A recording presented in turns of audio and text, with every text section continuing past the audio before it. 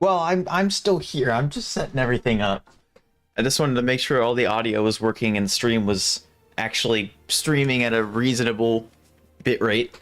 Because ever since that one decked out stream where I was getting really good runs, but it was at like the worst quality, I'm just like really worried that's gonna happen again. So hopefully we're good now. It seems like that is the case. And I still need to... Seems too loud on my end. Turn that down. That's probably fine. Okay, cool. Yay, look at that. I need to get back in the correct world. I was in the creative world getting a screenshot for the thumbnail, and now we're going to the actual server. Awesome, cool. I was worried that it was going to be a little bit too loud with the music, but I'm glad that is not the case. Alright, world is loading up. Or I guess it's already loaded, but chunks are rendering, and then I will switch the screen in a second. Once again, I decided to shower right before, so my hair is again wet, but whatever. The mega base is the national park. So I'm gonna be making... I'm gonna take a wild guess. I haven't actually picked a solid number, but I'm gonna guess 6 different custom biomes. Coldcraft did end, yes, as a server, but it is still going as a single player world. And I talked about that in the most recent Coldcraft episode. The server itself has ended. Coldcraft Season 4, as a project with other people, has concluded. So everything, technically, I could do this. I'm creative. Woo. I can just do whatever I want. But I'm going to continue playing it as a single player environment. So everything's the same, except everybody's stuff is now mine, and all the farms are free. So I really wanted to complete this project, and since deciding that, I now have a ton of other projects on this world that I want to do. So Coldcraft, Crazen was nice enough to let me keep the world to continue working on the project. And so now we can finish the national park project, and it won't go just ignored. But some other things I want to do is, a lot of other people didn't get to finish their base, so I'm going to ask permission from them. And I haven't done this yet. I haven't done this yet, but I'm going to ask people if I can finish their base in what I would interpret to be a continuation of it. So like Crazen has 3/4 of a wall for his cyberpunk city, and so I'm gonna make everything around it and finish the building and put stuff in it and all that stuff. We got a big hole I can do with. There's a big castle over here. Crazen is spelled... Okay, hold on. Let me get to this thing. Yes, this is the world with I did the ADHD video on. This is the Coldcraft world. I was just working on just blowing stuff up and clearing land at the time, and I was like, I'm just gonna start recording. I'm glad, or not I'm glad, but I hope I hope your shower went well, I guess. I don't know how to respond. Good for you. Way to stay clean. And no worries about not watching Coldcraft. That's totally fine.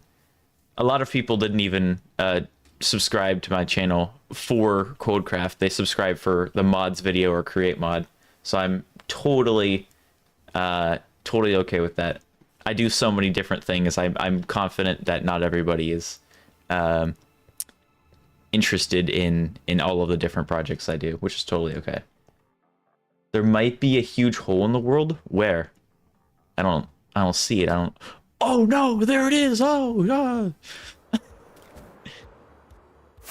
Yeah. So I can't remember the person exactly who told me to jump in, but I jumped in the hole. There you go. I fulfilled my promise.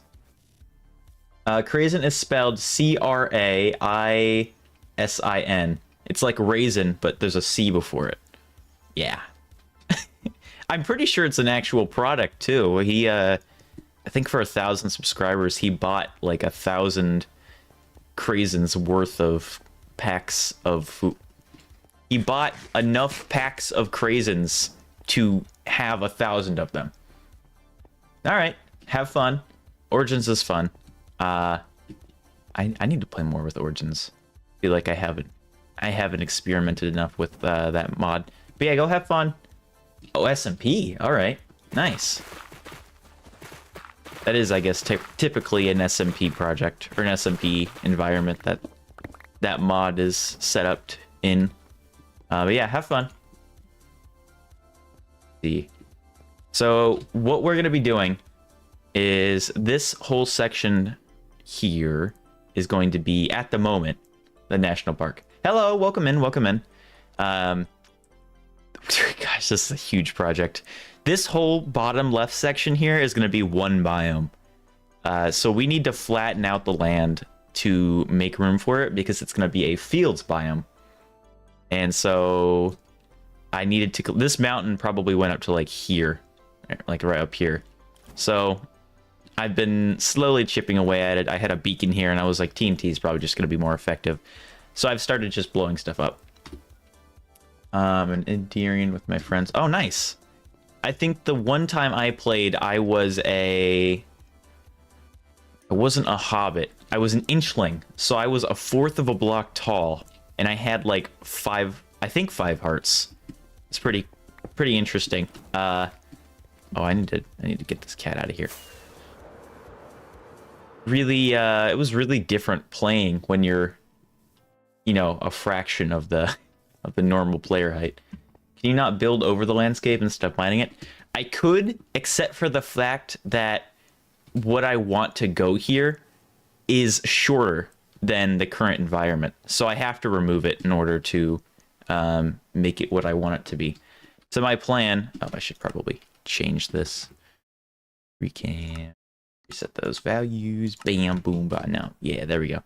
So there was a big mountain here, and I still think it needs to be a little bit shorter, but what I wanted it to be is have a mini mountain range that goes along the edge of this area, and I'm still not confident that's what I want to do, but I want to have some kind of border here, so it could be trees, it could be a mountain, and then everything in the middle of it would just be a field. So it would be very, very flat, but a very, what's the word? Slow incline. Any tips for getting members for a server? For a Minecraft server, the biggest thing I would recommend is going and looking for people's YouTube channels, because I guess it also depends. Are you looking for YouTube players, or are you looking for just people?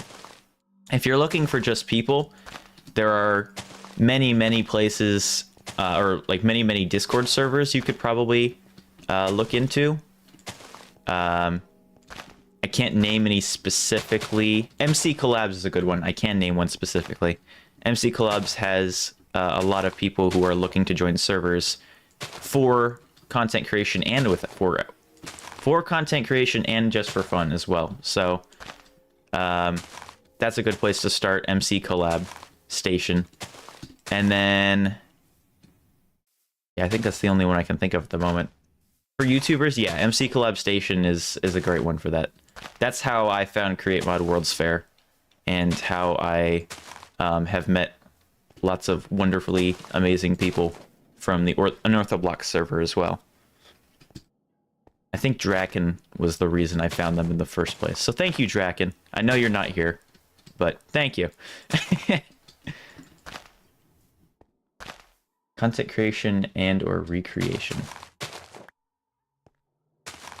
Content recreation? I'm confused by that statement. Or are you clarifying for Ottawa? Let's see. I'm gonna need a lot more TNT. Oh boy. Yeah, that's one thing I'm not super fond of with this resource pack. I forget which one I'm using. I've got, where is it? I'm looking at it. Connected World. Yeah, I'm not sure how I feel about it. I really love the idea of connected textures, but I do have some complaints, I guess, or just things I would prefer were not the case. Like grass, I like it when it's like 75% down the block, not the full block, but most of the block. And this one just has the default. Synonym for fun. Yes. Oh, recreation. Not recreation. Okay. That makes more sense. Any good mods? Yes, I've got a few mods videos that cover a lot of my favorites, and also some ones that I just find were really cool. Off the top of my head, the biggest ones I would recommend, just for a little bit of detail that are somewhat vanilla. Wakes is really good. That adds stuff like this. Let me get over there. Like water particles. Really cool. And I love how it's not just one texture. It actually changes with the size of things that are in the water, and like it moves. When you're flying, it actually has a longer trail. When there's a boat in the water, there's like steam particles. It's really neat. Explosive enhancement is fantastic as well, and we'll showcase that right now, actually. I gotta stand back for this, though. Wonderful mod. Oh, yeah, look at that. TNT is so cool. Yeah. I love that mod. That's so cool. Flow is great. You got animations for menus. If you don't like the animations but do like the blur in the background, blur is a good option. Entity, let's see if I can remember this. Entity model features and entity model textures allows you to get animations, which aren't currently working on this cow. Better clouds, fantastic one of my favorites. Look at me. Look at me. Look at his fancy legs. That's he's not looking at me. I guess cow eyes don't move. Oh, kind of. So some of the mobs, it's more obvious than others, but yeah. My FPS right now, I'm currently getting 88. This is unusually low for me. I'm used to getting between 150 and 250. I'm not sure why it's so low at the moment. It might be just because actually I don't have a reason. I'm not gonna sleep just yet because I'm gonna showcase another mod that I'm putting in the next the next video. Wakes is awesome. You can't set up clouds. I'm not sure why. You might have to tinker with the config. Maybe there's something conflicting there. My FPS at the moment, yeah, it's 88. Oh, now it's at 125. So clearly, the more stuff I blew up, the more frames they gave me. That's how that works. Use the fresh animations, the resource pack, fantastic. Entity model features and entity model textures are the two that make that usable with sodium. Let's see. What do your armor slots have little icons? Oh, that is so I don't accidentally throw my stuff into the void. So if that was the one item I didn't have it ticked for. If I push Q, you can see it pops up at the bottom. It lets me know, hey, you have this marked. You can't accidentally drop it. And not everyone has it because I have to be able to throw it. Actually, let's see if I can.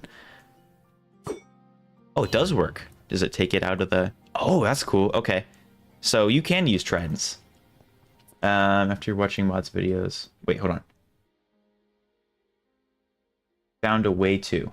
Oh, sweet. I tried your client-side mods and I play with 80. That's not bad. Like 80 to 120 is not a bad number at all. Considering our eyes technically can only, perceive, I think, 31 or 32 frames a second, which in the gaming world, that's not a great value, but realistically, 32 frames, I think, is the maximum frame rate your eyes can actually perceive. I might be wrong with that number, but use a better movement one.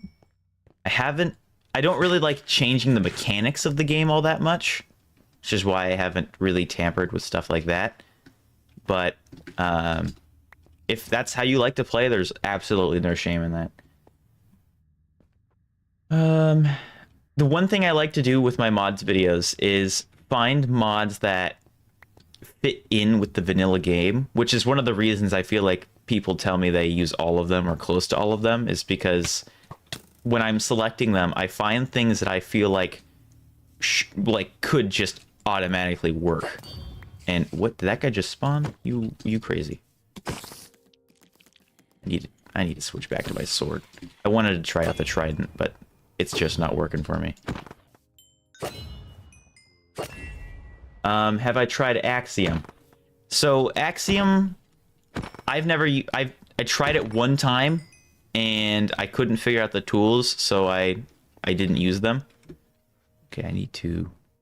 Oh, before I continue that, look at the stars. Look at that. Isn't that so cool? This is Caelum, Caeleum, I think. Adds solar events, so the moon and the sun have independent cycles, and so you can have things like solar eclipses and lunar eclipses. I think that's a thing, maybe, possibly. I'm not an astrologist or astronomer, but yeah, the stars are cool, and you can find what's the word? You can find. Oh, I can't think of the word. Where the stars make shapes. Whatever it is. You can find those.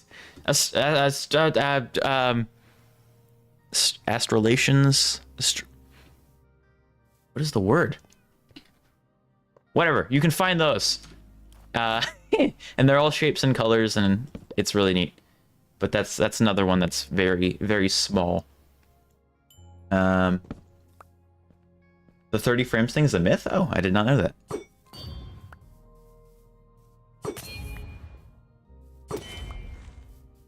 Make the game good. So Axiom is a mod specifically to help creative builders, like creative mode builders, not just people who are creative. And the reason why a lot of people are using it who are builders, constellations, thank you.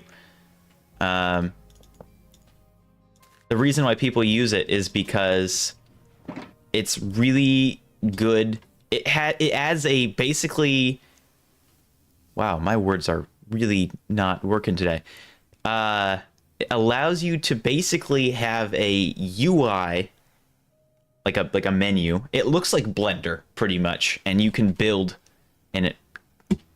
How do I describe it? Hold on, let me just look it up on the wiki. That's probably a better source of information. Axiom. There it is.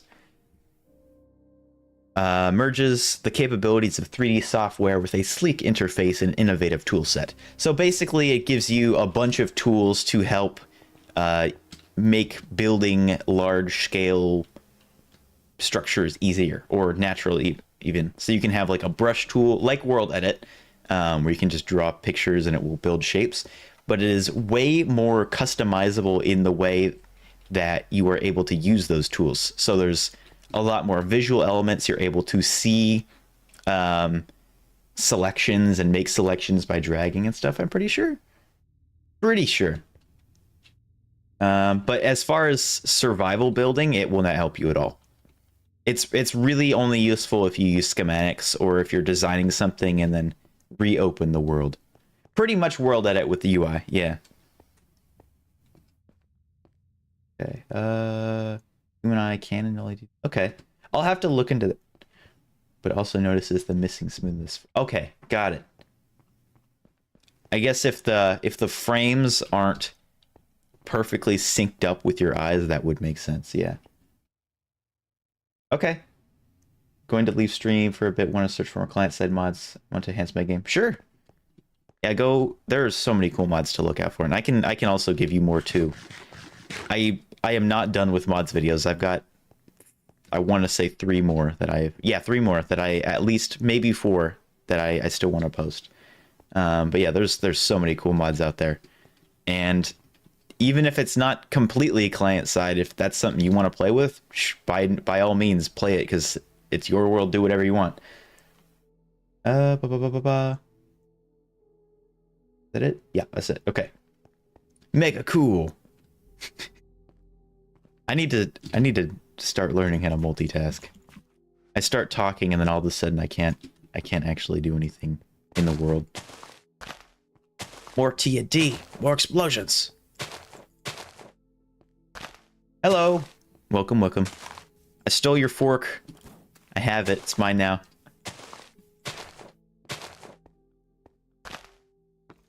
Talk them. Wait. Am I dumb or did I just not understand that? Oh. Talk them landscape flat. Still don't understand, but I am going to flatten the landscape, yes. If that's what you were getting at. If I misunderstand, I'm gonna ask for clarity because I know that sometimes I just don't understand. Yeah, that's right, Corey. Haha, what are you gonna do about it, huh? Can't steal it back. I've been taking good care of it, making sure it's at good durability, don't worry. I also stole your shovel. I pretty much go to your house first when I need something because I know you have, like, everything.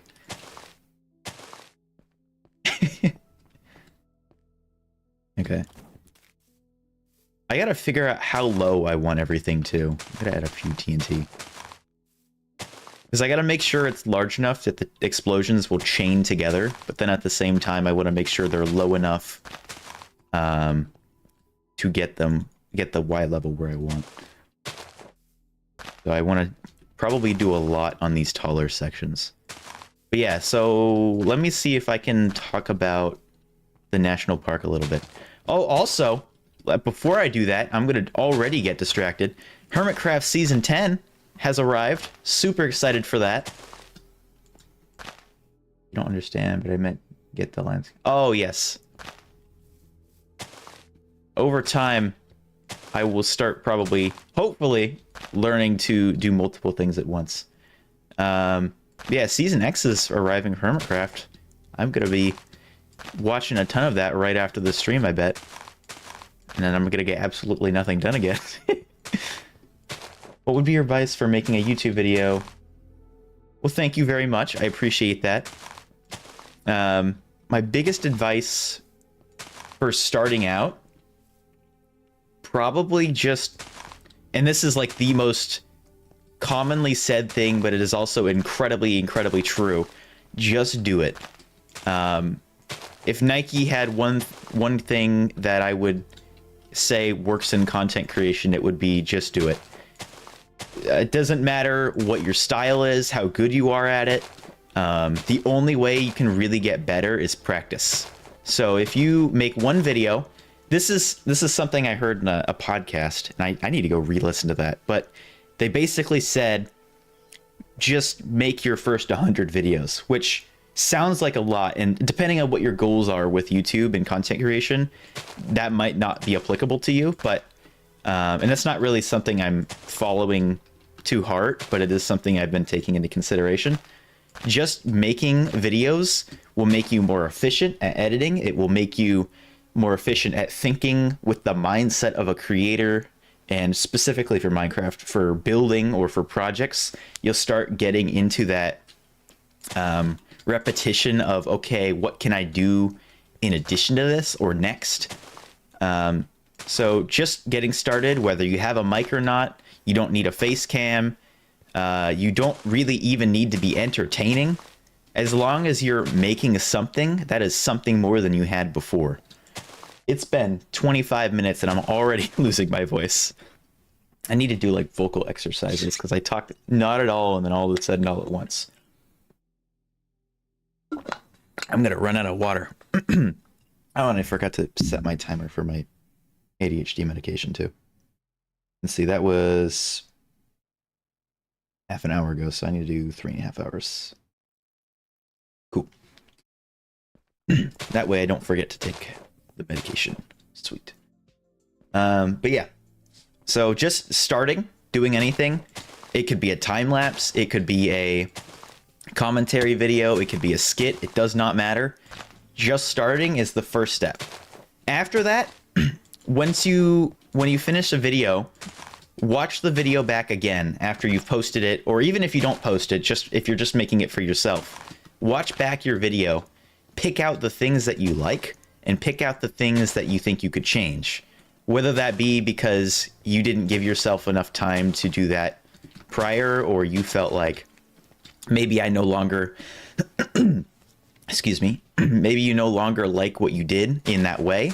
So, for example, when I first finished my first Coldcraft episode, I didn't like the way I cut things together. I really liked the music, I really liked the visuals, but I felt like it was too slow. And I've never been one for very fast-paced editing, but even that video felt like I probably need to quicken up and maybe prioritize different clips to make it a more well-paced video. So yeah, that's probably what I would recommend, is just getting started, and then very politely, don't be harsh on yourself, politely critiquing your own content, making sure that what you're making is something you actually want to make and not just making a video for the sake of an algorithm. Make something that you're actually passionate about. Find a hobby or an interest to you and maybe incorporate that into the videos. Like for me, that was filmmaking, and ambience and sound. And those are like the biggest things for me that inspired me to continue and make what I want to make.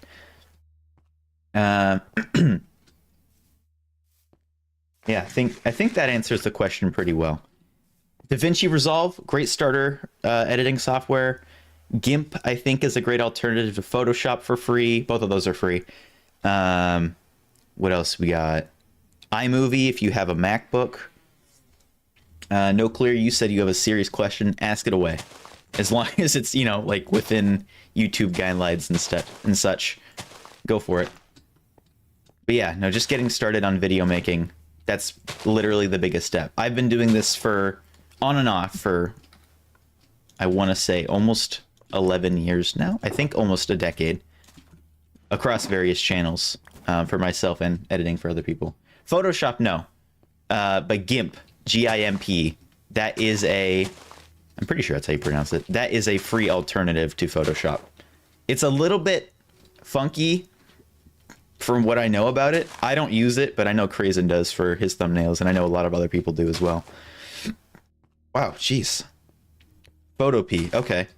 I've heard of that one. I know pretty much nothing about it, but that I think is a good alternative as well. Either one of those, pretty great.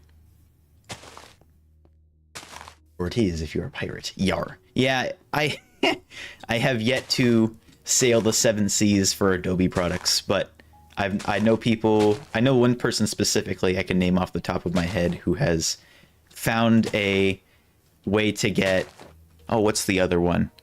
Not DaVinci, maybe it is DaVinci. Final Cut Pro, I think, for free, which, I mean, if you're not getting a virus, I don't see why it's really should be an issue. They charge so much for those products. But yes, it's free if you can find a place to. I don't know where to look for that stuff. I pay for it myself, so I only pirate movies, okay? And it's usually Pirates of the Caribbean. I know. Pirates of the Caribbean. Photopea is pretty good, yeah. Sure. If you've got something that you feel like you can make and something that you would be proud of making, just go out and make that thing. That's if you can do that and you have the ability to and you want to, do. It's really cool to frames are okay. It's really cool to see other people make the things they want to make, and that's why I encourage it so much. Used Photopea for my first video and DaVinci Resolve. Those are pretty good. For free, those are really good products. Pirating a pirate. Pirating squared, pretty much. Some people have also asked me how I do my 3D thumbnails, like the decked out video part of the Tall World episode 1 and I want to say all of Tall World episode 2's thumbnail. I can't quite remember if that whole thing was rendered or not, but I made that in Minimator. Great free tool for 3D animating or 3D modeling or animating actually. Minecraft sprites. So you can import mobs, items, even sections of worlds. Really great tool for making thumbnails. But yeah, Photopea, if you just want to like take screenshots in game and stuff. I'm gonna try something. Go, go, go! I messed up that flight. Yeah. Oh, come on. I'm gonna miss the explosion. Look at that. Goodbye, mountain. Well, we missed part of it. Oh, well.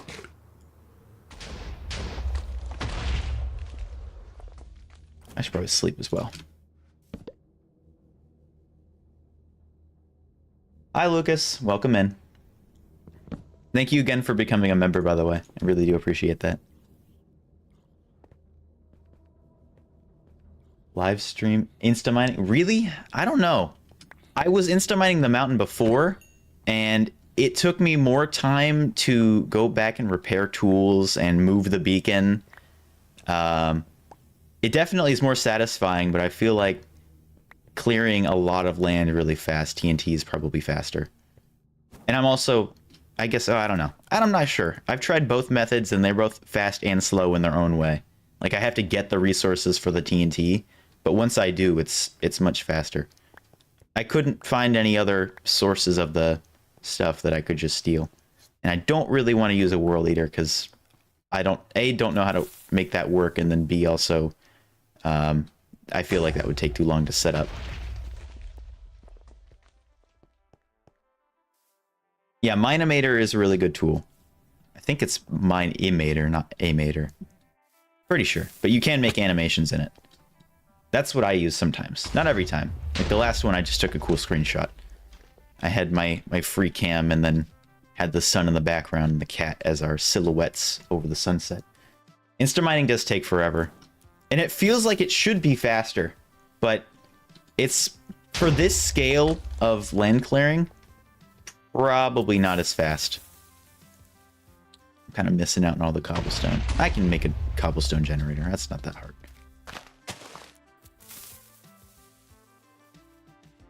Yeah, TNT. I don't know. I feel like TNT is both fun and satisfying to watch, as is instant mining.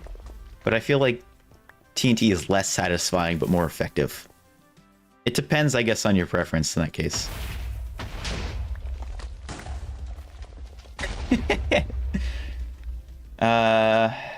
Yeah, mending can be an issue. I've even had to go like put mending or like, oh, I also stole your flint and steel, Corey. But I've also had to like use mending on the flint and steel because there was just, I've used it so much in the amount of land I've cleared. Like there was a mountain here. This mountain is now no longer existent. At some point, I want to come back and look at this place before I tampered with it, like a new world with the same seed, just to see how different it was.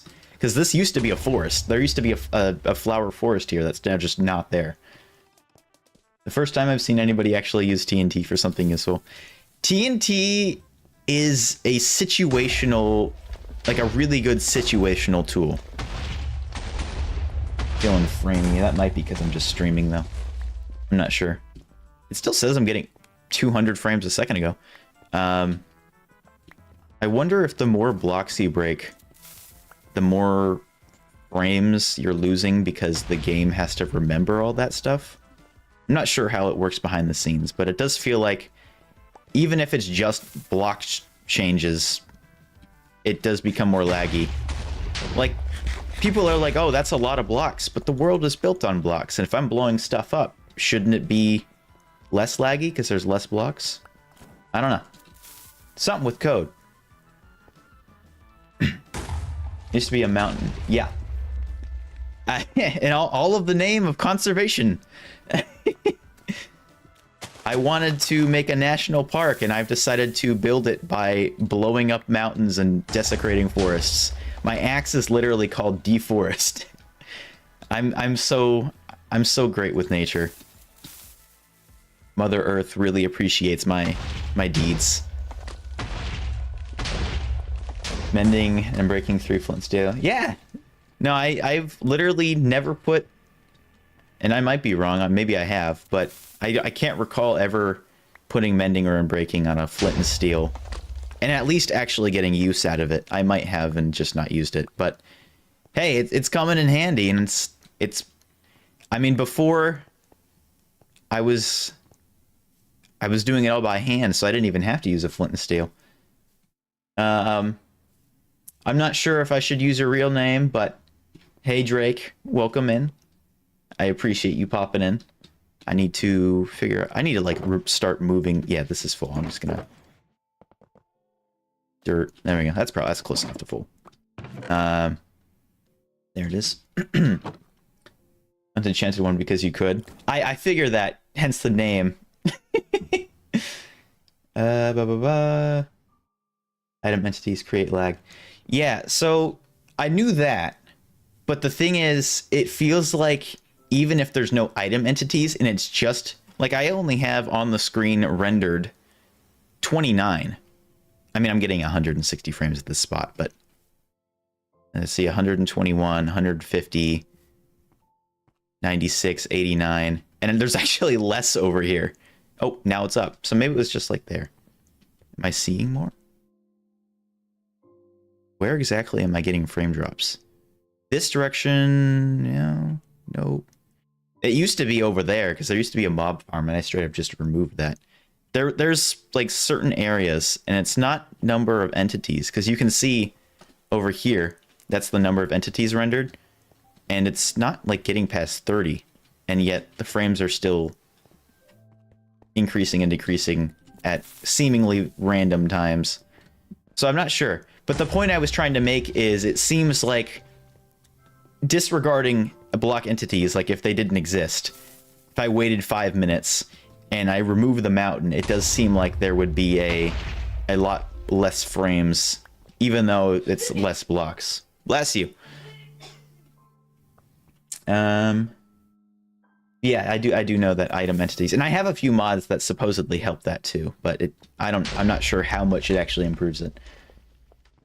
The game only draws block faces that are exposed to air. So if you make a bunch of small, oh, that's okay. That makes a lot of sense. I believe that's culling, right? Because I have a mod specifically for leaf culling that removes the faces in between, so you don't see every face of leaves, which is why mangrove forests I can actually travel through now. It's having one right next to the base and a jungle. Definitely that would make sense for why it's a lot framier in this spot. But you got to think about the land itself. Oh, there's podzol there I got to remove. The land itself is not exactly smooth. But I guess, yeah, there's a lot more divots here than the base landscape. Yeah, that makes sense. Yeah, I thought that was funny.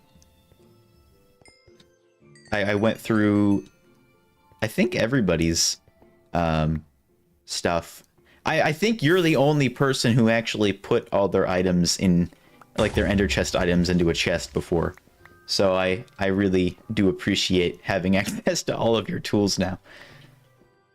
Entities need to be considered when drawn, considered in FPS even when not drawn. That's true. I have my simulation distance really low, and I'm pretty sure that applies to block items. Like, I can see them, but they're not being actively checked for. Like, you can see these animals are there, and they're spinning and stuff, but they're not moving, because I have my simulation distance so low. We're bombing the ground. It's just joined. I'm flattening the land for the mega base. We are making a national park, and where I want to have a field biome, there is currently a mountain range, or at least a bunch of hills. So I've been slowly trying to remove that. The lag is in a bunch of different places, but here I am feeling it periodically. And it was worse when that mob farm was there, because I think it was rendering all the mobs still. And there was a ton of random... I think there was villagers and random redstone clocks and stuff. So I removed that because A, it was not appealing for a national park, and then yeah, B was it was kind of laggy. It shouldn't make a whole lot of difference now, especially since the TNT is kind of blowing up some of the items. But yeah, we are blowing up the land to flatten it out so I can build new land for conservation and nature. You gotta go have a great rest of your stream and enjoy your destroying nature in the name of nature. Of course. And if you've got more questions, you can ask me, come back later, or ask me on my Discord or in the comments or whatever. Totally happy to ask. Yeah, have a great day or night wherever you are. Have a wonderful rest of your 24 hours. And for the rest of your life. How about that?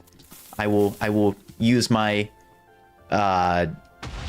my nature's blessing to boom, now you're gonna have $1 million in 28 minutes.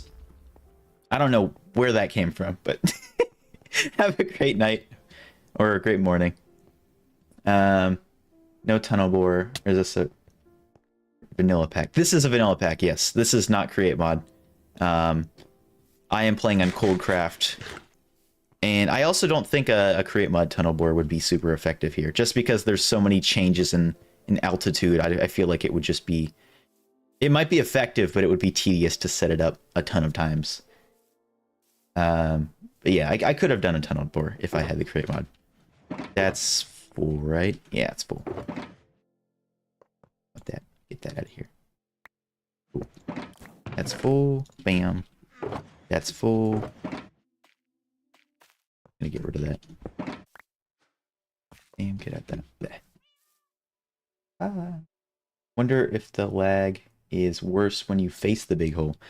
I don't know why it would be, because I've removed all the campfires that would have been generating smoke particles that were down in that hole. So it's just frog lights.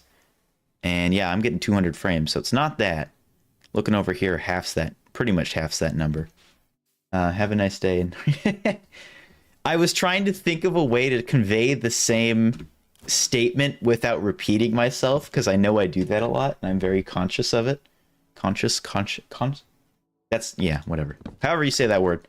I'm very aware of repeating myself, so I try to say it, like articulate it in a different way. See, I did it just then. I think I hit him. Yeah, I don't think it's the big hole. But yes, have a nice day. Enjoy the next 24 hours. You should.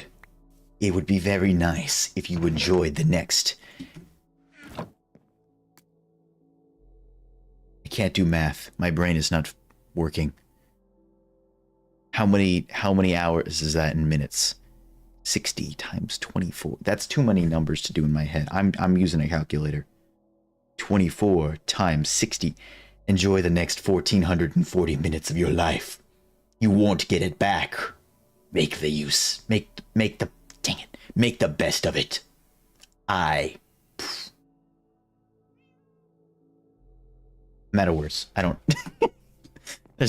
there's no more suspicious sounding nice statements coming out of my mouth, because I can't think of it anymore. I have a survival world, but for some reason no mobs spawn in it, and I don't have a mob switch. I'm not sure. I've never had I mean, unless you're in peaceful mode. The only thing I can think of is if you're in caves and stuff, and it's dark, then they should spawn, theoretically. But yeah, I'm not sure why that wouldn't be working off rip. It should be. I would check if you're in peaceful mode. But if you're not and you didn't manually set that, I don't know why that would be affected by it. Yeah, that's not something I have a whole lot of knowledge in. I don't understand. If it's a mod thing, that might be. If you're playing vanilla, then yeah, I don't know. But if it's a mod thing, I still don't know. You're welcome. Yeah, assuming that you have, if this world was not created by you or something, they don't spawn in farms or at night.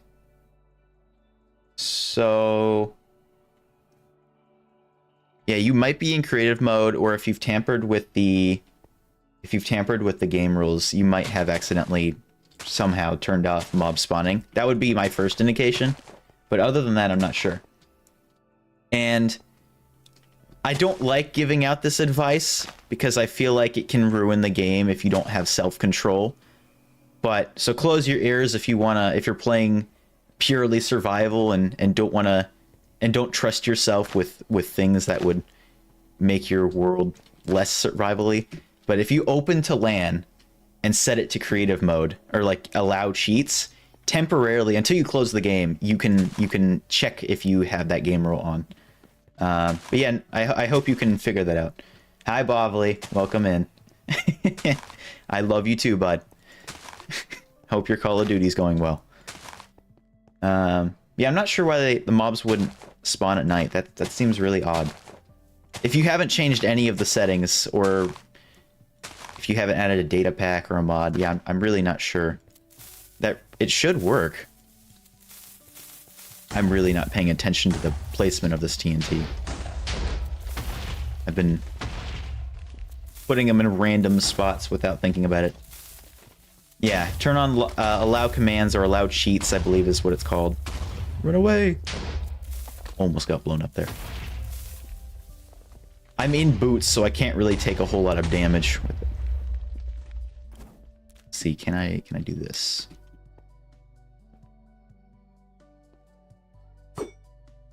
Oh, first try. Aim was a little off, though. Yeah, there we go. Look at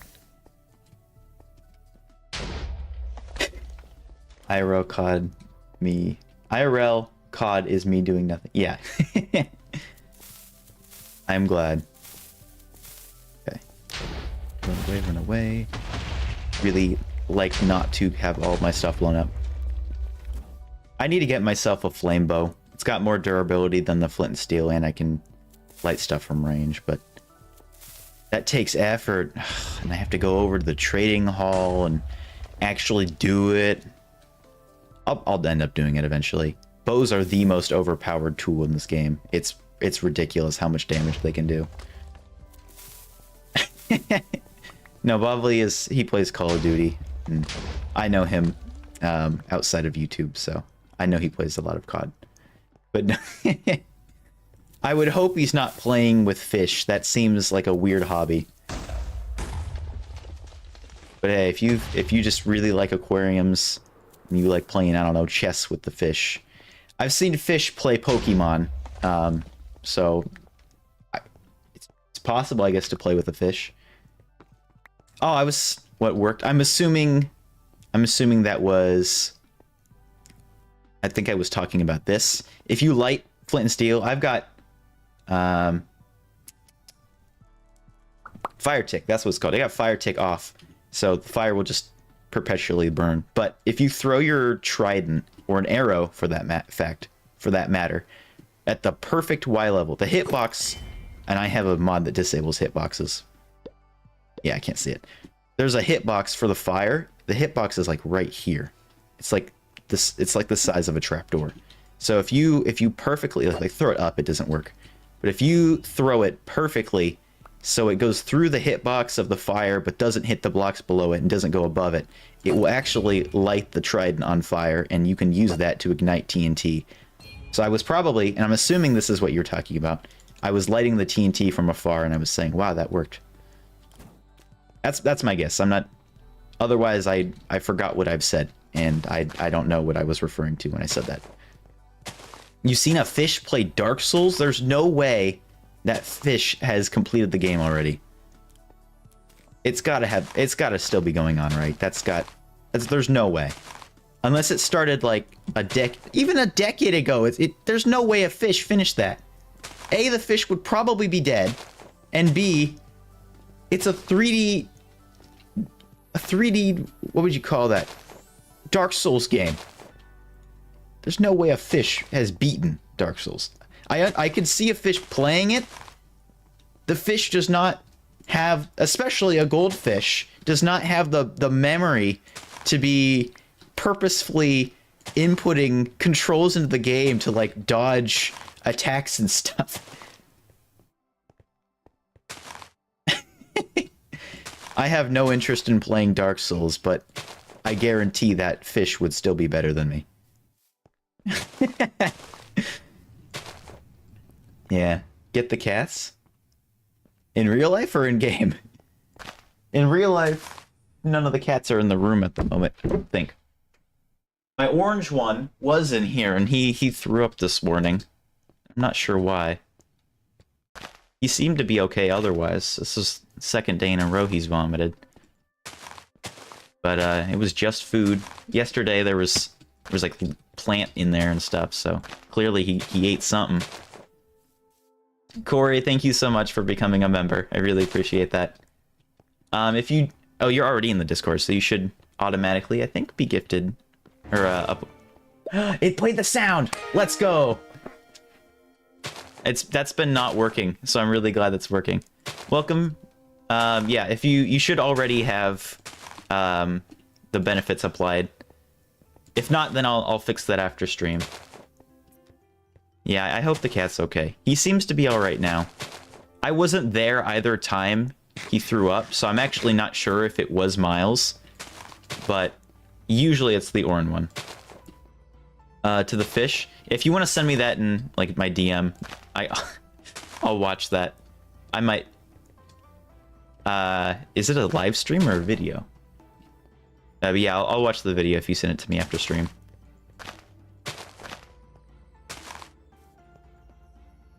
Oh, my neck. I've been doing... I can't even remember the name of it. I want to say weight training. I think that's what I'm doing. I'm not even sure. But I've been doing weight training, and yeah, it's tiring. My neck has been messed up for years, but yet still, even with the 2 classes I've taken, it hasn't made me 80% buffer. I haven't experienced a significant decrease in neck pains, but I do feel stronger.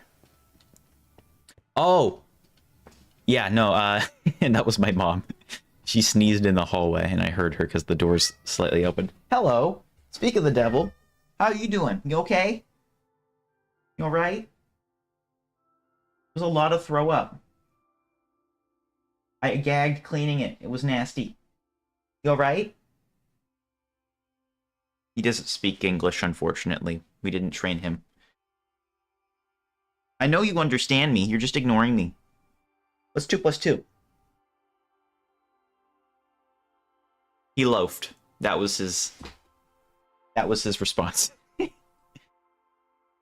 I do not live by myself, no. In this economy, I could not. I don't recognize that word. I'm looking it up. I want to be educated on grammar. Vitilian. I spelled it wrong. A's.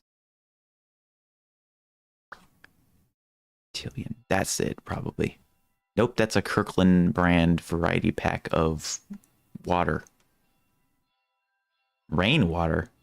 Huh. I didn't know you could buy that at a store. I don't know what that means. I'm gonna pretend like I do. Yes. That's... yes. Puppet talk. Oh, ventriloquist. Yes. The cat. Wait, the cat or me? I'm no ventriloquist. I don't think I could do that. Let me try. Hello.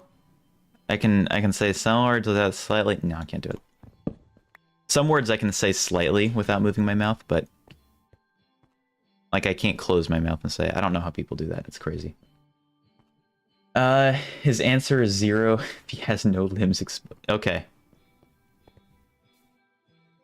Oh, welcome back. Hello. He was on the windowsill for like 10 seconds and then he came back. He is the most annoying cat to cat. 1 if 1, 4 if 4, and if all limbs. He was I want to say a 4. He's not loafing anymore, but I think he was a 4. I get you now, though, Lion. I understand now. I am... Wow, my voice is going the more I speak. The joys of live streaming and recording. At least when I'm recording, I can take a break and stop talking, but... Okay, I should specify. The cat's not annoying as a cat. The reason it's annoying is because he'll come into the room every half an hour or so, and he'll meow at me non-stop, but he won't get close enough for me to conveniently pet him. He'll sit right outside of my reach, and then when I pet him, he'll lay down, so then I have to reach even further, which means if I'm working on something, I have to redirect all my attention to the cat, and then he'll start to walk away, and as soon as I stop petting him, he'll go back to meowing. So the solution is stop whatever I'm doing and go sit on the floor, and then he'll lay with me, but then I don't get work done. And he does it all the time. That's why it's annoying. And also, he's just a jerk to the other cats for some reason. I don't know why. He's a lovely kitty, but he tends to beat up the other cats for no apparent reason. But that's just cats, I guess. Pablo, we think he's a runt, but he's a ragdoll, and so neither of the cats like him. He was the last of the 3 to be adopted, so that could also be it. But he's not like a new member anymore. He's been in this house for like 6 years. Yeah, I think of the 3, Claude is probably the boss cat. He is just a pile of lard, or a pile of fat. He basically does not move. He came upstairs yesterday, and that was surprising to me. That was wild that he actually made the effort to move his butt upstairs.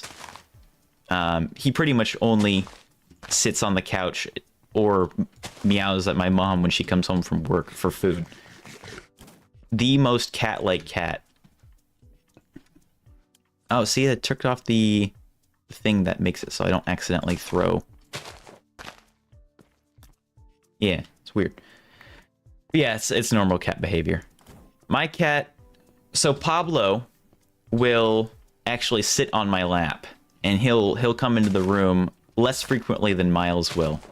But he'll, like jump up on the arm of the chair and like, hey, you should put me in your lap and let me sit on you for an hour.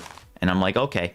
And so I pick him up, or he jumps up onto my lap, and then I get really hot because he is a portable heater. Time for food, bring it here. Yeah, pretty much. Well, Claude will move for food, but he won't move for pretty much anything else. If he hears somebody, I don't even know what exactly he hears, but whenever we grate cheese for foods, like different meals, both he and Pablo know it's cheese. And I don't know what he's hearing, because it's not like grating cheese makes a lot of sound. But both of them will wait.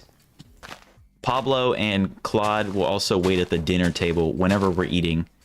So we'll often like let him sniff the food, and then he knows he doesn't like it, but then stays anyway in case we have something else we haven't shared with him yet. Okay, cool. Yeah, I'll watch that after the stream. When I eat lunch or something like that. Yeah, I will watch that. I kind of want to see the fish play Dark Souls. I have seen it play Pokemon. I'm pretty sure it won, but I have not seen it play Dark Souls yet, so I got to do that. Yeah, seriously? We call him Lardo or Lard sometimes, or just Fat, because he does not move and he refuses to. He's also the most annoying when it comes to food. Like, Miles will meow for food, Pablo will meow for food, but they don't do it all that much. They are usually patient when it comes to feeding time. Claude, as soon as he hears the garage door open, will run over to the door and start meowing before she even gets in the house. The other cats will also wait, don't get me wrong. It's not just him. But he's the only one that meows, and he meows loud. He needs to be fed this instant or he's going to starve. We call him names because he can't do anything about it. We love him. He's a fun cat, but he is kind of what's the word? Can't think of a word. Not slow. I guess he acts more like an old dog than he does a cat. He used to like climb on my dad's shoulder and stuff. He was a very active cat for a long time, but then even like feed him the same amount. We even had it on diet food for a while, and he didn't lose weight. He's not super active. Like whenever there's a toy, Miles and Pablo will like chase it around the house, or if it's a piece of string, we make sure they don't eat the string. But yeah, they'll chase it around the house. But then Claude, he'll like maybe paw at it if it's conveniently within reach.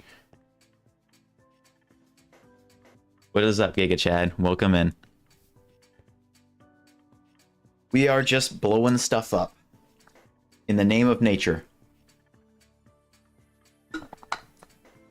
Welcome, Marshmallow. Hate this sound. Ah. Every time I open or close, it squeaks. I don't know why. I need to, like, put WD-40 on it. Or W40. Was it W40? It is WD-40. But yeah, he doesn't mind. Why don't I use TNT flying machines? Because the area that I want to clear is very specific. The thing, like this was all mined out with a flying, what is it called? TNT. So like 2 seconds. Flying machine. Excuse me. This was all mined out with a flying machine and then polished around the edges. But the person who made this, YJan, he dug this hole, I think just for farms. And I'm gonna patch this over. I'm not gonna fill it up, but I'm gonna at least patch it. I am removing mountains. I'm not making it all this deep. I just want to bring it down to here. If you put the TNT 4 blocks up. Okay. And I would do that, but I feel like that would just take way longer, especially since all of the altitude is just so much variation. I don't think it would be worth. If it was all flat surface, I would do that. In fact, when I was doing this, like these sections, when I was hand mining it and I was switching to TNT, mining it 2 blocks down and then two blocks apart, like this. And then I think it was like that. Yeah. This was pretty much perfect. Oh, I'm on fire. Run. There we go.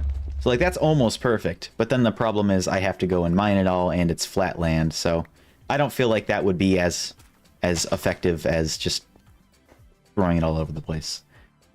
Yeah, flying machines, same reason. It would be more effort for probably a less accurate, or not accurate, less precise result. Because like some of these blocks I want to be here, but if I were to use I guess it depends on how much land. Because I don't really need to go all that much. It's pretty much this lump, that lump, and then this area here. Like this section is pretty much where I want it to be. Because I'm making a field, so I need it to be fairly level. Look at that. See, I need it to be like probably right here. Because then I'm gonna build my own hill. That's why I need it to be flat. Laynce was on fire. Yeah, I missed. I call myself a professional Minecraft, and I missed placing fire. You want to see something really cursed? That's something that you can do in Minecraft. You can also place a redstone torch on top of TNT. Oh, my neck. Feels like I need to crack it, but I can't. Wait, what? What is the mod that makes when you switch tool? Oh. like this. That is... Let me look it up. I don't know which... I think I got this in Modrinth, so it might not appear on the Curse Forge. Oh, I could just look it through here. Here, you guys can have a sneak peek of my mods. I think it's called Butter. No, that's what the other one was called. What is this one called? Let's scroll down until we find it. I have so many mods. That's probably one of the reasons why it's lagging. In some places, like in the creative world, if I look straight up, so I'm not looking at anything, I get like 1,000 frames. It's crazy. Yeah, the mod that lets you... Like, I'm assuming you're talking about the hotbar. Yeah, that's called... Let's see... Where is it? Where is it? Where is it? So many mods. Best anim, pre-cam, flow, horse buff, iris, items displayed. So many mods. I might have missed it. I'm not even sure. Trims. That in the seamless loading screen. Smooth scrolling. That's it. Wait, no, it's not. Is it? I think smooth scrolling... I need to remove this mod. It doesn't work. Smooth scrolling is supposed to make it so instead of just going up pixel by pixel when using the scroll wheel, it actually animates it to make... So it doesn't just do this. It actually makes it smooth when you use the scroll wheel. But it just... Literally, I can't scroll anymore. Like, I'm using the scroll wheel, and it's I have to do it manually. I'll find you that mod, though. Bye, Corey. Thank you again so much. Yeah, I'll make sure you have the rewards and stuff for Discord. And then hopefully later today, you can play some God of War. Just, whoops. But yeah, have a good day or a good night. Have a good night. It is nighttime in France. I don't know how late it. Not yes. Good night. See you later. Yes, back to mod. Where it at? So it might be part of smooth scrolling, but I feel like it's a separate mod. I need to get rid of this one too. It doesn't work. Enable scroll wheel. No. No. Yes. Okay, well that fixes that. W Laynce. Thank you, CV. Did I miss anything? I think I did. Nature needs to make place for nature. It's human nature. Yes. I have so many quality of life mods. And I also have things that just tweak the game slightly. Like eggs and ender pearls and bottles of honey and signs normally can only be stacked up to 16. This one allows it to be stacked up to 64. So now I don't have to waste 2 slots to carry ender pearls. I can waste 1 slot and get twice as many. I feel like that's just a slight change that doesn't really change the overall gameplay, and it saves me time from over and over and over going through my shulker boxes to get new ones. So even though it's not vanilla, it's a slight enough change I'm able to convince myself that it's okay. And this one, love this one. And I don't even think I have it on right now. So, voice chat interaction. Even though I'm on single player, I still have voice chat. And the reason for that is, I have a mod. Uh-oh, run away. I have a mod. That's loud. I'll wait.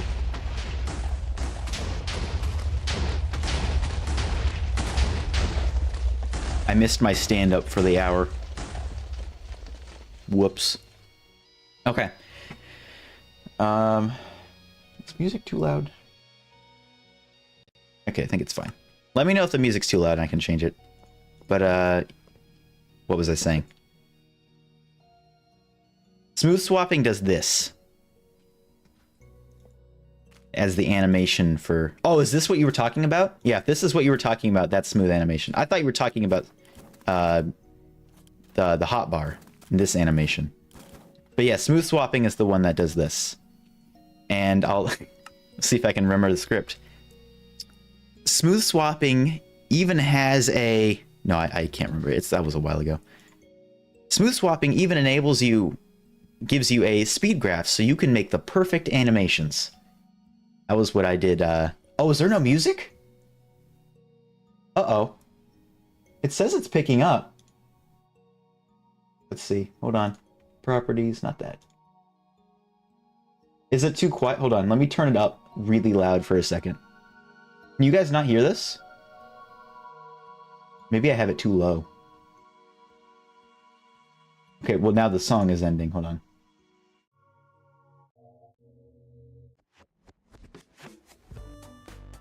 Can you guys not hear this music? You were talking about the hopper. Smooth swapping is nice too. Okay, it's very quiet.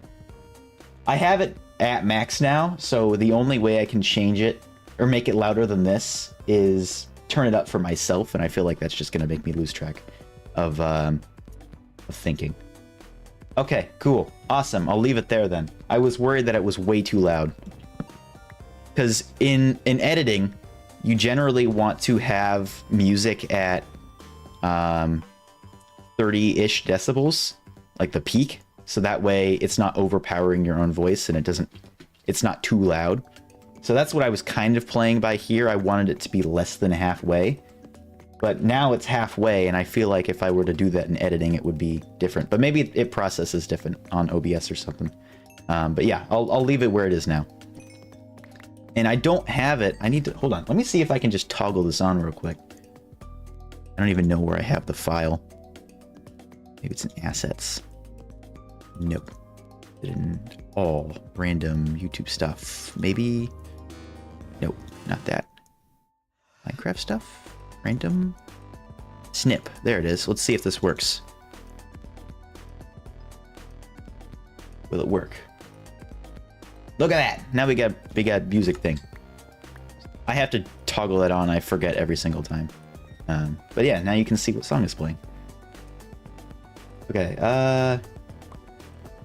Yeah, streaming and video making is such a different experience because obviously you're only consuming it as a viewer, but behind the scenes there is so much more going on, and I feel like a lot of people don't talk about it, which is one of the reasons why I'm so open about my process, is because I'm fascinated by it and I know other people are too, and it lets you guys relate to me more as well, as you guys actually understand what's going on in my life and how I go about doing it. And for those who want to be content creators, it gives them a little bit of insight to how at least I do it. Not everybody does it the same, but yeah, I do have guests, and I'm gonna let them be because I don't want to make an effort to go get milk for Bad Omen. Because it's so much work. There's probably a cow. There's a cow right there. And I probably have a bucket, but nah, they'll wander away over time. Yeah, no, it's wildly different, and it was. I don't know if this is gonna sound selfish or not, and I'm not trying to be. I don't think it is, but it was such a really humbling. I think humbling's the correct word. Like it was such a surreal experience. Hospitality. I'm gonna let them live. I'm not gonna kill them. That's nice of me. Considering they're already pointing weapons at me, I feel like if I went over there, they wouldn't be very nice. So I'm gonna let them carry on with whatever they're doing, even though they're trespassing on national property. I'm gonna let them be. I'm sure they're nice people, but at the same time, I feel like they are threatening me. But yes, I love talking about the process. I feel like it also just, even if you don't want to become a creator, it just really allows people to be more understanding. So I'm super open about how I do YouTube stuff and struggles I go through as a creator. The replay mod one was fun. That was one of the videos I did on the whim as well. I came up with that video idea on the morning that I recorded it. I was like, I kind of want to do a filmmaking video because that's something I'm passionate about.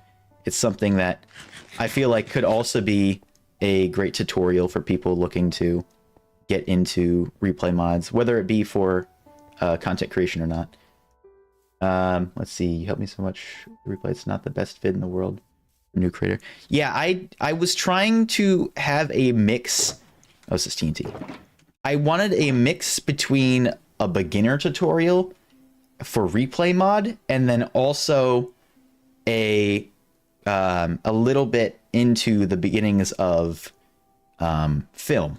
So I was trying to relate the replay mod to actual film elements, which is why it probably wasn't the easiest tutorial to follow. And originally, I don't think I was even planning on doing it as a tutorial, and it was more of just a here's how I do things. I watched back that video like a few weeks ago, and I was like, oh, I would have edited this differently. I could have made that a little bit slower. I think I edited a little bit too quickly. Yeah, that video, I think I came up with it in the morning, and then I recorded it, I want to say probably around 10, 11 a.m., and it took me, I think, like an hour or two. It wasn't a terribly complex video, which is why I was able to do that in one day.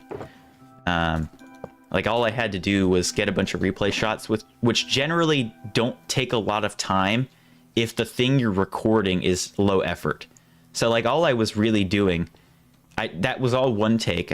I think that was all one take, because I wanted to show the full process. I didn't cut out a ton as far as what you see in the video. Like, I made things faster, but you didn't lose any of the realism, I guess, from creating. So I went into a new world. I think I specifically wanted a mangrove forest or mangrove swamp. I felt like that one was a good one to start with.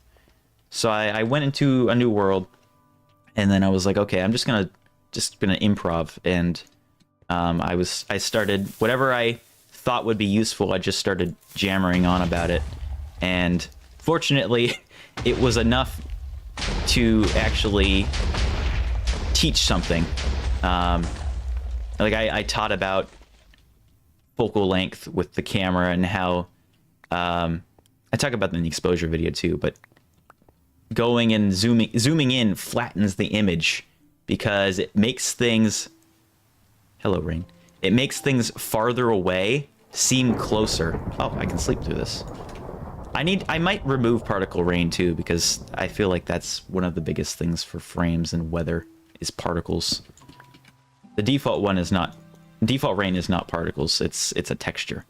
So that mod makes it a particle. But yeah, looking at things far away, look at that cow and that pillager. Right now you can see the distance is pretty vast, but if I zoom in, it doesn't look like they're that far away from each other. So that's why zooming in makes your image a little bit more, I guess, consumable, because you're not having to process as much depth.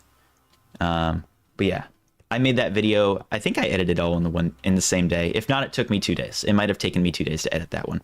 I'm not quite sure. That was a while ago at this point. That vid I made with your tips, I got 300 views, which is the most I've ever gotten. It was a short. Made another with your tips and got a longer vid. Nice. That's really cool. So quite a few people, not actually, I think 2 people have reached out to me, showing me things they've made with that the tips. And let me stress, this is incredibly vital to filmmaking in general, but specifically, it kind of applies to pretty much any tutorial. Tutorials are, at least my tutorials, are made as support guides. So when you watch my video, I want you to take away the process rather than the product. So watch the video, and then I want you to say, oh, okay, now I know about this tool, and here's how I can do it myself. But then use that and apply it to your own ideas. I don't know if I should say the name or not, so I'm gonna let them be anonymous. But one person reached out to me and showed me this really beautiful animation, and they added sound design, and it was through a mangrove forest with a boat, very similar to what I did. And they were just doing it as an experiment. They weren't copying me or anything, but they were showing me like your tips Like, I made this. And that is awesome that you made that. But do something with that knowledge that you feel is unique to you. Make something that either nobody else has done before, or do it in a same thing, but in a way nobody else has done it before. That was just an experiment for him. So I'm not like saying, hey, why'd you do that? He was just doing it as like a test, which is totally fine. I don't have a problem with that. The only thing I really have an issue is if you're copying me word for word or scene for scene and then calling yourself original. That's my only ick. Is plagiarization, I think is how you say the word. But yeah, I would not focus on views. That's, I think, something I touched on in the ADHD video. Or maybe wasn't, I don't know. Don't focus on views, focus on the product. I might have cut that part out of the video because I tried to say it so many times and I just couldn't get it out. If you focus on the number, the product is no longer your biggest concern.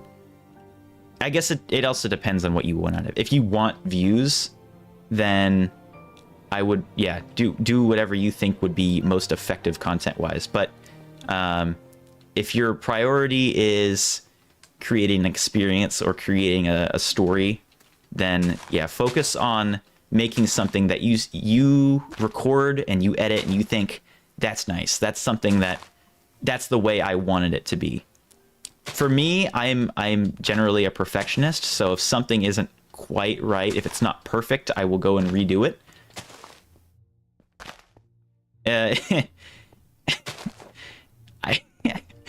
I'm reading the comments and I'm gonna forget what I was trying to say. Shoot, I did. Oh no. If your goal is for making a video, focus not at all on the views. Focus on what you're making.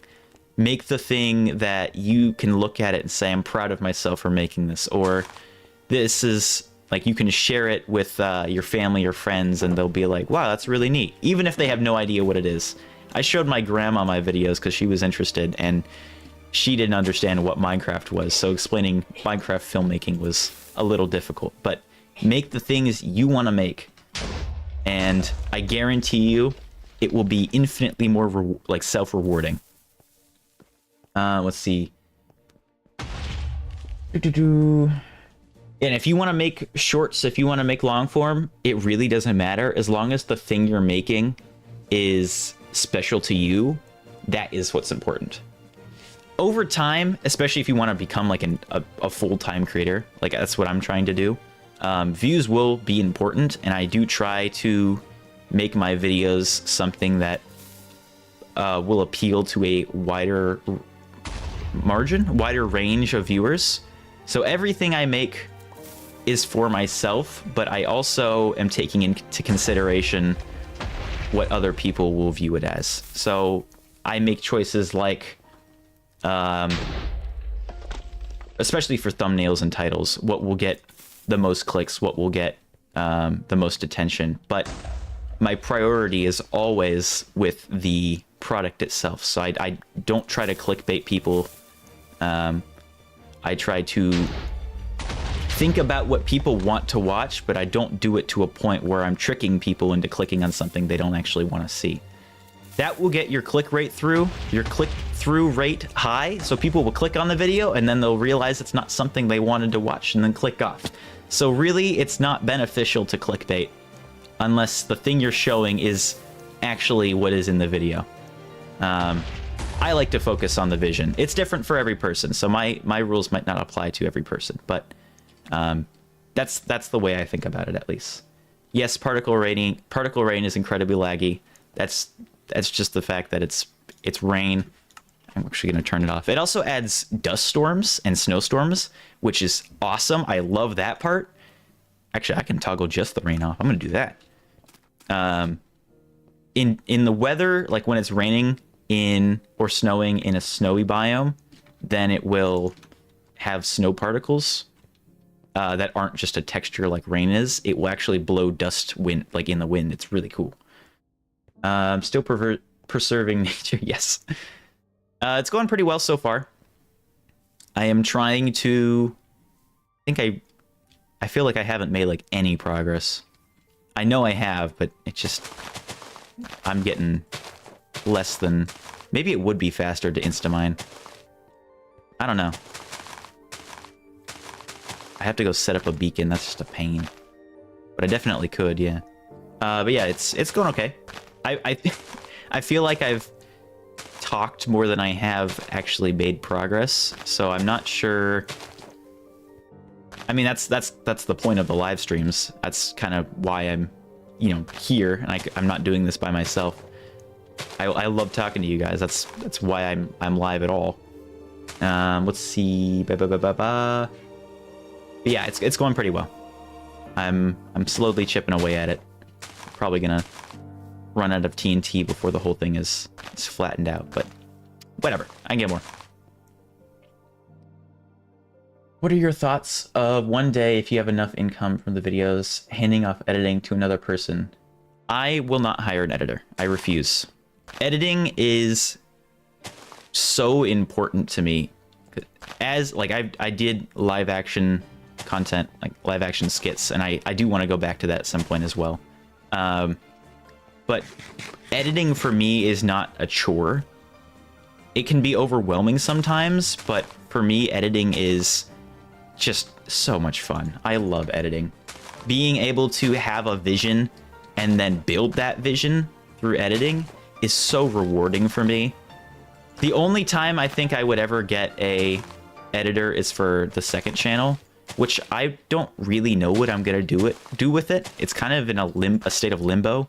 I reposted a video that was on this channel, the Gary's Mod video that I used to be on this channel. I moved over because it wasn't Minecraft. But that was supposed to be a way for me to edit videos at lower effort to keep myself from burning out. But I'm not sure if that actually works for me. I still occasionally will upload, but it's more as a... If I want to edit, but I don't feel like editing Minecraft, or I don't have a recording to edit, I will edit Lethal Company, or Fortnite, or Gary's Mod, or whatever other games I have recorded. So, that channel, I might get a second editor, but I don't really feel like that would be overall beneficial, because for that to be worth the cost, I have to be at a viewer rate where I can be consistently making revenue enough to pay an editor to do that. And at the moment, I get like maybe 7 views on a video in the first 2 days, which I'm not complaining. It's literally just a hobby. I'm not trying to grow that channel, but I can't see where that will be going, considering how inactive I am on the second channel. Plus, it's a different audience. It's PG-13. I play with different people. While I am still me, I focus more on comedy than I do with storytelling. This channel is where my passion really lies, so most likely I won't get an editor for that channel, just because I don't really think it would be worth it. But for this channel, I will never get an editor. I will always edit my own videos, unless I'm sick or something and I need somebody to do something for me. I don't know. I'll probably just edit through that anyway. But yeah, I will never get an editor for this channel. Too personally gratifying, I guess. I love editing too much. I would never give that up. It's super fun. And picking out music, making the clips the way I want to, and especially the way I make my videos. Oftentimes, I will cut together the main content. So like just playing through the game. And then after, I will just do the cutting, and then I'll do the intro. I think somebody's using the shower or the bath or something. I can hear the pipes through the walls. But yeah, so I will... Where was I? Uh-oh. I was talking about something. What was I talking about? I was talking about not getting an editor. I will always do the videos. Whatever. I was talking about something, and I lost it. Anyway. Yeah, let me... Yeah, I'm not gonna ever hand off editing, because... Oh, yes, I was saying that I usually do all the editing, just the cutting parts. Usually I will start off doing vague cuts, so just clips, and then go back and do the fine tuning.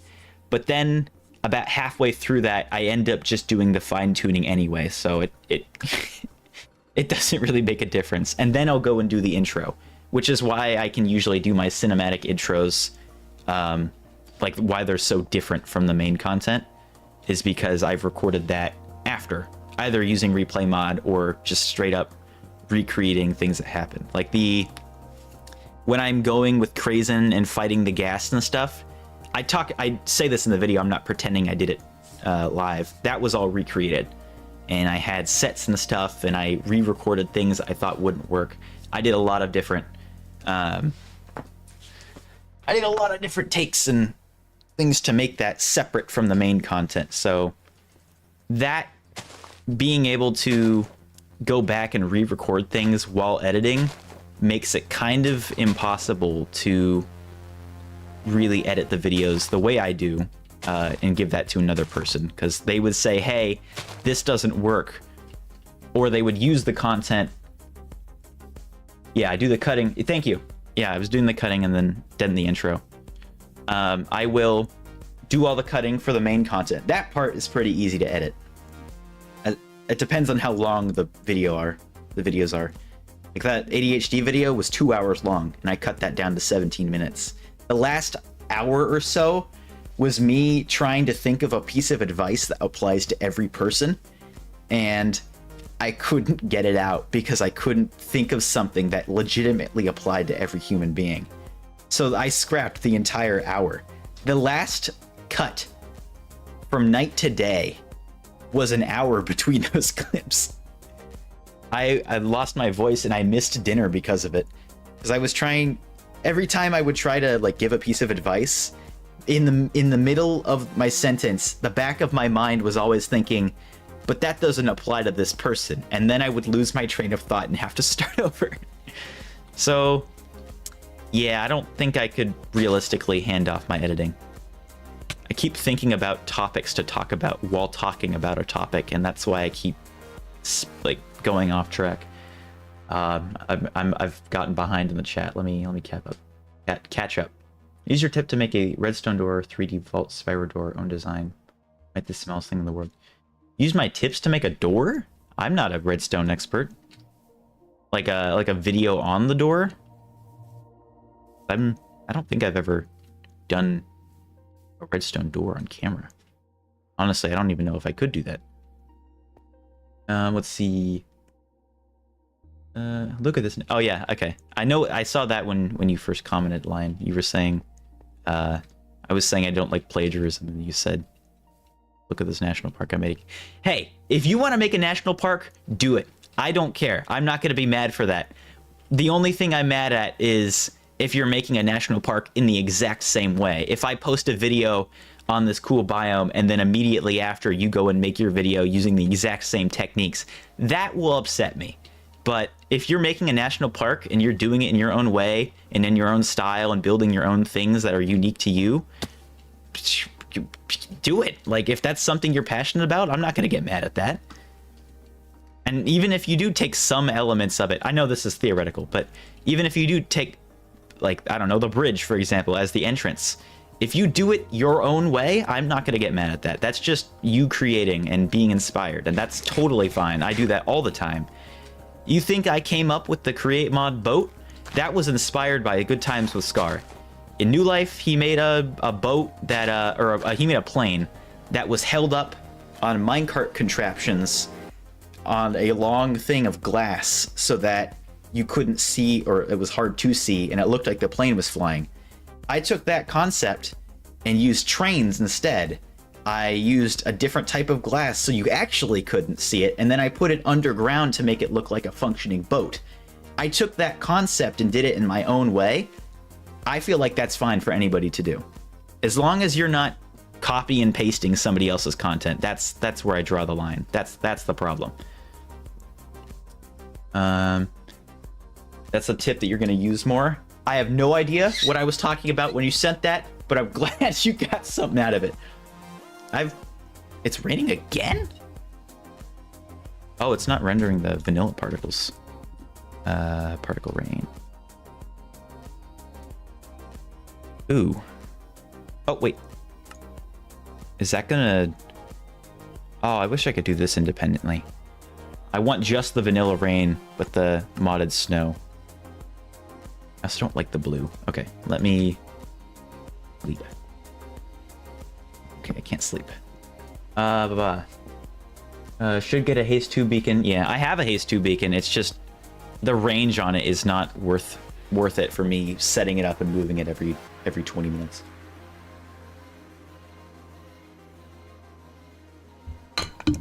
Mousy. I recognize the name, but I can't put a name to a face or a video. I'll check it out after, since it seems like people know who you are, but welcome in. Unless you were just saying hi. Hello. I'm really excited for the vid I made with your tips because I never had a video over 50 views. Yeah, okay, so that's awesome. First of all, congratulations. 50 views is not a small number. That's 50 people, or somebody who liked it so much they repeated it. That's awesome. 50 is not a small number. 50, I mean, compared to PewDiePie or Markiplier, that is a small number because that's just how it works. But I keep trying to sleep. Why am I doing that? 50 is not a small number. That's something to be proud of. My first videos, I think, had like 20 views or something for multiple years. The fact that you're getting 50 in a matter of days or months, I don't know how long ago you made it, that's really good. 50 is not bad. I get videos that are less than what I think they are worth, but I'm not complaining about it because I'm still proud of that content. So if you're sad that it didn't get more views,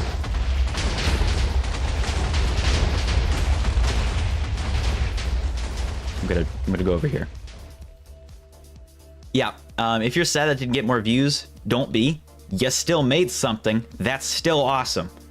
And over time, you will get more efficient at building. You will get more efficient at editing and making content that appeals to a wider variety of people. That's just something that comes naturally over time. Usually, some people are a little blind to it, but if they're making something they want to make, then that's not a bad thing. YouTube is supposed to be, depending on what you want out of it, YouTube is supposed to be a platform that you can share your creativity. So if your priorities lie with numbers, then views do matter. But if your priority is with something that you make and want to share, then not at all, it does not matter. I think there's like 3 different gunpowder farms in this world. I know where one of them is, and I've emptied it. The other farm used to be here, and it was just a general mob farm. I have also emptied it. So I'm running out of knowledgeable gunpowder farms. I need to go seek out more, or build my own and AFK at it. Because I think both of the ones I plundered were... I think those were both just general mob farms. I'm sure there's a full-on gunpowder farm somewhere in the world I could use. I use Premiere Pro. I used iMovie early on in my YouTubing and video editing, but then I got access to Premiere Pro first when my dad had a job that gave him the Adobe suite, and he let me use the account because I was into video editing and he thought it would be a fun tool to learn how to use, and I have never gone back. That was like, I want to say 8 years ago, maybe longer. I've been using Premiere for a long time now, and so now I use it on my own. Super fun tool. It can be a little daunting at first, and sometimes there are unexplainable glitches. Like one that I was really worried was going to keep me from uploading altogether recently, and I think it's still happening too, but it seems to be okay. I had a problem with Premiere where in editing, like on the timeline where I'm actually doing all the cuts and stuff, it told me that the video was 20 minutes long. And I was like, okay, that seems about right. That much time would have passed if I watched the video. And then I click on export where it tells me all of the information about how long the video is, what section I actually want to export, and it was double. It was 40 minutes. And I was really confused because it wasn't just like an obscure number. It was actually the exact amount of time of the video times 2. No clue what that was. I looked it up on a bunch, I think I was like 4 different Reddit forums and the Adobe official support page where other people were having this problem, and they were suggesting solutions, and some people it worked, and some people didn't get an answer. For me, nothing worked. I still have no idea what it was. The weirdest thing, some projects have this, new projects do not. Wait, no, the other way around. Some projects have this, some of them, yeah, no, that was correct. Yeah, I second guess myself. So like everything new that I've made, I think ADHD video, and then there was a time lapse that I was doing of the day-night cycle for an animated wallpaper. Both of those videos I tried to export, and it said it was double the length. So it was like a 40-minute video for the day-night cycle instead of 20. The ADHD video was, let's see if I can do 34 minutes. I think that's quick math. That was really weird. I don't understand why it happened or how to fix it, but it seems to be okay.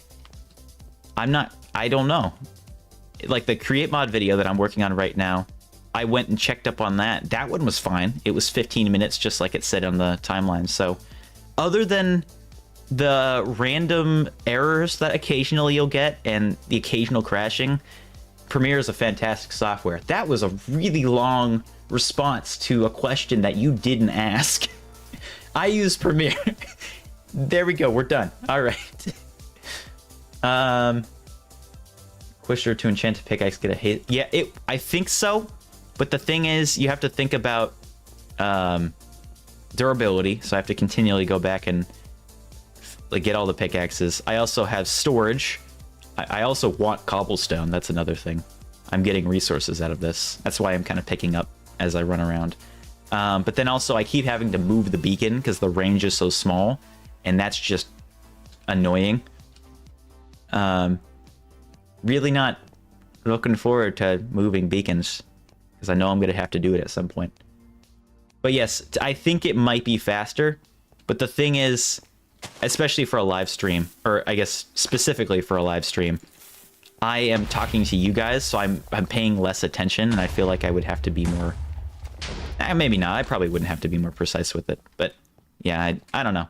I did do haste for a bit, but the range on the beacon was so small, I didn't think it was worth just moving it over and over. Second channel is really funny and really inspiring. I'm glad. That's a completely different type of content. It's games that aren't Minecraft. It's not filmmaking oriented. It's got bad words. Oops. It's a completely different type of content, but it's something I A, know how to edit, and B, was doing just because I thought it was fun. The Fortnite video, I wasn't even expecting to post. I played one match while I was waiting on my friend to finish his classwork, and I had a really good game that I thought was funny, so I recorded it in replay and edited it for him, and then he thought it was so good that I had to post it, so I was like, I'll just post it here. I know Fortnite gets a bad rep, but it can be a fun game. It depends on how you play. Like, I'm pretty dang good at the game, or at least I like to tell myself I am. I've been playing since the game came out, but yeah, no, that the channel is it's very different, and yet I still enjoy watching my own stuff. Which, if I enjoy it, then hopefully there are other people who also enjoy it. That's my mindset with that channel. The horse. Oh, was he? Oh, he's probably dead. Oh no, that's unfortunate. Anyways, yeah, that horse is probably in the nether or something. Maybe the end. Probably the end.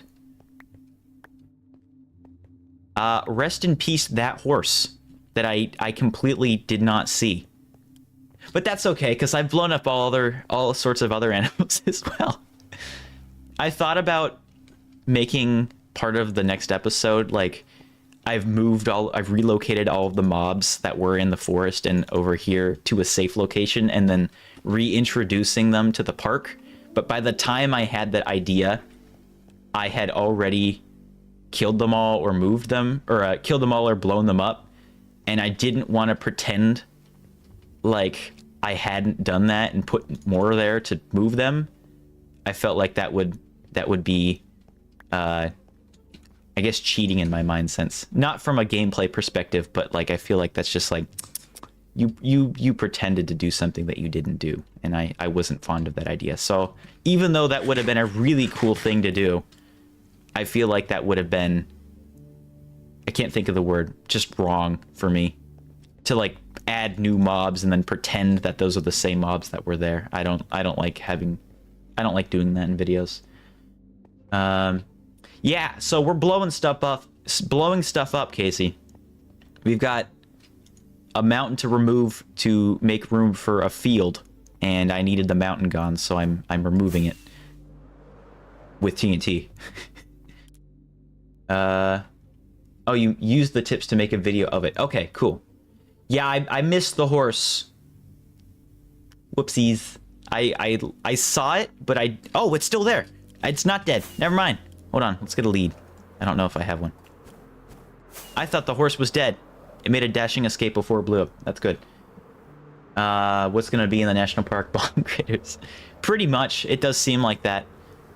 I really hope I have a lead in this chest. Yes, Hermitcraft Season 10 is out today. I'm gonna be watching that right after stream. Right after I watch a video about a fish beating Dark Souls, apparently. I don't have leads. Awesome. That's gonna... I don't have a saddle either. I have to go so far for that. Whatever. I'll get it. Let me make sure entity doors are on. There's not even an option for doors. But this one. The doors weren't rendering for some reason. I don't know why. That sucks. Whatever. Yeah, Season 10 is out. I'm gonna be watching way more people, because last season I watched like 5, and there were people I wanted to watch, but just couldn't because it was so late in the season already. So I'm gonna be watching like 30 people, maybe not 30 people, but like maybe 10 people. Scar, Etho, B-Dubs, Mumbo, Green, maybe Cub, maybe Azuma, Corrales. Is somebody on this list? No. Is that it? Maybe more? I'm trying to think of creators I actually know I would enjoy, and not just for the sake of watching it. Because I love all of the people, but sometimes their content just isn't for me. And I think that's fine. But I can't think of anybody else that I specifically wanted to watch. If I think of them, I'll name them. But yeah, I want to watch more Hermitcraft. I don't feel like there was enough. Laynce being upset at the TNT sound. I wasn't upset. I forgot how loud it was, and I was looking at the audio meter on OBS and realizing that it was pretty much the same volume. If the game sound is too loud, I can also turn it down as well. Just let me know.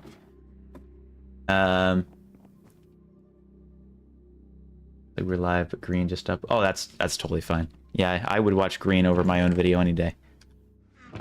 Do I have? Oh, I do have leads. Bam. Moving the horse. Yeah, I'm going to be watching Green. Oh, that's weird. That's not right. I'm going to be watching Green and probably Scar. Scar is the one I'm really interested in right now because he's a zookeeper. I watched the start of his video, and that is pretty similar to what I'm doing as far as building regions in a park. So I kind of want to see what he does differently. I really like the binoculars he have. I thought that was so creative, but it is a little bit similar to what I'm doing. So now I have to figure out a way to do it a little bit differently. He's doing a zoo, so everything's around animals. Mine is about the biomes themselves, and I'm not sure exactly how he's going to do it. So, but I'm really excited to watch Scar. Scar, B-Dubs, and Ethos specifically. Those are probably my favorite 3. Sleep on TNT.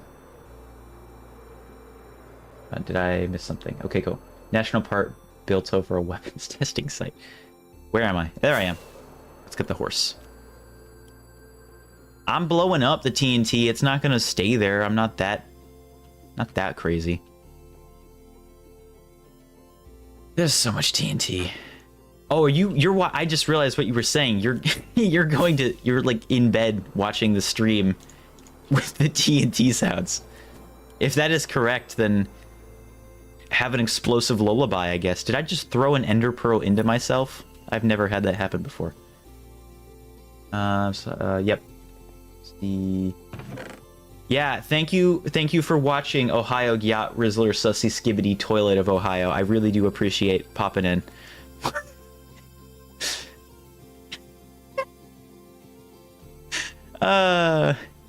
Names are funny. I'm glad I haven't had any inappropriate names yet, but that is on the border. But it's fun to say, so I'll let it slide. So sad when an expensive product. Yeah, I don't understand. I mean, they've been making patches for as long as I've been using the product. There are some big ones that have been addressed. I can't name any specifically at the moment, but I do remember there being bugs that finally got squashed.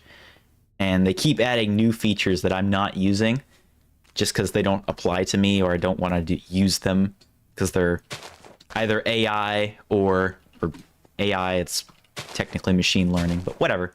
And it would be not as precise as I would be just doing it myself. So while it might speed up some YouTubers' process, for me it just, A, it takes away from the fun of doing the editing myself, and then B, also just wouldn't be as precise. But the fact that there are still bugs like the one I described, and they're adding new features, it's like, come on, you could just make an update specifically for bugs. A lot of people seem to get more issues with the program than I do as well. Like, I don't get a whole lot of problems with it. What's going on, man? The ragdoll has joined the live stream. Hi. What you doing? Yeah. What's up? What? Can I help you? Would you like up? No? What's up? Come here. Come on. Jump. 3. There you go. You even have to count down to 0. This is Pablo. Hi. Can I have a kiss? Hey. Hey. Psst, psst, psst, psst, psst. Give me a kiss. Kiss. You give me a kiss. Okay. Get a W sweet. Yeah. 30 a year is not terrible, but it's still expensive. Oh, 30 a year. That's really good. Yeah, it's normally, I think, 30 a month or something. I'll try to play with him in my lap. Yeah, I get it for discounted, a discounted price too, because my brother's in school, so I get it for cheaper. Let's see. Another parcel. Yeah. The worst part is it expires after a certain amount of time. So for a long time, it was really cheap for me, but then it expired. So it was full price again. But I do believe they reintroduced it. Either it was a glitch, or they said, hey, I don't know why we did this. You can have it for cheaper again since you're still a student. So for some reason, I'm pretty sure it's still cheaper. But I do really appreciate that I'm still able to use this product because I don't have to relearn DaVinci. But yeah, the fact that there's still bugs, it's ridiculous. All right, Marshmallow. I'm glad you enjoyed the stream. That was probably forever ago, but I'm saying goodbye now, even though you're not here. Yeah, we got the horse to a safer spot. We're just gonna feel so loved being bound to a rope. I am leading the horse. I am not strangling the horse or dangling the horse. The horse is perfectly fine. In fact, I'll prove it. Where'd the horse go? There it is. Come here.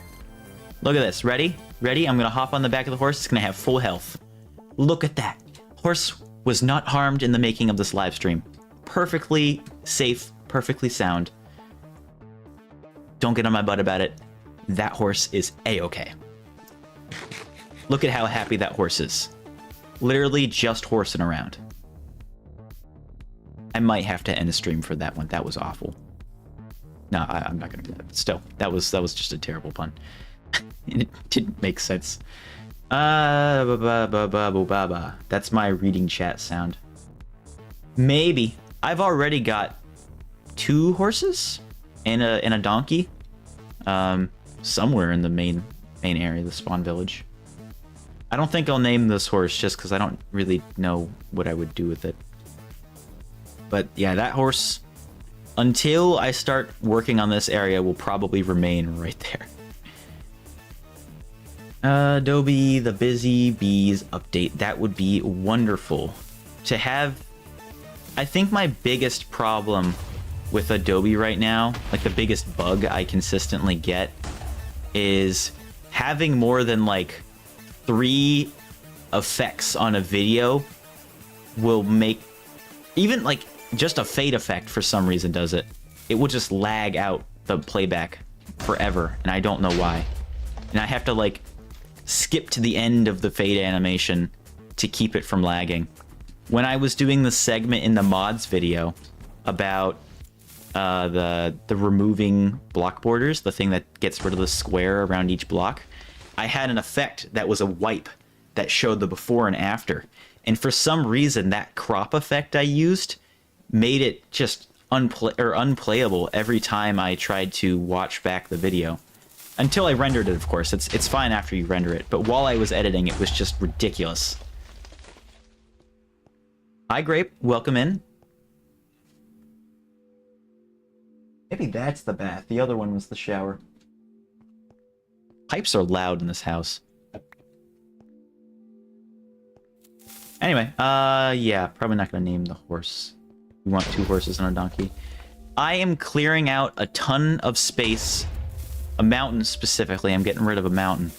So that way, I can preserve nature and protect the environment from people who want to destroy it. And the way I'm doing that is by destroying it. Oh, okay, goodbye. See ya. Hairy cat. Yeah, I'm clearing out a bunch of land. I'm building a national park that's gonna be really big. And there's a mountain here where I want a field to be, so I need to get rid of the mountain so I can build my own thing there. I didn't make this. This is not me. This is another member of the server, or I guess what was a server. They were making, I think, just a bunch of farms here. I'm not sure. They didn't realize it was so close to where I was building my mega base.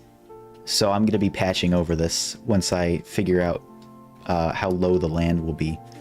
But, you know, originally I was going to use this space, and then he built a giant, or dug a giant hole while I was asleep and didn't realize it was right next to my base. So my options were either try to ignore it and build a barrier, or no, that was it. That was, I guess, because originally I was going to have the entrance to the park right here, and I was not going to include this whole spot because I thought just the flower forest is big enough. And then I decided, no, I need more space, so I took over this whole spot. But the entrance was going to be right here. And then because that's there, it kind of ruins the environment a little bit. And then once I switched, so I moved the entrance right here. So now it's going to be a bridge. But I decided to keep it there even after this world became single player. The server, oh, Gape.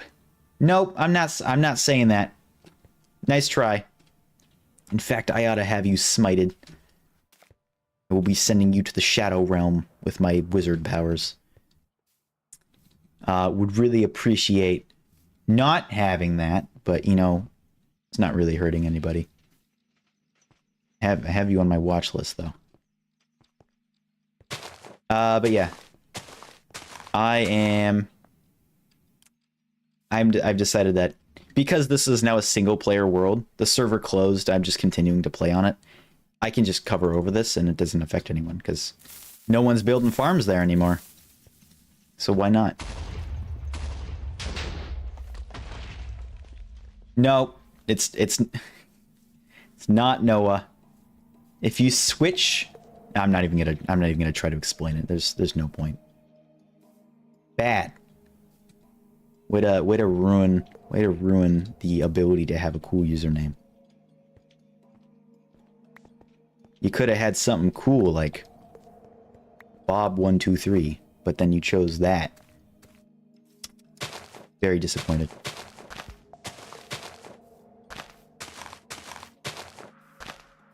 Also, incredibly unoriginal, by the way. I'm gonna complain about that. You could have done something at least unique. I've seen that one at least a dozen times. It took me a second to realize it. Yeah, see how much faster TNT is? That would have been way longer if I did it by hand. Having to set up the beacon and stuff. Oh, yes. I don't know who Noah is. But you were gonna Noah Payne when I wizard you to the Shadow Realm. I'm sorry. That was awful. Oh man, this is gonna take forever. I'm running out of TNT too. That was my... Oh no, I still have like 8 stacks in there, so I'm not terrible. Bob123! Awesome! I didn't realize you could do it that fast. Maybe you can have aliases on streams and stuff. Well, you did that fast. Wow. Hi, Bob. I much prefer that username. I'm sorry, but leading each animal on this mountain is too much effort. I'm already making a park. I gotta blow them up. They're just in the way. This is progress we're making here. I mean, I don't have a problem with Bob123. That's a much cooler username. I don't think I've actually seen Bob123 before. Like as a joke name, like somebody saying Bob123 is a username, but I don't think I've actually seen someone with Bob123. So arguably that's more original than what you had it as, which is way better. I do appreciate changing it. Sorry, cow. Got in the way of innovation and progress. The new world advances and technology is ever increasing. I was trying to make that sound cool, and then I just lost words. It's ever evolving. That was the word I was trying to think of.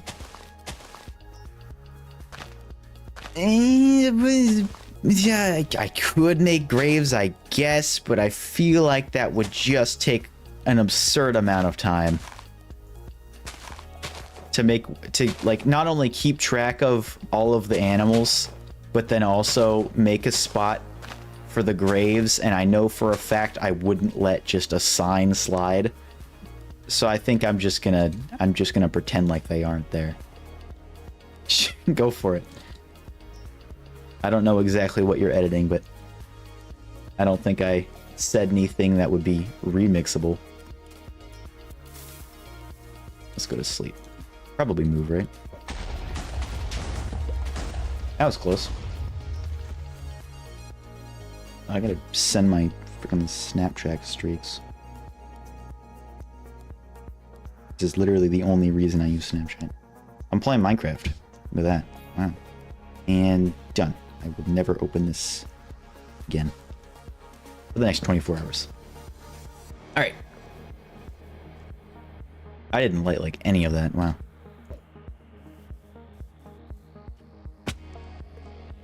Oh, I missed the stand-up again.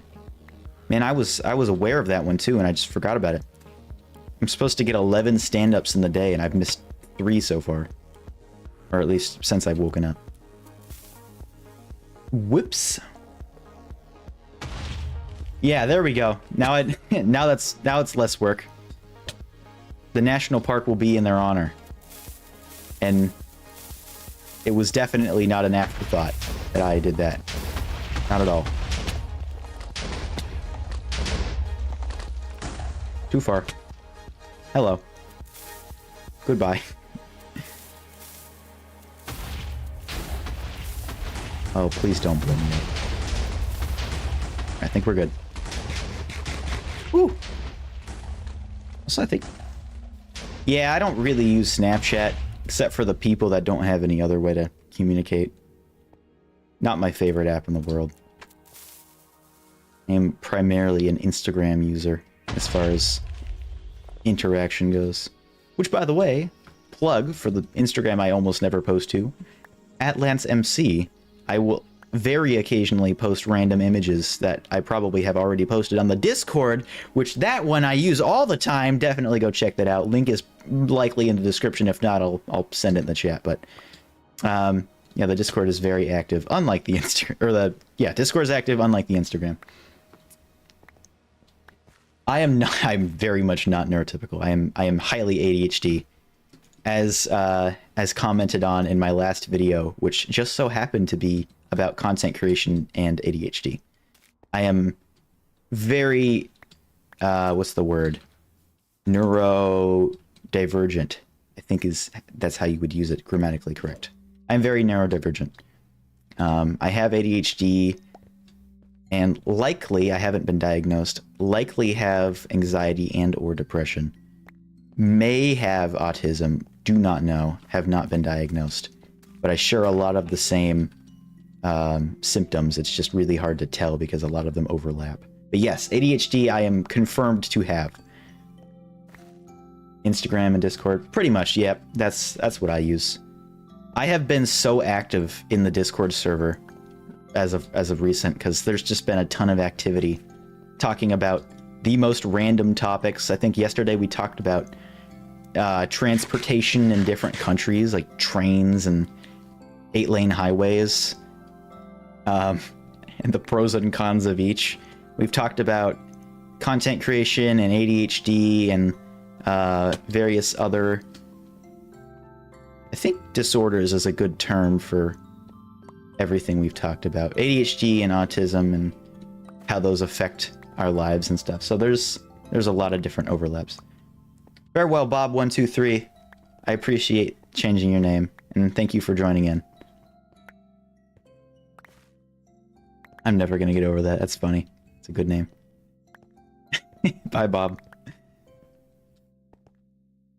Oh, no, you're totally fine. I do appreciate you just being here. I think that's really awesome that you're even tuning in. I appreciate that a lot. It does help. I'm not sure exactly how YouTube advertises live streams to people, but I'm pretty sure higher viewer number helps. So you being here, even lurking or occasionally commenting is super useful and helpful. So I do appreciate it. Trains are so cool. That's one of the reasons I started questioning if I have autism at any level, because I know there's a whole spectrum for it. It's because I love trains. I specifically miniature trains, but I also love like full-size trains. Trains are so cool. I know like nothing about them, but something about them is just like, dang, that's a train, and that's cool. Trains are sick. Love trains. Locomotives specifically. That's the only fuel guzzling mode of transportation I'm like, okay, maybe it has an excuse because it's so cool. Oh, okay. Yeah, that's fine. For me, it's hard to react to stuff like that. Anything that I'm not expecting, I have to like think about how I want to react, because it's live. I'm talking to people as a what's the word? As a creator, I guess would be the best term. At this level, I have to be conscious about what I'm saying. Even though I'm probably saying the things I would have said in a private manner, I'm still like actively thinking about it. I have to make sure I'm filtering myself, even though it probably wouldn't have made a difference. But I was like, am I saying the right things? Am I gonna get in trouble for commenting on it? On this channel, I try to be PG. I'm usually a pretty PG person, but depending on who I'm with, I might not be. Why did I come back here? I forgot. Oh yeah, to get more durability on this. Trains are like crabs? I've never compared a train to a crab, but if you see some connection there between you, trains, and crabs, by all means, I'm not judging. I missed a cow. Oh, I'll blow him up later. Trains are a superior form of transportation. I wish public transportation was better in the US. I think it was... I was too young to really pay attention to it, but I think it was a little bit better in California compared to Washington, where I live now. Just... oh my gosh. The lack of transportation, because I can't drive right now, because up until this point, I haven't really needed transportation. I live close to everything that I could possibly need. I almost just died there. That would have been really bad. Yeah, I don't really have a huge need to go out, because everything I need is convenient. Like, conveniently close. I've got stores near me, I can walk around in a forest 3 minutes from my house. Like, there's... really the only reason I need to go out now is to hang out with friends, and most of my friends are doing college and being productive with their lives, and I'm here making Minecraft videos and talking to strangers on the internet. But, yeah, that's... I can't drive, so having access to good public transportation, buses, trains, subways, anything would be awesome. It's a 25-minute walk from my house to get to a bus that would take me 3 hours to get to the closest college. It would probably take me the same amount of time just walking to the college. It is ridiculous how bad it is here. I would love to do college. I'm not. You were so right. I haven't... Oh, it's done. That was it. Everything else is healed. I was not paying attention. I was just hitting Enderman. Yeah, I would love to have better public transport where I live, and just probably in the whole country as a whole. It's ridiculous. Everything is around about crabs and trains.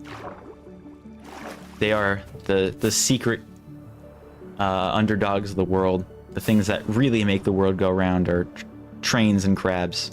Truly. Also, I have a stream on the background. It's like a podcast. But yeah, that's neat. That's kind of how I treat streams too.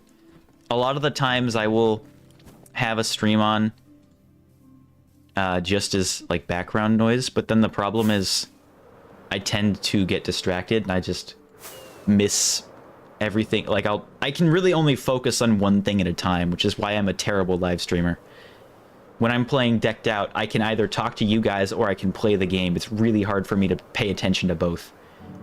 But that's why I can blow stuff up and talk, because it's not a whole lot of brain power and I can not have to think about it all that much. Hi, Jam. Welcome in. Hello-de doody doo.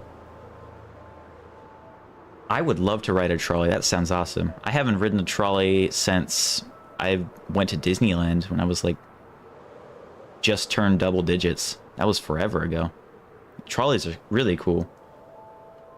But yeah, no, we have buses, and they are too far away, so not exactly efficient in the ways of moving human beings. I would much rather have trolleys, but yeah, I don't see that coming back into style, unfortunately. Better transport would be cool. A, it would be cheaper, and B, it would be cooler, and C, I did letters before, right? Probably. C, it would be less polluting. So that would be awesome to have that. Just literally great in every aspect. I mean, obviously there are situations where you have to use a car, because if you want a very specific route, like going to a road trip, they're not going to have a trolley into a camping site. That's not going to work. But trolleys are really cool. I wish they would have them in at least towns. It would add so much personality to the towns too. We have a really cute town center here. I'm not going to say where I live, obviously, but it's very like a trolley would fit right in. I think that would be cool, but I don't think they're going to do that. They're only adding more modern buildings in the area, and it's just ruining the aesthetic. have groceries and food nearby. Yeah, it's like I can walk to the produce store or walk to a grocery store, but taking a trolley there would be A, easier, and B, cooler. Because, like, who doesn't want to ride a trolley? The only downside I can see is timing. You can't get places as specific. Like, if there's a 5-minute drive, you'd have to wait for the trolley. So in that sense, it's not great. But other than that, there's really no downside to having better public transportation. And I don't generally do the shopping anyway. I help out in other ways around the house. Trolleys are still used pretty commonly where you live. That's cool. I wonder where, like, the most common place to find trolleys are. Hello, welcome in. Thank you. I will do my best to have a good stream. It has been 2 hours and 16 minutes. I didn't even realize we'd hit the 2-hour mark. Look at that. If I look back on the progress it looks like I've made absolutely zero. Like there's nothing here to indicate any amount of progress. I mean, it's slightly shorter, I guess. I'm gonna skip this one. It's just death sounds. I want music. I think later on it's music, but whatever. Anyway, yeah, it's slow, and talking to the chat's not helping either. I don't have roads of flat escalators in the airport. Well, first of all, weather kind of prevents that. That would be really inconvenient for rain or flooding or anything of the sort. It takes a lot of effort to maintain those indoors, so I can't imagine it being outdoors would be better. If that wasn't an issue, it would be really cool to have moving sidewalks, but the top of it was grass. So, like, they use, what's it called? I forget the term for, like, the, like, rolls of grass. But having, like, yard be the thing that's moving and look out where sidewalks would be and just see grass moving, that would be really neat. It would be probably disorienting because you wouldn't be able to distinguish it from non-moving grass as well. So you might just accidentally step on it and be moving twice as fast. But yeah, it would be cool to have moving sidewalks. I would love that. More like there's a word for it that isn't escalator, because escalators, I'm pretty sure, specifically for going up. I think they're just called moving pathways or moving walkways. I'm not sure. But that would be neat. If we could make a waterproof... That's why I'm not doing anything. I have no TNT. If we could make a waterproof grasscalator, that would be super cool. It will probably never happen, but it would be neat. Yeah, TNT. Let's work on this section. I think that's what we need to do. You know what? Actually, no. This land has not been tarnished yet. Let's do that. At least it will look like I've done something. That was stone when it started, and it was stone where it is now, so it doesn't look like much has happened. People movers, that's it. So yeah, let's get rid of all of the animals, all of the grass, so at least it looks like we've done something to change the environment. Not in a good way, because I'm, blowing it up, but it'll at least be different. What's a rubber band for moving called? Slingshot? Rubber band for moving. Catapult. That would be a terribly painful mode of transportation to use catapult. Oh, and they're called conveyor belts. Yeah, that would also, I think, be a functional term for that. Conveyor belts. People movers. I think those are used. Can't think of the word. Trying to think of a big word. Those can be used interchangeably. That was the big word, interchangeably. I figured it out. So having a Segway, or not a Segway, that would be neat too. Having a people mover or a conveyor belt as a mode of transport would definitely be cool. There's also the sense that people would use the people movers more than actually walking. so it kind of demotivates health. I think I would opt to just use use walking over those anyway. But it would be faster, I guess, if you combined walking with the people mover. Trebuchet. Yeah, either catapult them or they put them in a trebuchet. Have like a really big, like a really muscular guy just throw you. That might be good too. Or yeah, going through a cannon. I did want to go to college, and I think I probably still might at some point, probably a community college, but it's so expensive, and I don't really know what to do. I'm at a what's the word? I'm in a paralysis with that. So I would love to go to college, to learn, because I feel like I'm at a better point in my life now where I actually understand what does and doesn't work for me with learning. Whereas in high school, I didn't even know that ADHD was affecting me at all, so I just thought I was a bad student, where in reality even if I wanted to, I just couldn't focus, so I kind of just gave up. But I would love to go to college for the educational and social aspects, because I love the videos I make, but other than Discord calls, I don't really meet people. I have friends from high school, and I have friends that I've met from online that I talk to in real life, but it would be neat to go eat lunch with people. I could do an online course, but I feel like at that point I might as well do it in person. And at that point, I need a driver's license to get to the college because public transportation is so bad, but I need the money to be able to get a driver's license and driver's ed and maintain a car, which means I need a job. And if I need a job, then I don't want to work at a minimum wage job like I've done in the past. Working in food was not fun.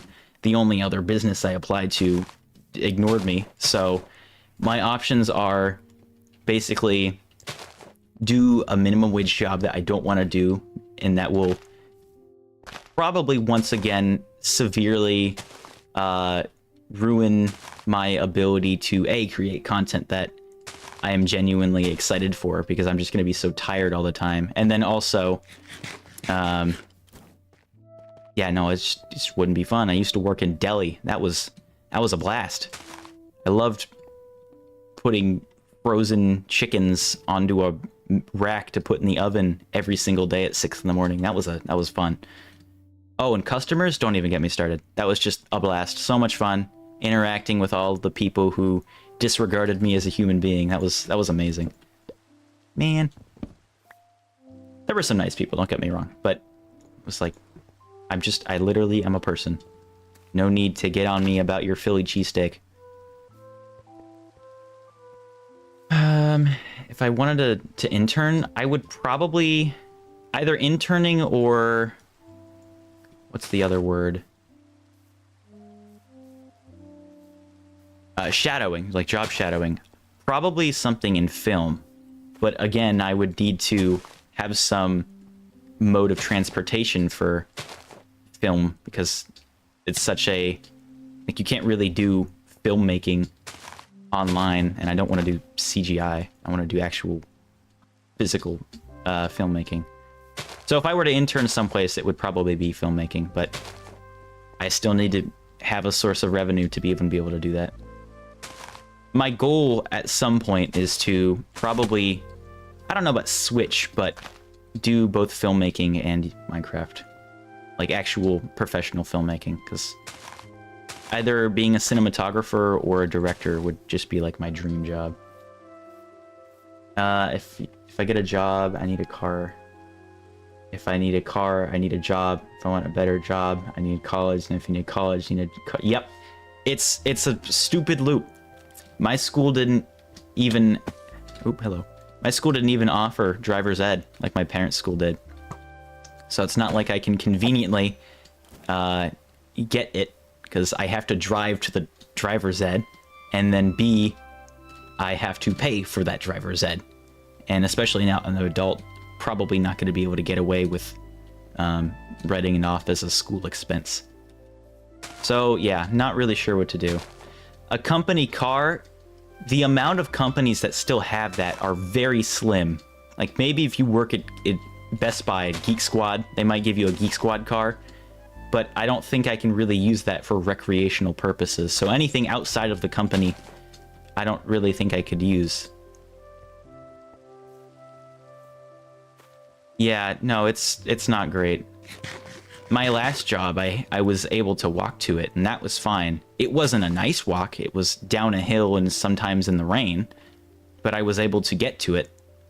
It was just really early in the morning, and weather was an issue. My neck. Oh my god. Feels like it needs to crack, but it won't. Yeah, no, it's... I wish it was... I would love to just walk everywhere. That'd be great. I love walking, but it's just there's nothing nearby. They love adding housing to the area, but they will never add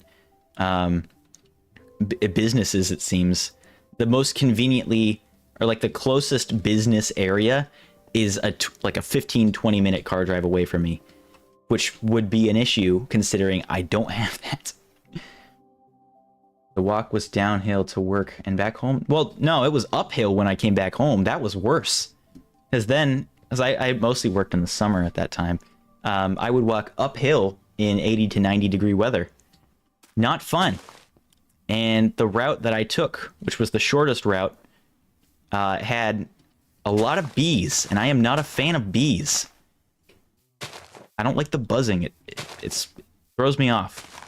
And I'm just not a fan of bugs either, so despite loving nature, being outside is not my favorite thing.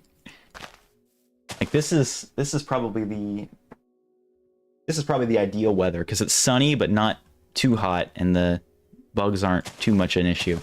But no, walking uphill in rain, not fun. I used to ride my scooter down. That was my, like, walking wasn't fast enough for me, so I ride my scooter. Because getting up in the morning is not easy for an ADHD person. I just, without even using the brakes, I would just go down the hill at full speed. And it's like it's a pretty dang steep hill, so that's not exactly safe. But I got there on time most days. Can't make long lines of cars honking if you put businesses next to home. That's true.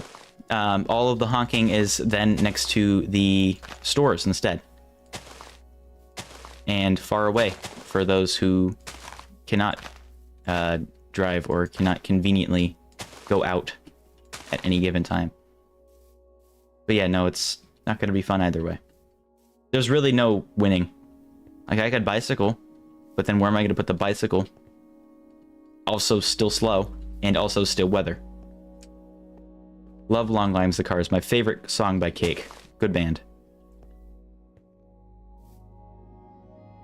Well, I'm not going to say exactly where my hill is, but in the northwest region, Portland, Washington. I know my geography. I'm just blanking on the states. States to the right of Oregon and Washington. Idaho, Montana. Those are usually hillier. They're more mountainy. So there's a lot more altitude change. And so, not exactly a straightforward ride to any specific locations. But yeah, no, there's quite a few different places. If I gave out my village, which I don't think I've ever referred to my location as a village, but if I ever were to say it, I would literally just give away where I live, so I'm not gonna do that. Oh, I saw some animals die. Ooh. Look at that! That's what I'm talking about. Yeah. It would be so much easier if they offered driver's ed in school now, but they, for some reason, removed that. Probably because all the funding went to football instead. Which I would be fine with if they balanced where the funding was going to, but it does seem like they stopped the art programs and then now they have inflatables for the football team and new jerseys on a game-to-game basis, which may or may not be true, but the inflatables are definitely true. I've seen them popping up. Not a village, no. I think we just call them cities where I am. At least that's what I call them. Village, I think, would be a smaller smaller cluster of structures than what I live in. I don't think village would be correct by definition. No, no. I'm saying the funding that would have gone into driver's ed in school is instead going to football games and inflatable mascots and New Jerseys and stuff like that. I know the basic rules of driving because I did the practice tests, which are basically identical to the ones you actually take in the written portion, but I can't practice driving in an actual vehicle because that requires a driver's license or to be in a training lot to like practice in, which requires a driver's license to get there. Or you can use the 3-hour public transportation. There's 0 good options.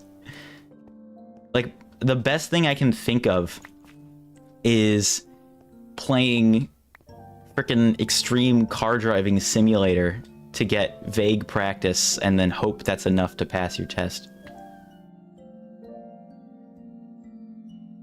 Uh-oh, somebody's in trouble. Hope they're okay. Honking? Oh, no, it's like rules to when and when not to turn, which, by the way, half the people don't pay attention to anyway, because it seems like every driver is just terrible. But, like, knowing when to turn and what the rules are for specific scenarios, like, that kind of stuff. Actually being behind the wheel is different than just knowing things. Yeah, that was probably an example of one of the bad drivers, if I were to guess. I don't know. I have no idea. I don't even know if that was an ambulance, because they sound the same here. It might have been a police car. Maybe someone was stealing water from the lake.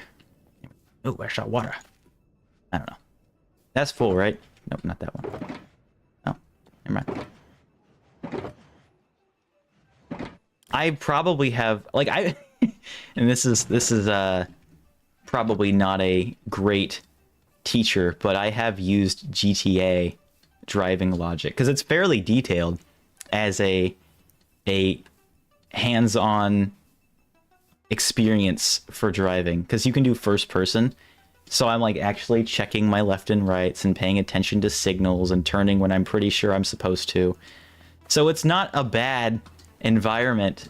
Not that the AI is wonderful when it's driving, but like I can pay attention to road laws, and like when people are like, the AI isn't doing realistic things, I'm able to be aware of it. And I'm like, dude, you're not supposed to be driving like that, even though, you know, it's a video game.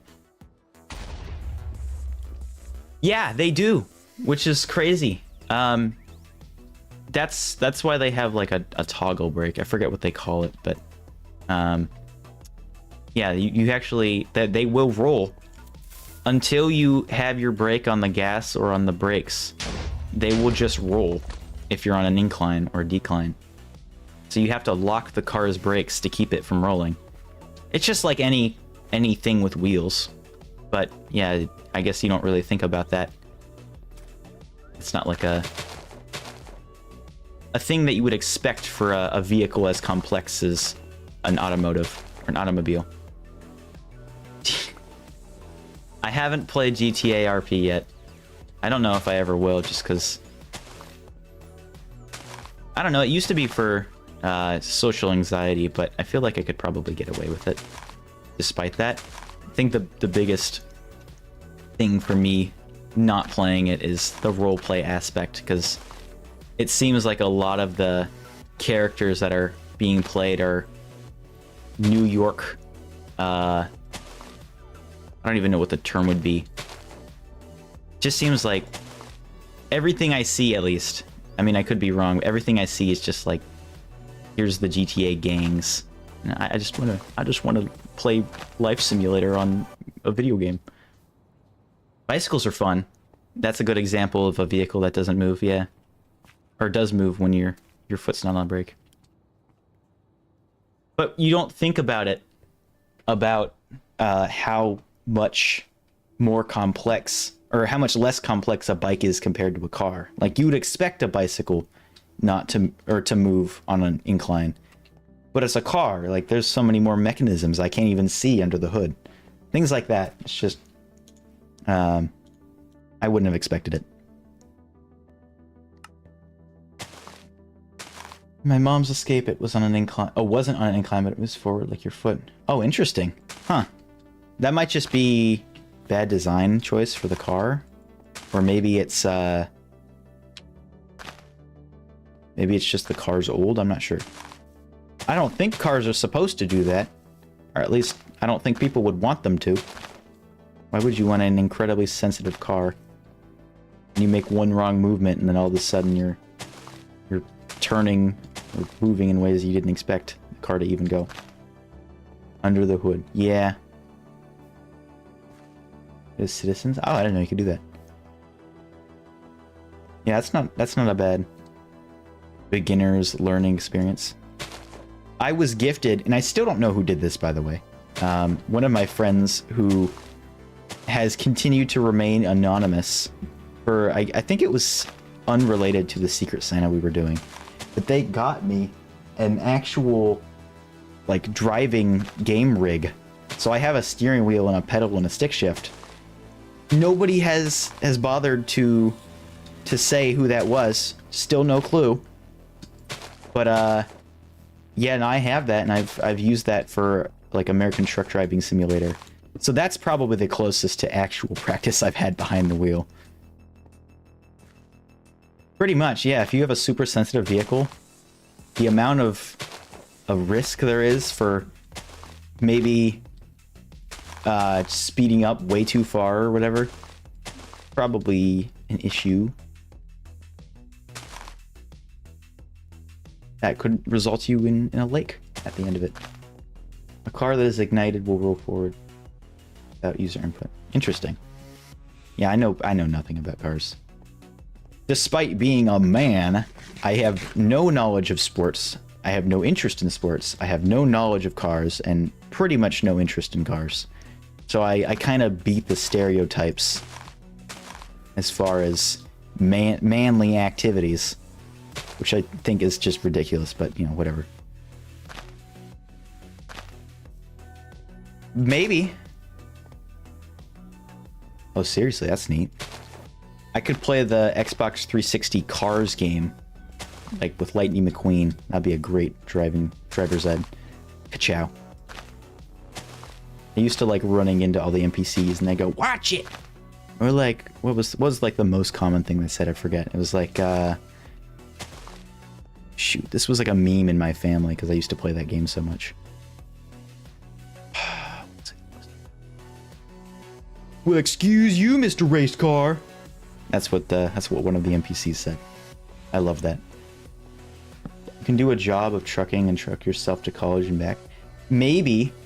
It depends. Because like the kind of trucking I was doing in that game was like semi-truck, like big truck for moving products and stuff. That's not something I'd be able to just park in a school parking lot.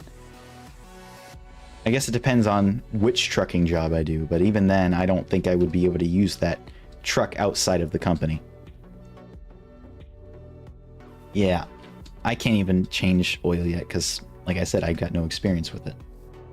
Cars, absolutely fantastic franchise. People crap all over Cars 2, but that might be my favorite of the three. That was a fantastic movie. Mater was such a great character.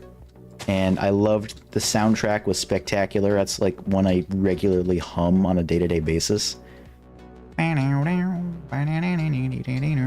Great song. I love that. It's the Finn McMissile theme. It's just called Finn McMissile. But that's a great movie. Why did not take damage? You know what? You're gonna ignite my TNT. Would you be a deer? That works. We'll do that. Real man doesn't confine himself to the definition. I don't, frankly, want to be identified with that stereotype anyway.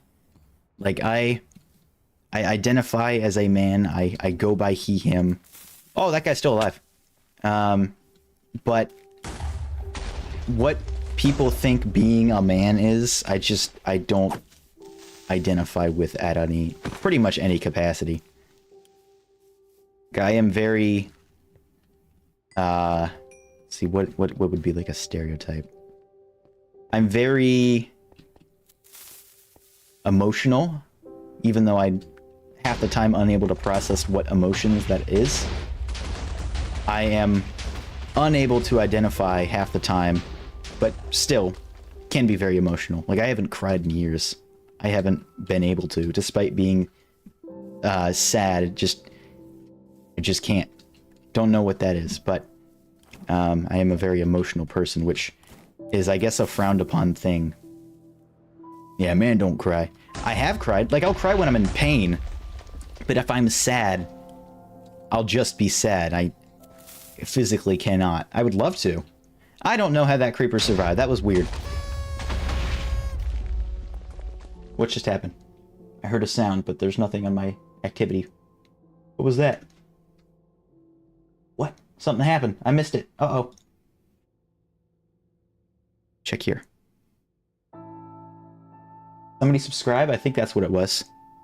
Well, thank you for subscribing. I don't know who that was. It's not popping up on either of my things. No, it's fine. Huh. Well, thank you, whoever that was. I think it was a sub.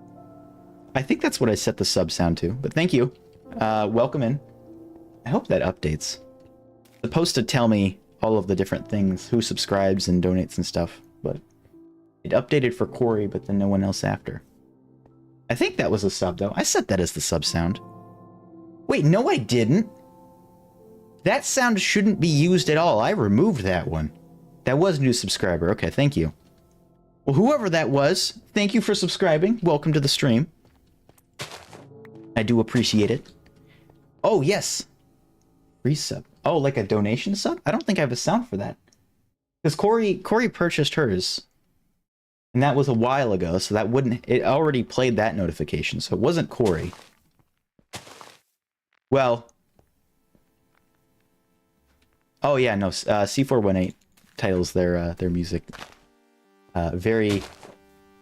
Yeah.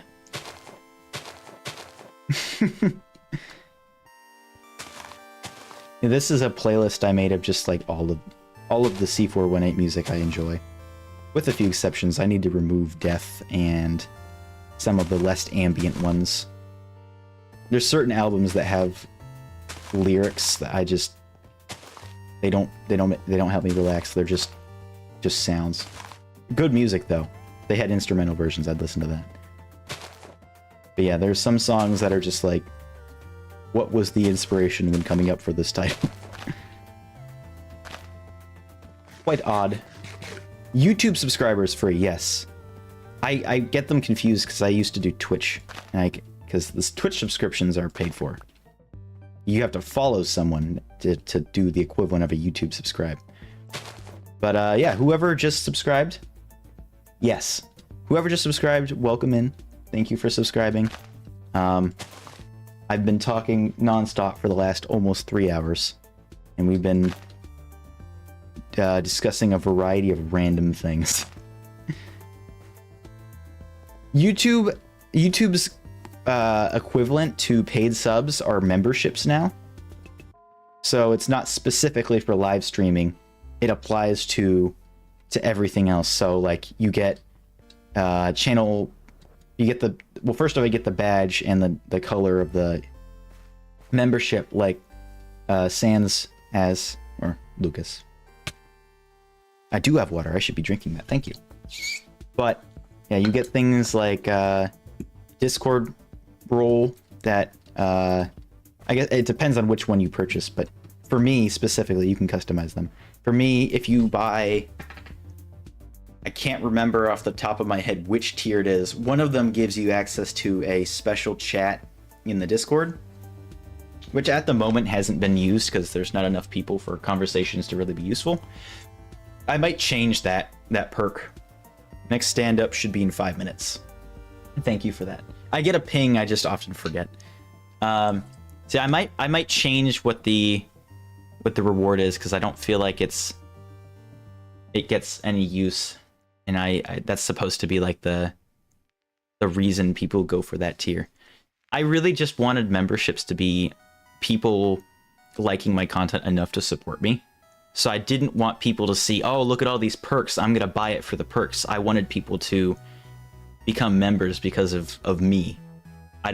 That's why I don't have very good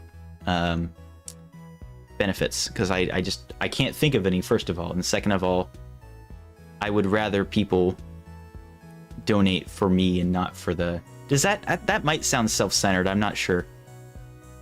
My intentions I don't think are. I don't want to be.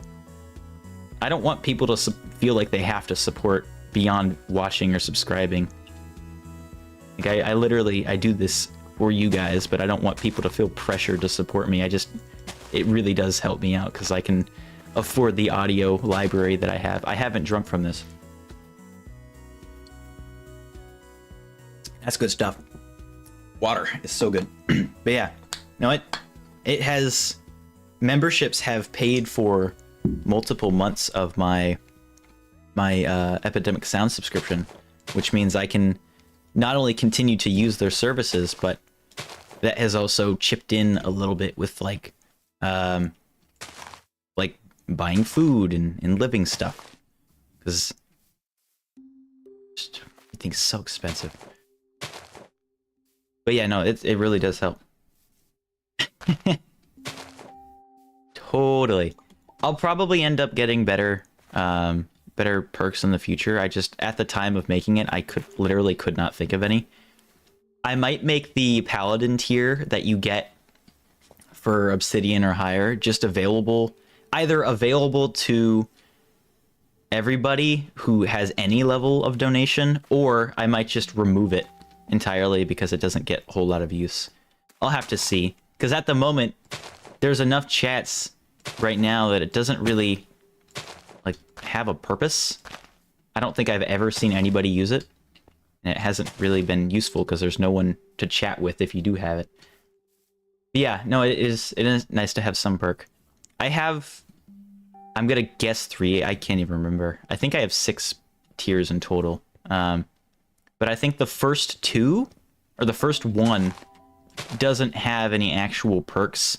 Uh-oh, did we just use all last TNT? I think we did. Yeah, I think we did. We are now out. Yeah, I think the first tier doesn't actually have any benefits. It's just a really low value to support me a little bit. The second one, I believe, does.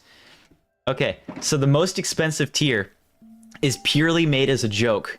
I literally do not expect, and I'm not going to encourage anybody to buy it because it's so funny, and it was literally made as a joke. $150 for Prismatic Sniffer Egg. It was literally a joke because I thought it would be funny to have a tier that no one would ever pay for. And that one actually does have a decent perk, but it is purely cosmetic at the moment. All it does is when you buy it in the Discord, you DM me whatever you want to be known as. So for me, my role is King of the Sniffers. And so you could be the King of the Forest, or the Prince of the Village, or whatever you want your title to be within reason.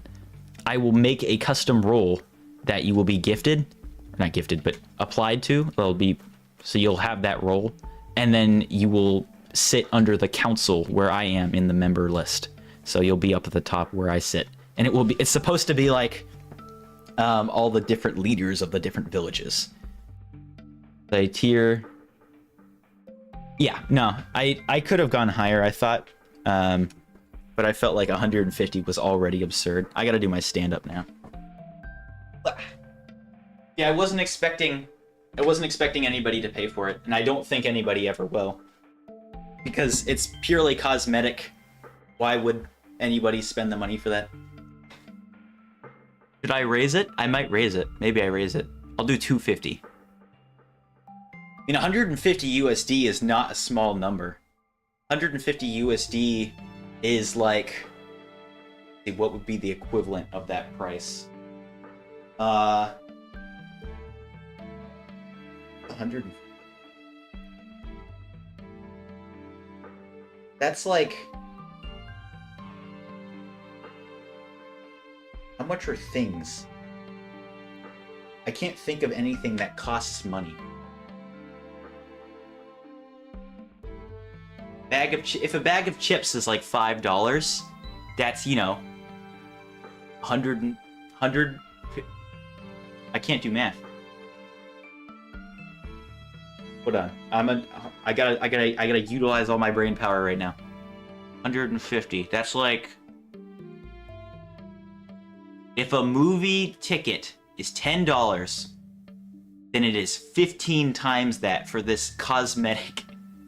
That's why I think it's funny. Because, yes, it's still incredibly... World Schematic's not a bad idea, but generally, I don't have a lot to offer in the way of schematics. Did I get my stand-up? I did. It's 5 Minecraft accounts. There you go. It's 5 Minecraft accounts for a role in the Discord that does nothing. Except move your name up in the list when you're online. So that doesn't seem like it should be... That's why I thought it was funny, because for what it's worth, it is a ridiculous value. I think I also put in the perks list that I...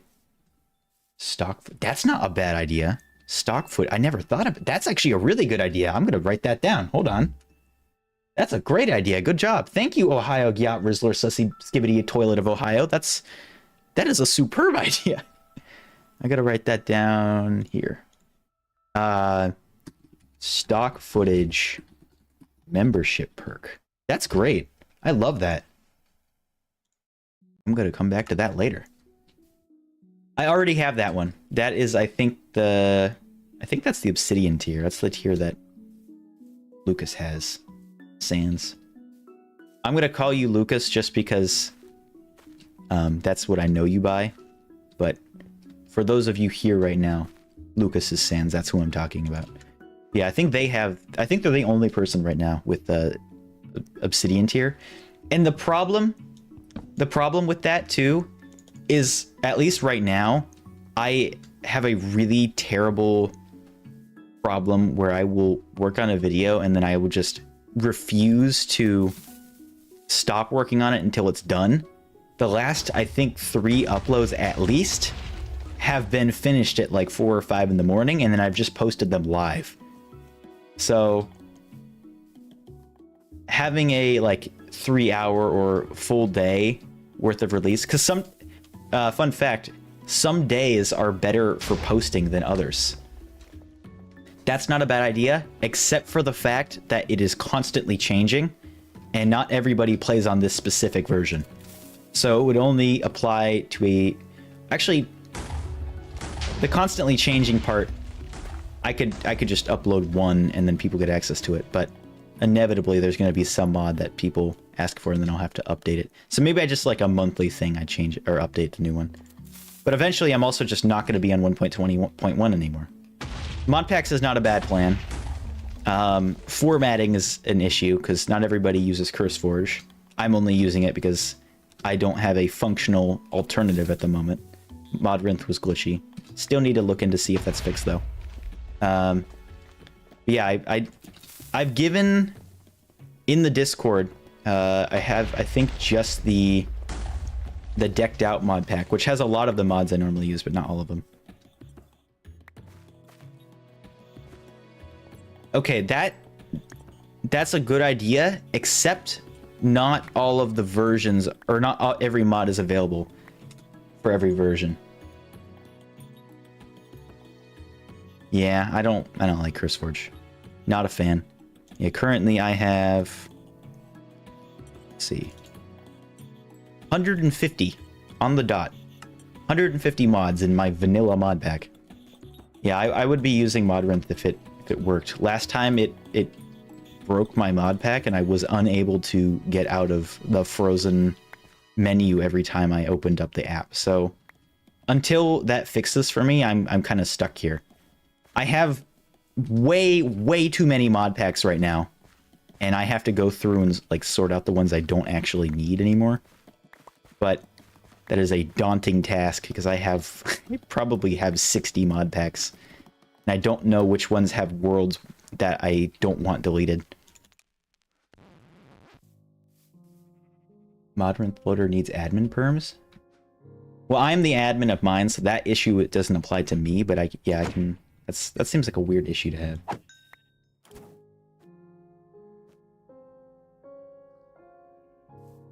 Prism is nice too, but does it have a mod, like, search engine, like CurseForge and Modrinth have? And then also, I just really like the look of Modrinth way more. It's just so much more user-friendly. I might look into Prism, though, just cause. But my plan was to wait until Modrinth was secure, because I already use Modrinth pretty much always now for looking through mods. Member-only server. I thought about that too. I'll explain that in a second why I can't do that. But the problem with Modrinth is I tried for a while to try to make it work, and it would just freeze, and I'd have to force quit it every few minutes because it just didn't work. And I would love to use Modrinth because I already use their services more than, like, at this point, CurseForge, the only reason I use it is to load up the game. All of the mods I actually use, I get from the Modrinth website. Not a fan of CurseForge. Really dislike the fact that there's ads on their website and on the application. But I really would love to use Modrinth over anything else. But I might look into Prism if it's an option that by the time, if Modrinth still isn't working, I might look into Prism. And then I have to convince myself to set aside the time to go through all my mod pack stuff. But yes, member only server. I talked about this yesterday in the Discord. The biggest problem with the thing about member only servers is, yes, it's supposed to be a place for community members to hang out in game, but I feel like the biggest reason they're important is to be able to interact with the creator that is for the server. And I don't know how active I can be in a community Minecraft server, moderating it, pay for it, and play on it. I would love to play on it. Like, that seems like an awesome thing. And I might open up, whenever Artifact is finished, and I don't know when that's going to be, I will probably end up opening a server for people to play with that. Maybe that will be a membership thing. That wouldn't be an awful idea. But the problem is, I feel like I'd be letting people down for having a server that I'm just never on. Or I'm on, but very occasionally. I would join, with the start, I'd play for a few hours, and then I would log off and then work on a bunch of projects, and then a week later or whatever, people have already beat the Ender Dragon, completed the game, started mega bases. Like, that's my biggest, I'm not sure. I would love to, absolutely love to play with you guys. I don't know if I could do that. And especially adding that to my plate, having to moderate that and set it up. Setting it up's not that hard, but moderating it is the big thing. Yes, I know having mods, but frankly, I don't know who exactly I can trust. I'm sure a lot of you are just lovely people, but I have had people who just try to ruin the fun. And I've heard stories that haunt me that are like people that I've trusted for years just all of a sudden go rogue and ruin the career. If somebody I didn't know was the mod on my Discord and they were like, everything seemed fine, I trusted them, and then all of a sudden they banned every person, that would probably be the end of my career. So I'm not sure. Oh yeah, so I I got a mod that increases the amount of stack values. But yeah, I gotta figure out some way to play with you guys, because I would love to do that. One of the things that I was trying to do before coming back to YouTube, was I love theme parks. I wanted to make Disneyland as accurately as possible in the way that I think it would be perfect. So having proximity audio chat, having people being able to communicate in-game beyond texting, having foods, because I know there's MC Parks and there's Imagine Fun, there's all these other ones, but having foods that you can purchase with park points that actually have a use other than just being cosmetic, having functional rides, possibly with the create mod, which is something I thought about. Like there's all these ideas that I had, and if I were to see that through, come on, again? If I were to see that through, that would make for a terrific membership status, or membership perk, is having access to that server.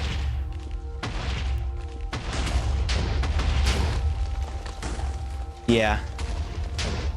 I mean, that's something I'm also afraid of, because then I'd have to figure out world backups. I'd have to figure out if there's like somebody stealing stuff. That's an issue that frankly I'm not sure how to interact with, because how do you find out if someone stole 6 diamonds out of a chest? And is it really worth the effort to find that? How do I really enforce repercussions? Like there's a whole thing. I don't want to turn off weather just because it can be useful. I'm fine. The rain's okay, unless it's like really screwing up the visual quality. Then I will ignore it. Is this? The funny part is I think this is the less rain texture pack too, because Vanilla Tweaks has unobtrusive rain, and I think this is what it looks like with less rain. They make the texture have less rain particles. Okay. Yeah.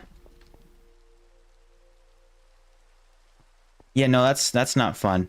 Not to mention that you have to have replay mod constantly running. That's also true, having people pay. But then you also have the people who don't care, or maybe they have enough money to that cost doesn't really affect them, which I'm sure isn't a majority of the people, but it is possible. So that they'll pay the money, and it might be such an insignificant amount for them that they don't care and just do it anyway. I could make a custom resource pack, yeah. And the one that I currently have, this is a resource pack, probably. Vanilla Tweaks lets you pick specific changes, like well, normally I would say the grass going down on the sides of the block, but I don't have that on this one. I wanted to use the connected textures. I might switch it back though. I'm not sure I'm a fan of it or not. Anyway, yeah, I still haven't figured out how how I would moderate a server if I were to do one. Maybe it's a temporary thing for like an event or something, but then that perk is also temporary. That's also true, but then is it worth it? I guess it depends. Like even if I did figure out who it was, say somebody stole a stack of diamonds, say somebody grief spawn and now it looks like a mess, how am I going to fix that problem? Especially if I'm not terribly active on the server, or as much as I would like to be. Like I could have backups, but then what if people have made things since those backups? What if the time between the backup and the time since people had made things, like I would lose some kind of progress. It's probably so insignificant it probably doesn't matter, but it's something that I'm thinking about. So I'm not sure how I would go about it. But yeah, definitely adding more perks in the future. I know that I think I can do membership based emotes, and I've never actually said their name out loud, so I'm not sure if I'm pronouncing it right. Therese on the Discord server has been making incredible fan art, which first of all blows my mind. I've never expected to receive fan art at any capacity, but they have made incredible emotes for the server that have just been added. There's like 6 new ones. It's insane. And it looks wonderful. And I could make those membership perks. And I can't even afford to commission them, so I really feel bad for them spending all that effort. Hi Nurs, hi Mika, welcome in. Yeah, moderating is a huge investment. Roll back the certain region not under my... I could, yeah. That is an option. How are you two doing? Hope you guys have been having wonderful days. We've been going for 3 hours now. That is crazy. Wanting to get to make a mod that can stitch together chunks from backups directly. That's fair, yeah.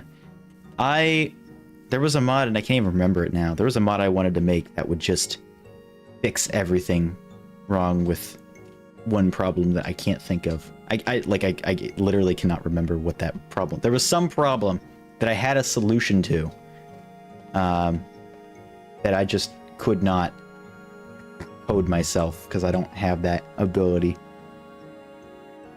Shopped, nice. Shopping is fun sometimes. Mango. Friends used to play on a server and they loaded an alt's account, stole their own stuff, and got the mods to reimburse them. That's another issue. I don't think that will be a common thing, especially with a paid membership. But still, that's like, it can happen. Insurance for pretty much, yeah.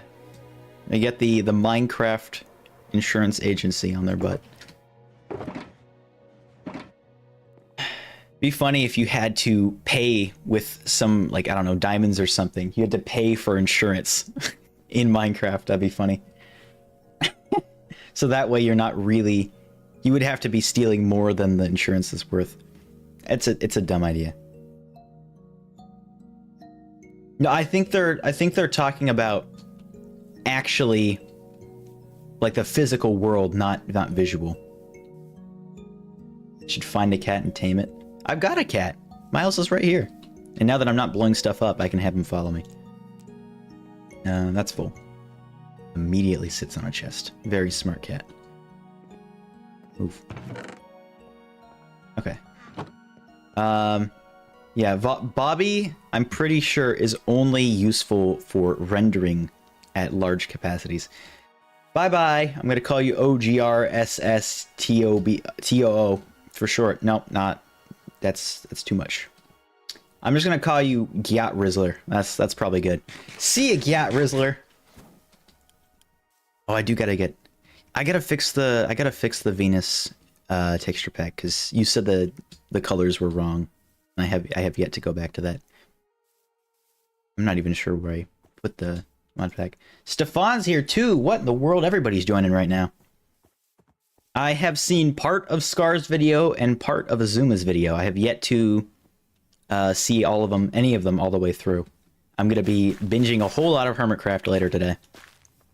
But I'm excited for the new season. I'm curious to know what it's going to bring, but I'm excited for it.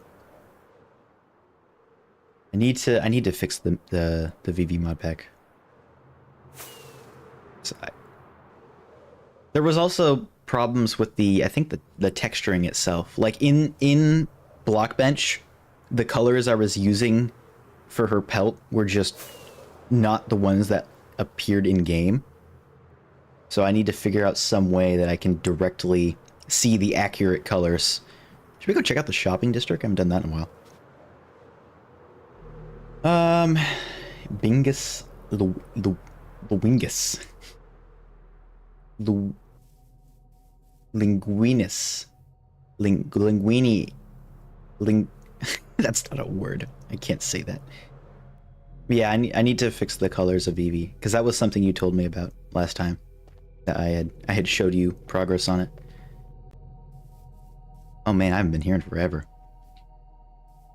They started making a road, and then per usual, didn't finish it. Cough, cough, wisteria, cough, cough. So I gotta finish these roads too. I want to expand the shopping district even if they're not going to. I've got lots of references. The problem is not the accuracy of the color to the it's not the color to the from the pictures, it's the application I'm using to make the texture is inaccurate in game. So the colors look darker in the software than they do when I actually have the... Do I have it downloaded? I don't think I do. Yeah, I don't have it. I have it in some other... I don't even know which mod pack I have it in. Anyway, yeah, the colors are not accurate in Blockbench compared to in-game. I don't know if they're... Oh yeah, no, Krazen went overboard with the ancient debris. I don't know if it's because I have shading turned on or something, but the colors, maybe I'll do it in Photoshop or something, or darken it some other way. I was trying just to use a brush with like a really low transparency dark brown, but then that kind of messed up some of the brighter colors. So I need to figure out some other way. But yeah, Krazen went absolutely absurd or ballistic. I don't know. He went crazy with the materials used in his structures. I think his goal was to use every block in the game. Yeah, I've got my cat. So I've got a mod that lets me, first of all, my cat doesn't take damage, which was one of the biggest reasons I never have pets, is because they always sit in the house and then that's it. But I have a mod that lets them not take damage from me, so I'm not going to accidentally hit it with sweeping. And then the other thing is, well, fall damage. The big thing is when you fly a certain distance away, they just don't follow you. So I've got a mod that allows the cat to track my Y value and then just teleport it to whatever the highest percentage is, or highest point is in the world. So it's like teleporting on top of trees and stuff. But that means I can fly really high in the air, really far distances, and the cat will just always be there, which is incredible. Absolutely needs to be in vanilla Minecraft. That would make pets so much more useful. So yeah, the only big problem is flying over like oceans. Like this is fine, right? Nope, even that was too much. Oh, nope, he followed. Like if I fly over an ocean, it needs to have some block to teleport to, and if it's out of my render distance, it won't teleport the cat. So flying is vastly improved, but still a little bit buggy. Yeah, I got my stand up, I did my water, or drank my water, so I'm good there. Welcome to Las Luces. We're gonna be overhauling this, or not overhauling it, but adding to it. Assuming Krazen gives me permission to. I want to add an interior, I want to add a roof and a back wall, and I want to add a village around it. So after the national park, we're making a cyberpunk city, which is going to be so much fun. I've always wanted to build in cyberpunk. And adding like little details like air conditioners, or using doors as, what is it called? Shutters. Or having a giant Corellis face, or a B-Rallis face. The connected textures kind of ruins it. Let's see what that looks like. Yeah, render distance is nice. One of the reasons I think... Well, first of all, you don't have the world's best computer, but oh my gosh, the world looks so much less connected. I kind of like it now. Yeah, you don't have the best computer, but then also, I don't think you often use... Oh my gosh. Wow, that was a correct. I don't think you often use the mods I have for performance. Also, modded environments are generally heftier in resources needed to run them. So, the only way I would be able to run what I have right now with the clouds and the... Is this 64 or 32? 32. This is 32? No way. This has got to be 64. I don't know. But I can only get away with this because I have such a beastly computer. There's no way I would be getting 120 frames on anything less than this. And it's often framey even with this, and I'll have to like lower the render distance and stuff too in certain spots. But yeah, cat can walk. There's a hair on my screen. Cat can walk, computer good. Blow stuff up. What else? Yeah, I've probably given you some of the mods, but there are so many performance mods in this mod pack, I can't even remember them all. One of them is Fast Anim, which just, I guess, optimizes animations within the game. But that one, I probably didn't remember adding to the one that you have. Plus, the one you have is modded, so I probably just gave you Sodium and Iris. If even Iris, because you can't run shaders anyway. I don't know if I even put Iris. Anyway, yeah. Oh, hi, Miles. How's it going? Hi. How you doing? Yeah, so when you get a better computer, I'll give you a list of the mods I have, at least at the time, because I keep finding more. And then hopefully your game should run better. What? What? What? What? Can I help you? He won't sit on my lap, but he'll sit next to me. Pretty much. Minecraft pets are just companion cubes.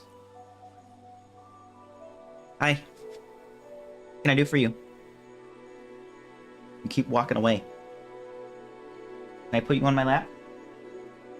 Are you gonna let me hold you? Actually stayed for a second. Oh, nope. You're gonna leave, aren't you? Come up here. Say hi to the camera.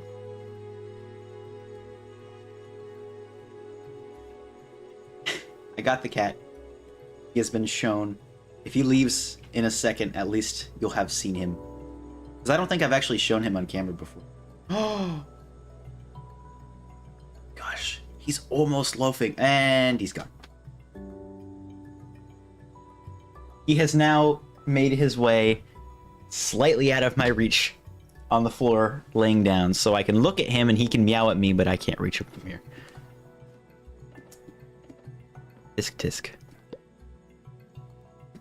This is not my bed. Yeah, that's a different cat. That is Miles. That's the one I have here, who is currently on the bush outside. Magic cat. Yes, he's appeared from in-game as a black and white, or in real life as a black and white ragdoll to a, not a calico. Calicos are like brown. What is he? What are you? What are you? You're just cat, aren't you? Yeah, he's just cat. He's an orange cat. That's his breed.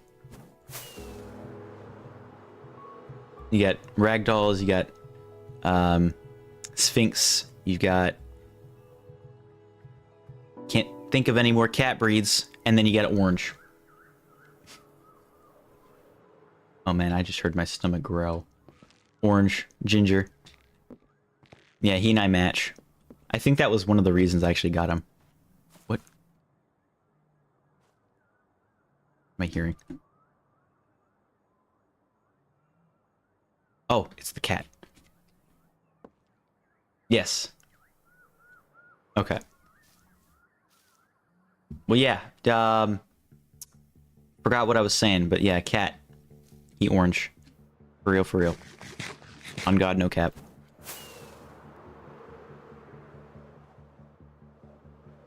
Okay, well, I am out of TNT.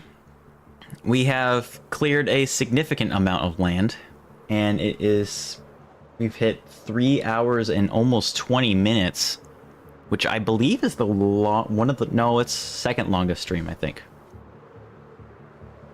Oh yeah, let me see if I can remember Minecraft cats.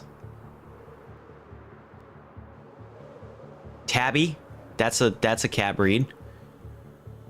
What's the one I thought Pablo was? Maine Coon. Okay, got it. Won't do that. I was saying that sarcastically. I don't actually say that. Uh-oh, I've lost Miles. Where'd he go? I think I flew too far. Did I sit him? I didn't sit him. He's got to be stuck somewhere. I don't generally use slang unless it's in an ironic sense. It's because I think it's funny. Yeah, Siamese cats are adorable. The thing I just said.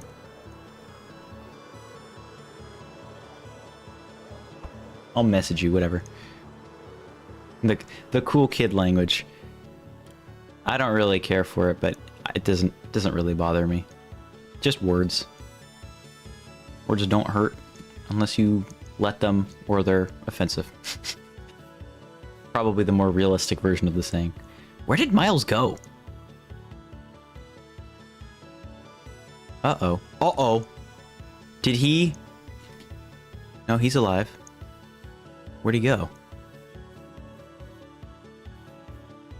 Yeah, no, that's exactly why I thought it would be funny to say it, because in words it loses all of its quote-unquote coolness. The cat has disappeared. Where did he go? Last I saw him, he was on this house. Hold on, I got a plan. Turning on hitboxes. Oh, did he? No, he's not in there.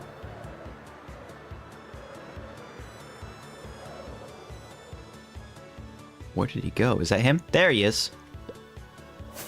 He's miles away. I could go over to my drum set and do an actual rim shot, but that'd be loud.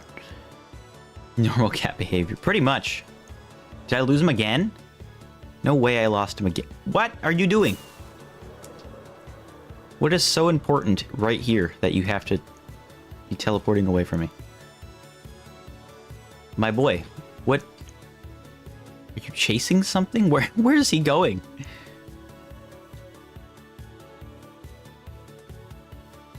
Are you good?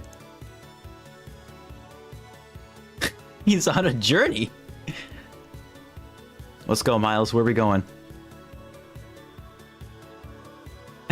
Bro is wandering.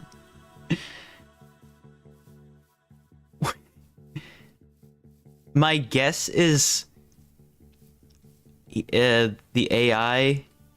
Oh, he's still going. Where is he going? He's not even going straight one direction. You following me now, bud? Okay, he's following me now. That was weird. There, now he's going. What was that? And it fits too. Does it fit? I don't know. I don't know what Miles felt like. Like Milo or Miles seems like a really basic. I'm pretty much Miles's cat. Yeah, he was leading me somewhere. I think what happened there is the mod that teleports him. It thought my position, like it didn't update my position after a certain point.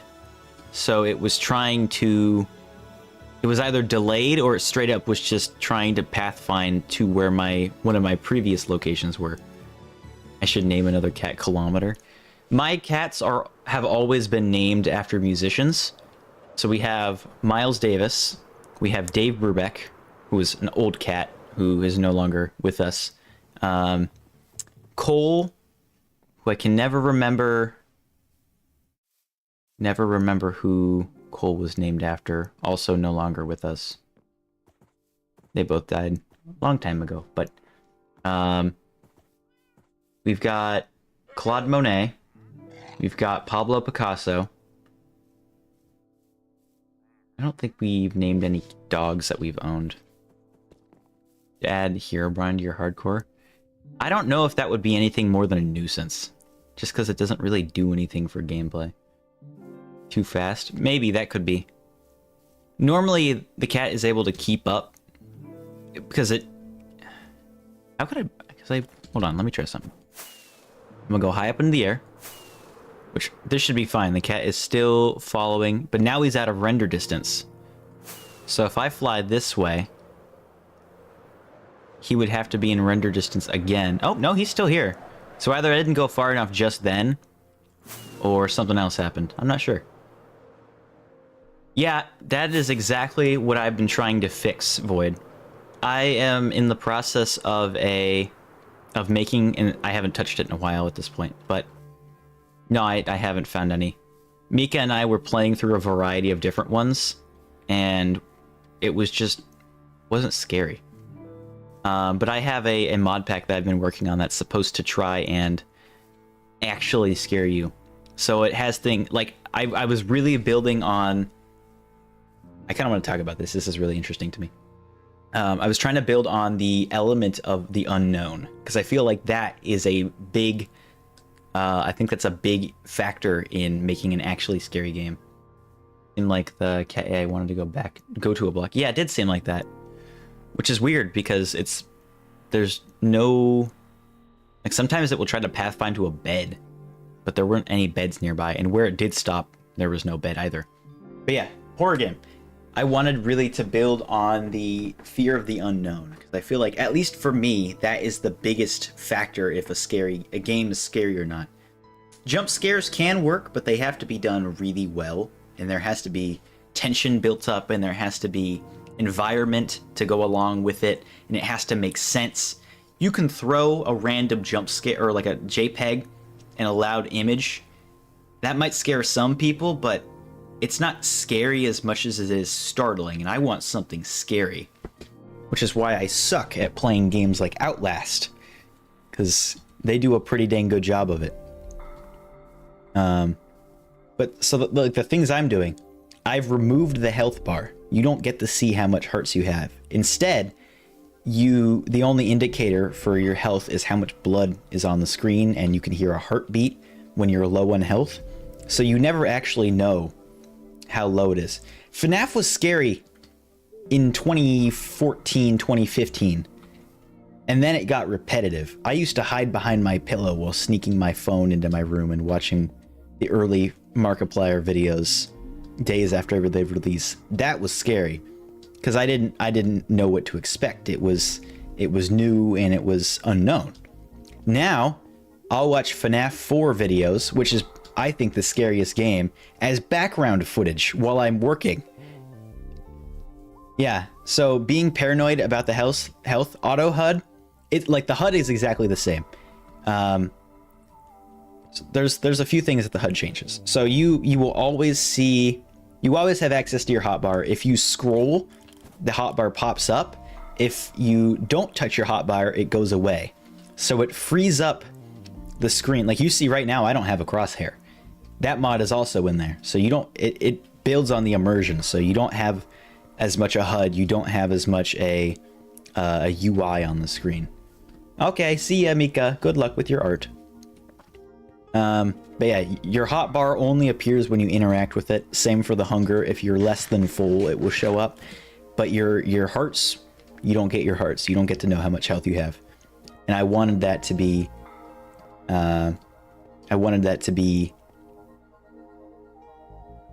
like, oh my gosh, how much health do I have? And not seeing your hotbar is supposed to make you pay less attention to it.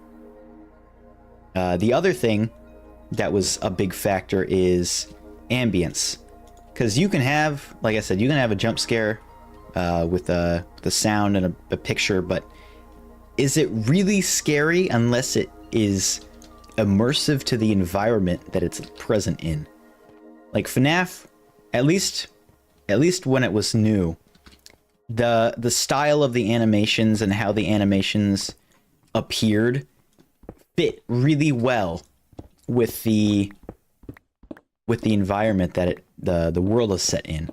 Like the animations of the characters jumping at you and the room itself, they fit, they work together.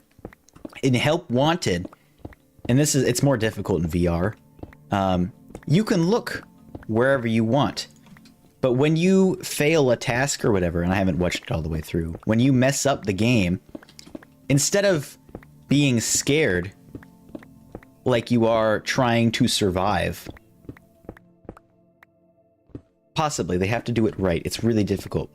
Like in the first FNAF game, your goal is to survive, and if you lose, then it's an unsettling atmosphere. It's very quiet.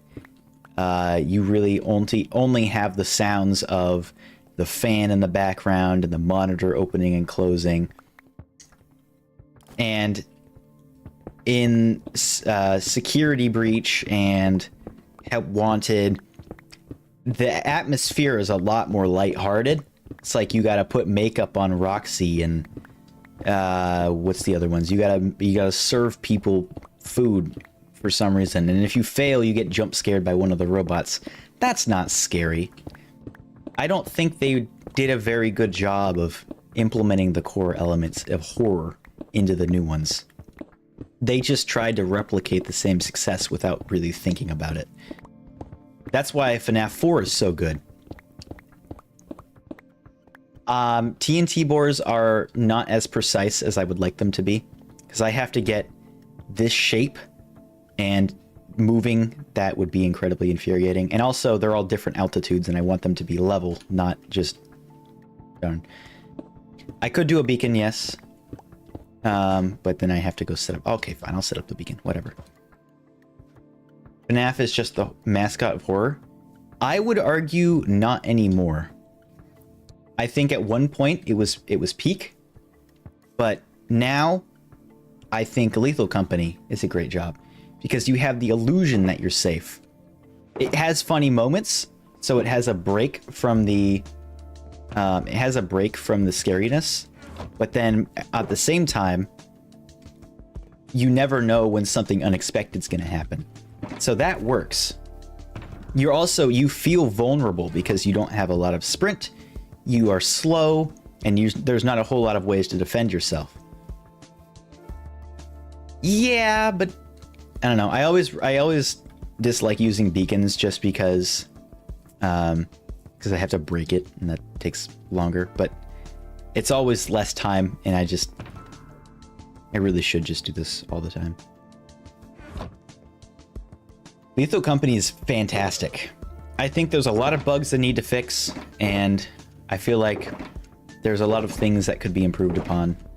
Like flashlights having to be manually toggled. That's just annoying. I don't think it's a good feature. Escape from Tarkov is good because it immerses you in the environment. It's pretty realistic. It's not straight up a horror game, but it has horror elements. You have the fear of the unknown. There's the immersion with the environment. There's a ton of stuff. TNT, the beacon, well, that would just make it so I have to go get more iron blocks, and that's a waste of time. Seriously?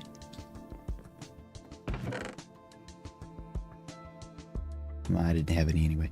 But wait. Nope, those are sponges. I thought that was gold. Hey, Cleo, what's up? Yeah, we were just talking about horror and what makes a game actually scary.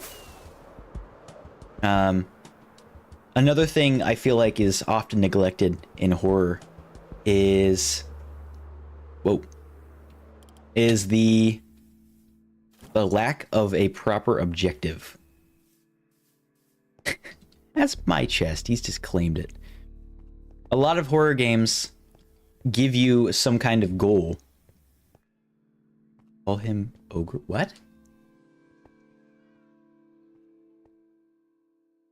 I'm confused. Man, I came over here for nothing. There's nothing over here. Hold on, I got an idea. Do beacons accept iron? Or copper? Oh, they don't. Okay.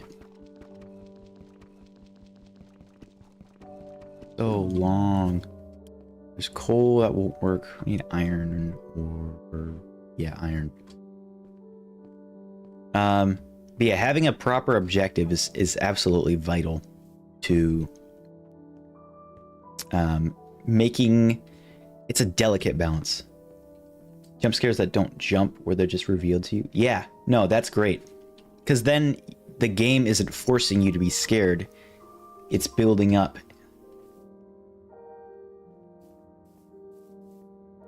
Oh, ogre stew? I don't know what that's referencing. I'll show you why.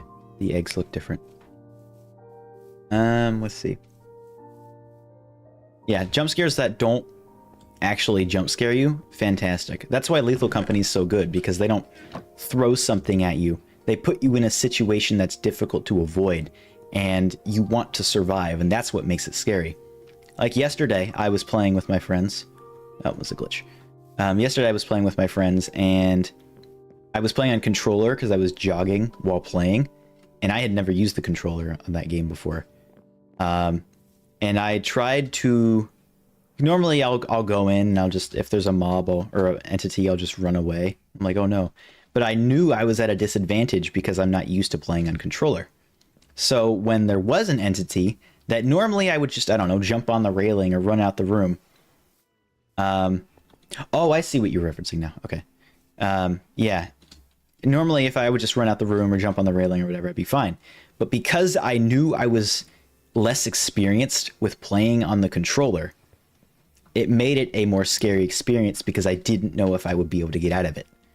And that, I think, is a very important thing too. Making your players feel in control, but also have them aware that they are weaker than the antagonist. Okay. Like, I think I think what's the one that the other one with proximity voice chat? Para something. The Ghost Hunter one, the one that was like really popular for a bit. See ya, Lucas. Thank you for stopping in.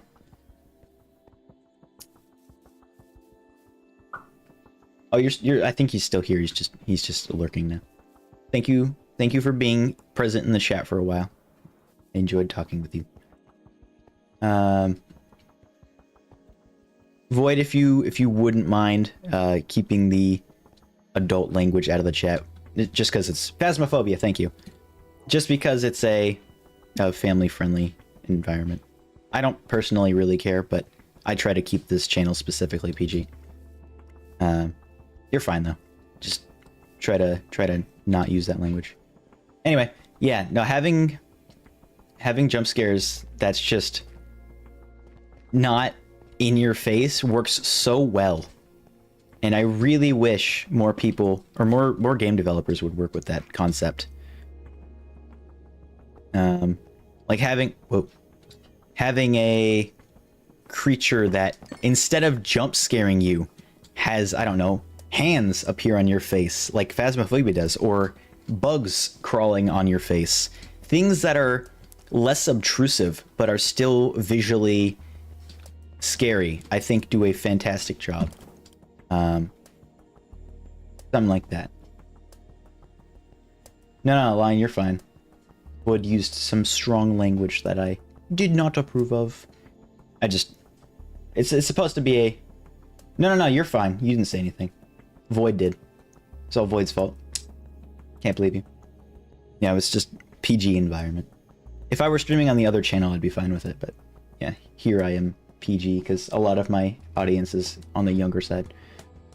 Yeah, having tension build up is incredibly vital. Okay.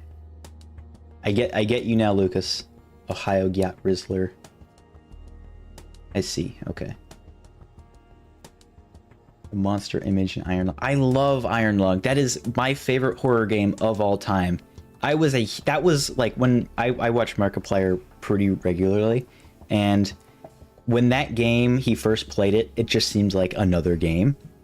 That game resonated with me, and it did him too, since he's making a movie about it, but it's just so well done. And the immersion, it makes you feel like you're in control. You are connected with the environment you're in. Like, you feel like you have an objective. Although there is a level of uncertainty, you don't, like, it's an exploration game. You don't know exactly what you're going to see. And I think that is incredibly positive that they did it that way. Yeah, you're good, Void. It's all good. Lucas was lurking because he was going to clean. Now that's what they call them on Twitch. It's people who are in the stream but aren't interacting regularly. That's just called a lurker. Okay. Personally, I like it when all of the immersion is suddenly ripped away. Big scary thing is revealed. That's good. Yeah. One thing that I was thinking about the other day, I used to really want to be a game developer. So this is something that, like, my mind kind of just works like this. I wanted a game that is advertised as just a regular game. Maybe it's an adventure game, maybe it's a creative, like, sandbox game, but it's advertised as such. And then an hour or two, or like a significant portion into the gameplay, it just turns into a horror game, and you don't even think, like, you don't expect it to be. So people, it doesn't really work. Like, it would have to be advertised for a certain age range, like 18 plus or whatever, like a horror game would, just for that factor. But I want a game that you don't go into it expecting to be scared. I think that is a spectacular concept. Yeah, lurker is just somebody in the chat who isn't actively talking. Like, they're listening or they're watching, but they are doing something else.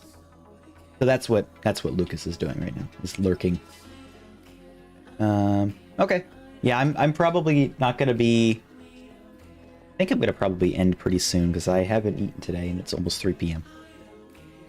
My stomach has been grumbling for a significant period of time.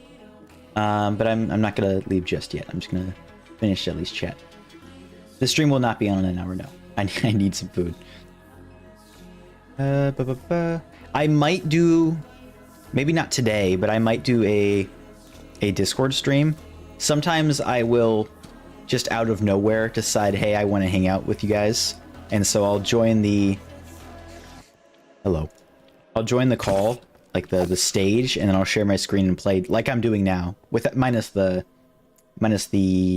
memberships and subscribers and face cam and all that stuff. Literally just I'm just doing a live stream on Discord, but it's spontaneous. So if you're in the Discord, you might see me do that every once in a while, and I'll usually announce it. It's just I guess a reward for you guys for being awesome and joining the server. That's kind of the big thing. Getting to interact with you guys more. But yeah, I might do that maybe tomorrow because I'm gonna be busy tonight. The Iron Lungs design is amazing. Yeah. It's not even that you're in control of the submarine. It's that you're in control, but it's not super easy. Like, you don't use the W, A, S, and D keys and just drive around. You have to actually make your movements specific and plan out what you're gonna do. It makes you think. And I think that's another thing that works really well in horror, is forcing the character to be conscious of their actions. But you have to balance that and not overwhelm them with the amount of things. One of the reasons my mod pack didn't work is you had to pay attention to health and hunger and sprint and sanity. That was another factor. And darkness and everything that affected the sanity, like being in water, which granted was not that bad, but being in darkness, there was 2 different negative outcomes from that. So being aware of what your player has to accomplish and what they have to keep track of, but not to a point where they're overwhelmed. Iron Lung does a great job of that. There's not a ton you have to worry about. The gameplay is simple. You're not learning a lot halfway through the game. It's simple, yet it makes you think. That's why it is so effective. All right. Bye-bye, Gat Rizzler. I'm never gonna get awkward saying that name just because it's such an odd combination of words. Disguised as a horror game would be so cool.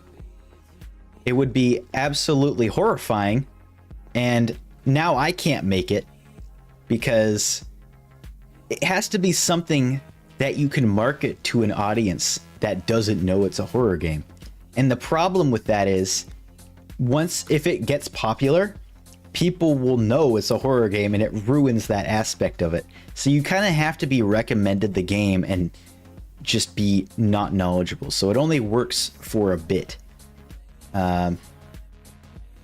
Yeah, like, oh, you have to be recommended, hey, check out this amazing adventure game.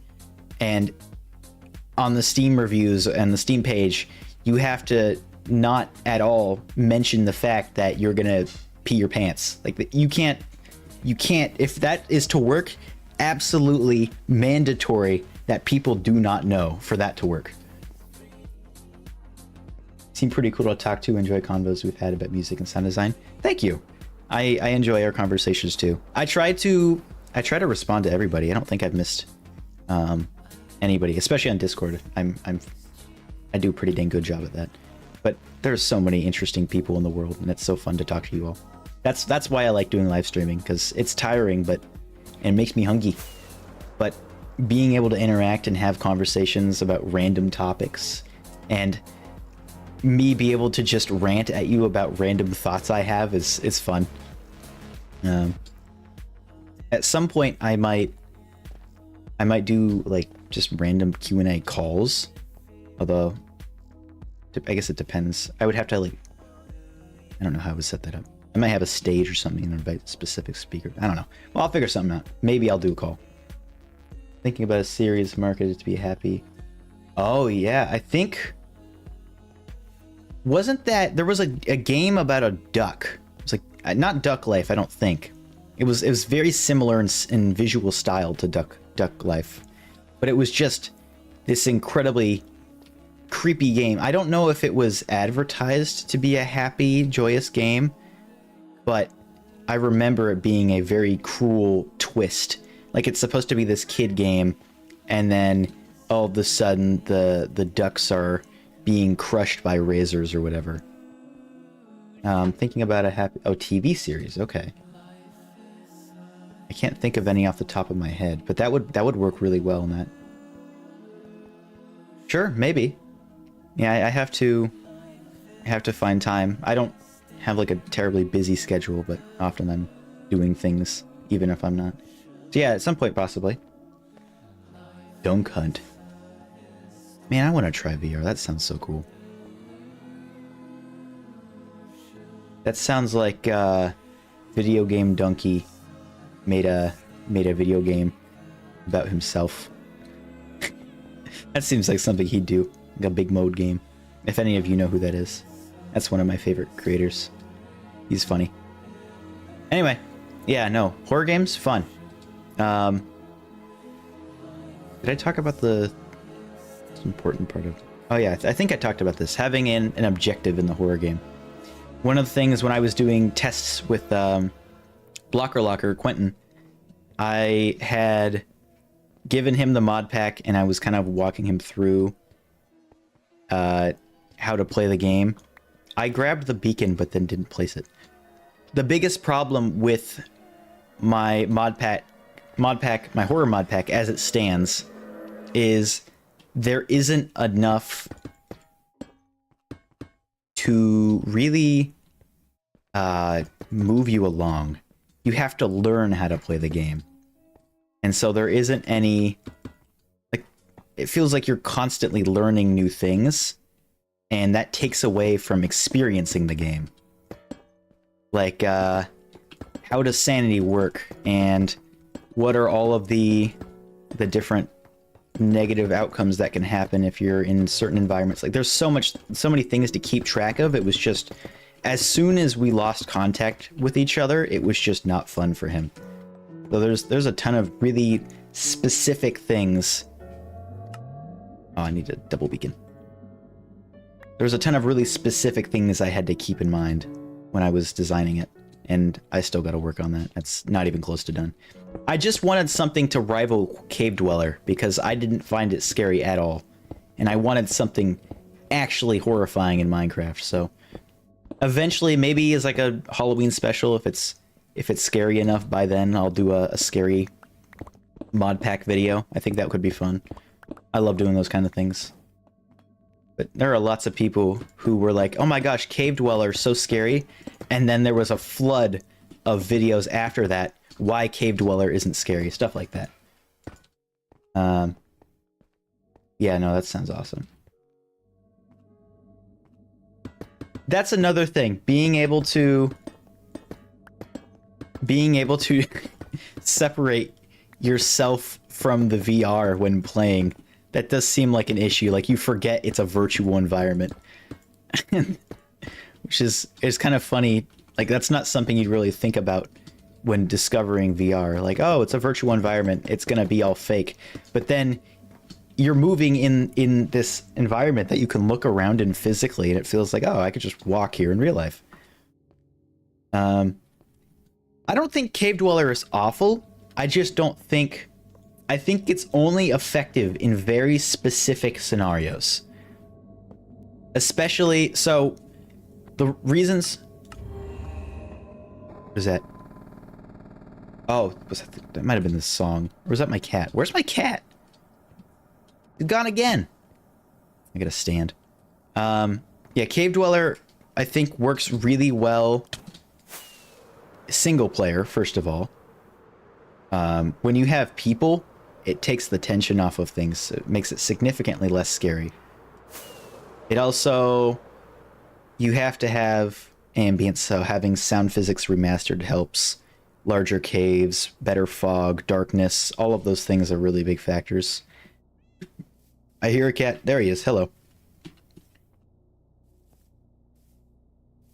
Cave Dweller Yeah. I think Cave Dweller does a good job as an introduction to scary game. But beyond that, I think it's... Excuse me, I keep burping. Its effectiveness for actually getting an actual scare out of you is... That's why you're not. Sorry, bro, you gotta come with me. Come on. Yeah, as actual effectiveness, I don't feel like it works all that well. Which is a shame, but... Uh-oh, went too far. I don't think it's bad, I just don't think it's very effective. At least for me. Some people find it scarier than I do. And part of the problem is I've been playing Minecraft for so long, I know all of the mechanics of Minecraft. So I'm able to maneuver myself in such a way where I think about how entities function. I'll get them a bed. Hold on. I'm able to, like, consider, oh, mobs can't pathfind over closed trapdoors. They think it's a full block, so they'll walk through. Or blocks that aren't completely full. Oh, hold on. I gotta show something. Blocks that aren't completely full. You can see through them, but they can't get through to you. This distance is reachable, but this distance is not. So things like that ruin scariness for me because I already know the intricacies of the design of the game that it's based in. That's why Cave Dweller is not scary. Mika and I were playing, we built a cobblestone hut, and we had trap doors, and it couldn't fit through a one-block hole. Was not scary, did not work. You guys wanted to know why the sniffer egg looks so weird. That is because this is no regular sniffer egg. This is a hard-boiled sniffer egg. Look at that. Wow, so cool. I made this pod. And I'm going to talk about that in the next... What? Oh, that's the other cat. Yeah, I accidentally tamed two. Here's regular sniffer eggs. I got 2 miles. I tamed the orange cat because I was mining and I felt bad it was stuck on a mountain. So I tamed it and put him here. If you smelt sniffer eggs, it gives you the hard-boiled sniffer egg, and then you can use it as a decorative block without it hatching. So for one of the biomes I'm making, it's sniffer themed. So it's going to hatch the sniffer, and then I won't be able to use it as a decor. So I made a small mod to add that. Yeah, that's actually Selim. That's Selim. Yeah, Miles' evil clone. My name is P-Tep, and I will destroy you. Let's give Miles a bed, shall we? Cave Dweller is, once it starts chasing you, you're either dead. Yeah, that's another thing. You have to feel like you're able to defend yourself without making the player feel powerful. If you can go into a game and immediately know how to stop all threats, what's the point of the scary part of the game? Like, it just doesn't work. Here, you can stay in bed. It doesn't really function as an actual like, there's no learning, you just know. So you have to make the player feel vulnerable, but not to the point where they feel like everything is just unbeatable. So like Lethal Company, there are ways to protect yourself. There are ways to get away from entities. Every mob has its own... I gotta get my stand-up. Every mob has its own weaknesses and ways to get away with it. Get away from it. But at the same time, all of the entities are powerful, and you can die very easily. So, yes, the Cave Dweller... If the Cave Dweller had some way to defeat it without just killing it, or not even defeat it, but get away from it, then I think that would work effectively. I can see me. Let me move this up here. Hey guys, welcome to my podcast. So yeah, Lethal Company works in that sense because it allows you to feel vulnerable but not insignificant.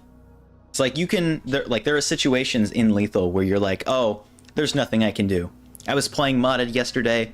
One of the modded events was it spawned a bunch of the what are they, Goliaths? The tree people, the really big guys that spawn outside that are really bad at hearing but really good visually.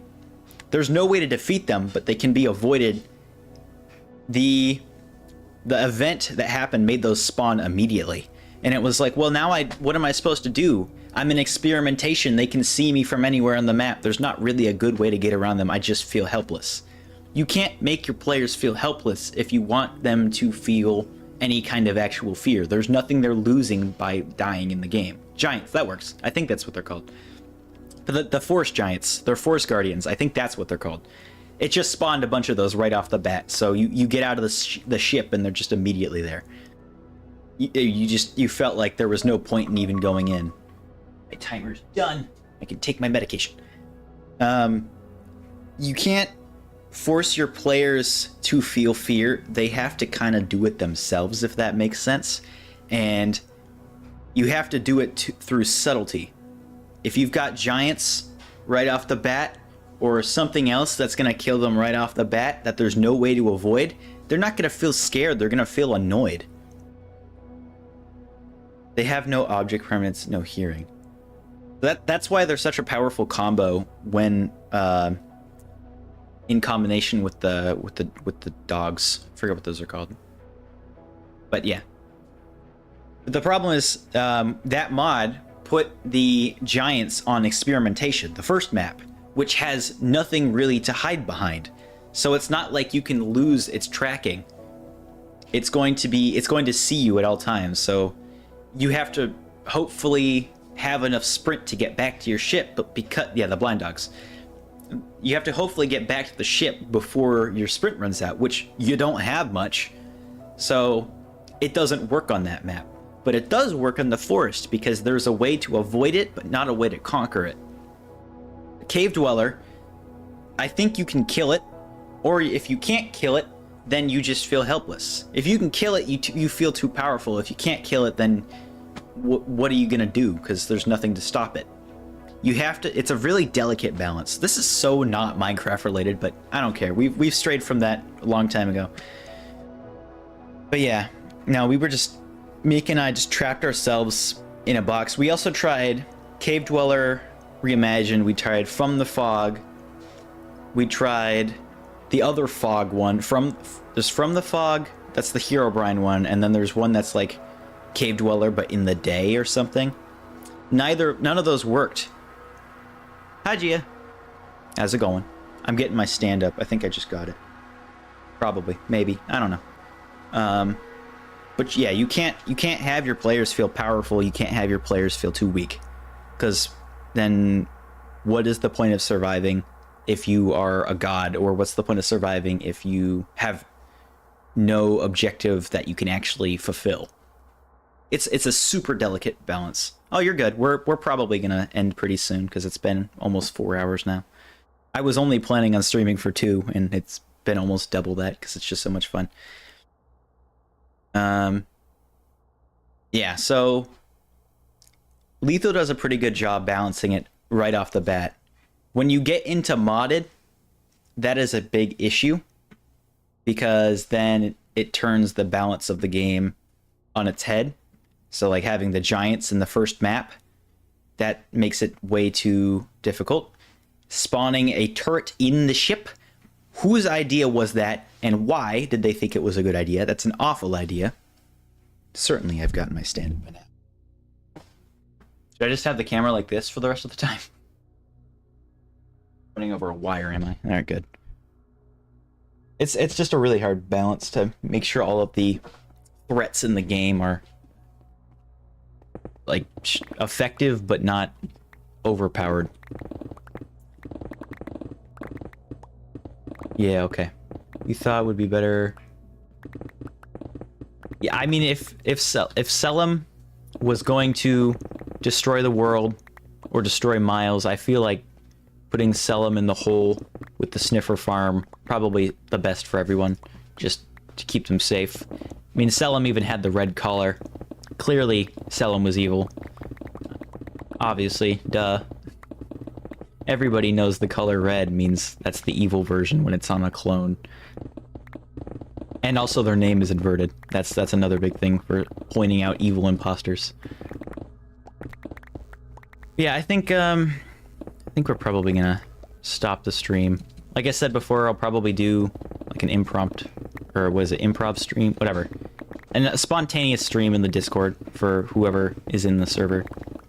I never plan those, but it went pretty well last time, aside from the few audio issues, so I'll do it again, see how it goes. It'll literally just be like this, but there won't be ads because it's on Discord. There's no delay. Like, I'll be able to respond immediately. And yeah. I put the beacon down, and now I'm actually using it. It was even up for a while. I'll do a little bit of mining. I'll like flatten this section, and then yeah, we'll call it a day. I'll be working on this on and off camera as well. I haven't started the next Coldcraft recording because I've been trying to do all the mod video stuff. Oh, I'm doing Clement, okay. You guys like the item, or the name animations? Like, I got the waves, I got the rainbow, and I got the shaky. I think that's all I got, yeah. I like that, I think it's cool. Oh, there aren't any? That's good. Oh, do you have an ad blocker? Nice. It worked. Ad blockers worked just fine for me until something happened, and then ad blockers no longer worked. I was fortunate enough that Discord Nitro gives you, or at least it gave me 3 months free of YouTube Premium for Christmas, and so I'm running off that now because my ad blocker doesn't work on YouTube. Clement is my Soak Touch. It's supposed to be like the smooth and very calming, and then Wild is the Fortune, so it like breaks the block, so it's and wild, you know. Clement just means, I think it means silky and like smooth. I'm not sure exactly what it means. I looked it up when I found the name. I try to find unique names for all of my tools. You don't like it? Well, too bad. Some of the tools don't have it. This one doesn't. This one's just a rainbow. Plus it goes away after a second. There's a bunch of other effects too. I'm not sure what they are. I thought it was neat. I also have like the custom font on it. So you can do it with just the vanilla font, like that. Yeah. Forgot what I was saying. True. I did ask. And it's fine that you have an opinion that differs from mine. I'm not gonna call you an awful person for not liking my text animation. That's totally a reasonable opinion to have. Ooh.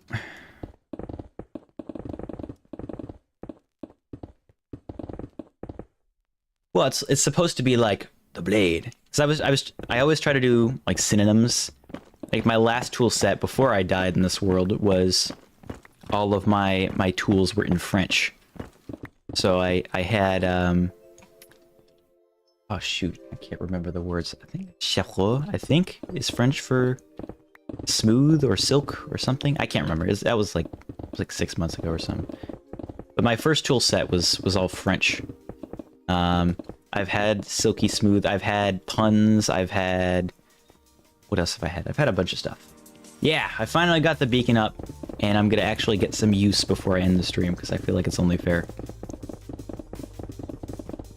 I'm like struggling to think of tool names now, because I want something that relates to the tool itself, and especially for the Soak Touch versus the Fortune, I want to be able to distinguish them.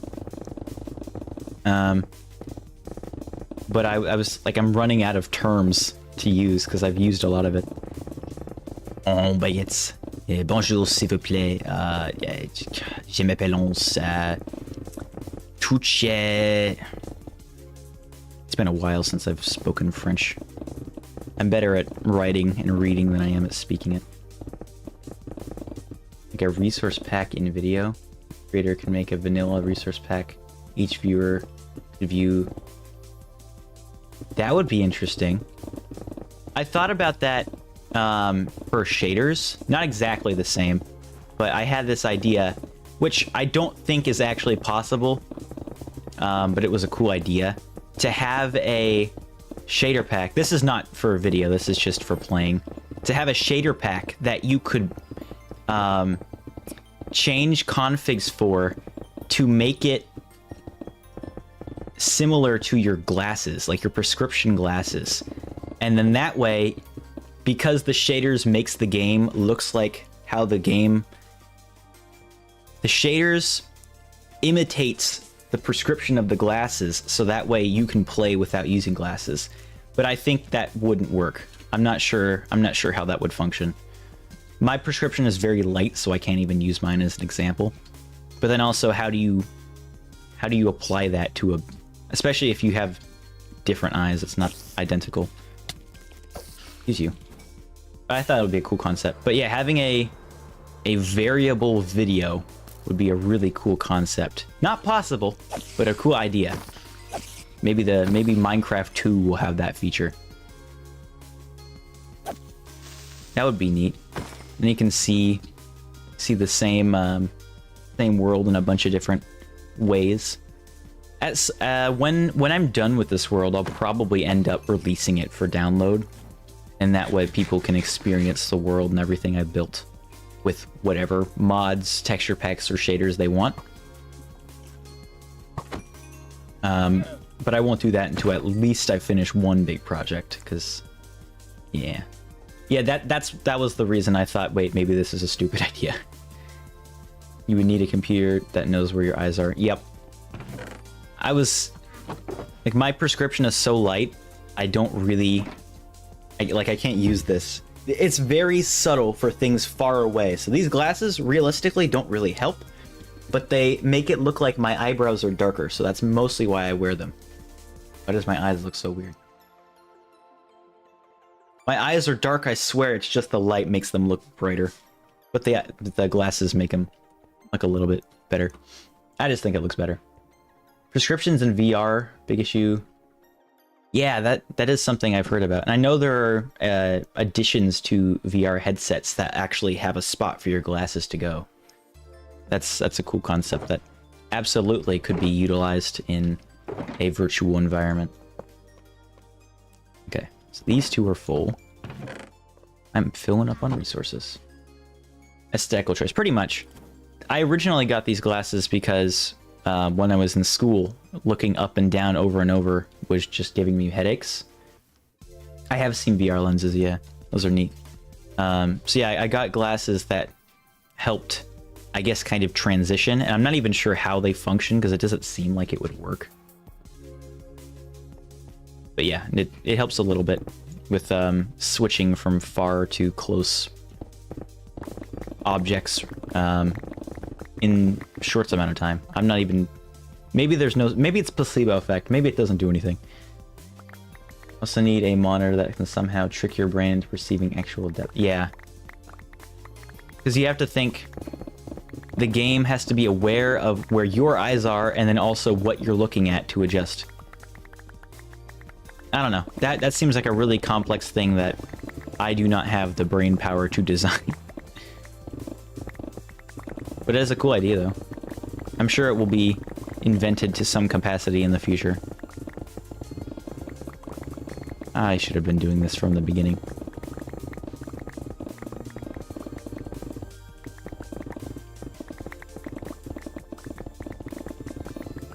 I do think this is probably slower, especially with these ores. Maybe I blow these up. Although I do like having coal ore to work with as a building block. I really should have my storage over here too if I'm going to be trying to collect all the stone. Depth capable streams, also designed for VR headsets. That's cool. Okay, so it's already in development. I've seen the camera glasses where you can just like tap it and then it records video or talk to the glasses. Super creepy concept, but it's cool technologically speaking. Why do you follow me everywhere? I really should be buying those, but I don't ever have the resources for it on me. I think Corey has a bunch of them I can steal. Don't tell her. She said I could use them. It's fine.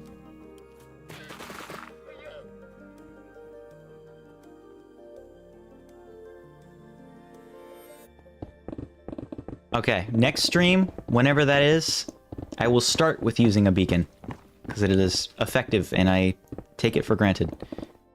But once I start, like, or I finish clearing out the immediate vicinity of the beacon, it just becomes tedious to to move the whole thing.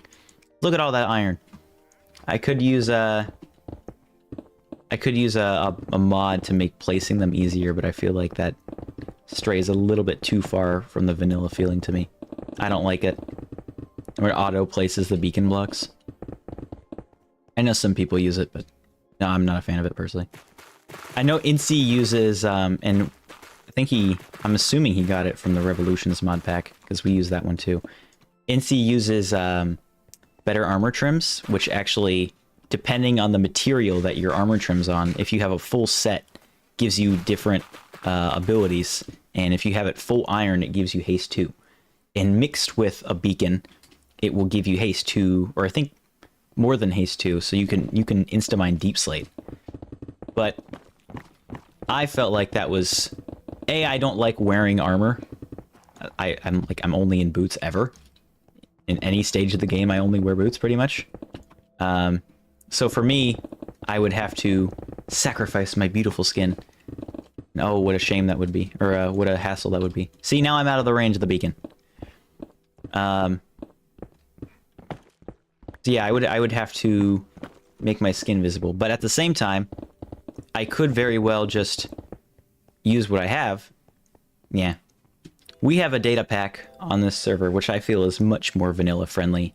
If the 9 blocks at the top of the beacon... Oh yeah, no they are. That's what that mod changes though. It makes armor trims functional, so they have more purpose than just aesthetic. Which I think is fair considering how dang expensive they are.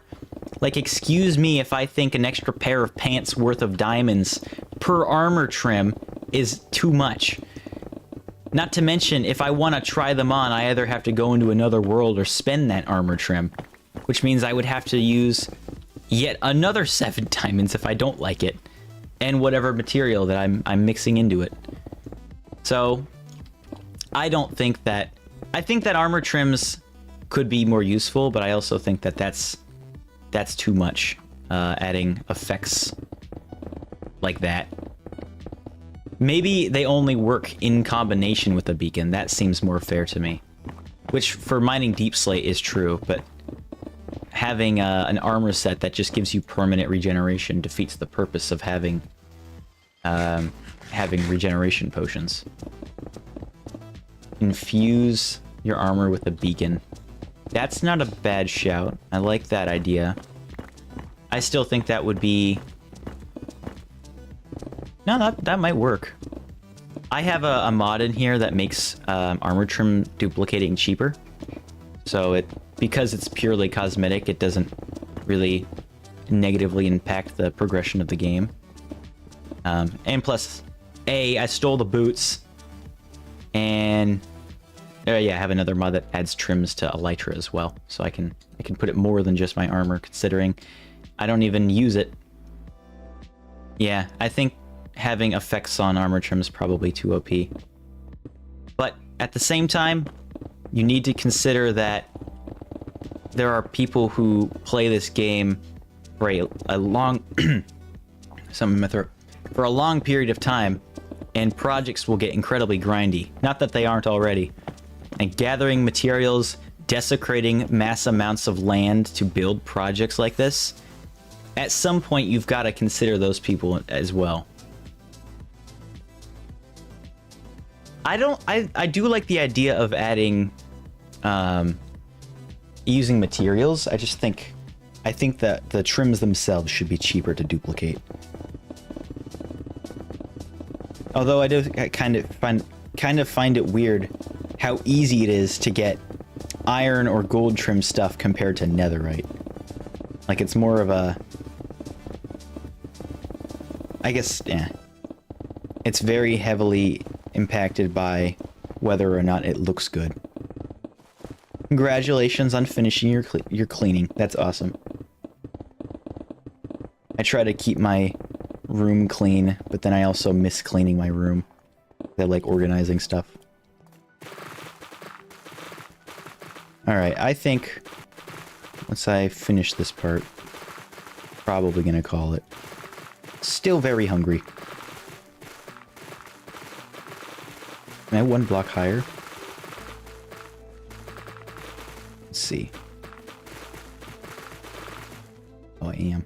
Ooh. Give me haste, please. Maybe having one beacon infused armor, one layer of beacon. Maybe, but the thing about that is I don't think every layer gives a different. Oh, okay. So would you be, I guess you would have to be able to select based on how many pieces, because there's 4 levels. So that works. So you would have to have a full one for haste 2. But if you had, say, one, like you hit your leggings were beacon infused, for example, would you be able just to choose haste and speed 1, or could you also choose any of the other ones? It's, and like each level increases. Yeah, I think if it were to be vanilla-ish, which by the way, that would remove the function of a beacon really, because no one would ever use it. Like maybe for very limited uses like mini games or something like that. But other than that, I don't feel like ever using a beacon again would be very useful. So maybe that's not the way to go. Yeah, only one layer. Okay. So that would ensue you only have haste 1 and speed 1 for one piece of armor. I don't know. I think it's a cool concept. Oh, I'm gonna sneeze. We're good. I think it's a cool concept, but I'm not sure how it would work balancing wise. I do think that as a vanilla plus concept, though, fits really well. Like, that idea works just really good. But I do feel like there could be some balancing issues there. That's one thing I always complain about people who complain about Minecraft updates. Is not everybody. A lot of people are like, oh, Minecraft has too many features. And then there are other people that say Minecraft doesn't have enough features. They're not changing enough things.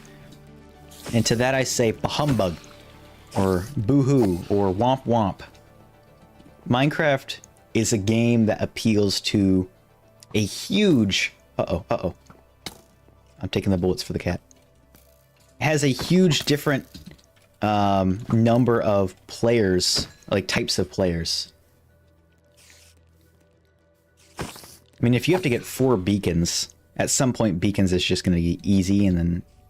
But at that point, I guess it shouldn't be grindy to get that tool set. And if you lose that, that's expensive. But yeah, people complain are like, oh, boo-hoo, or there's too many features, or there's too little features, and I don't get it. What do you want? Do you want more, or do you want less?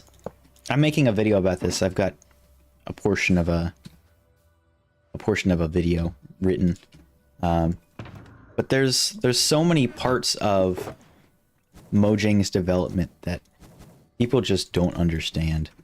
Whether that be, oh, we have to appeal to all of the different types of players, or have it be accessible to all different types of players, whether you're playing on a Chromebook or a $50,000 gaming setup. Like, the game has to function and work from a gameplay and hardware standpoint for all of those people.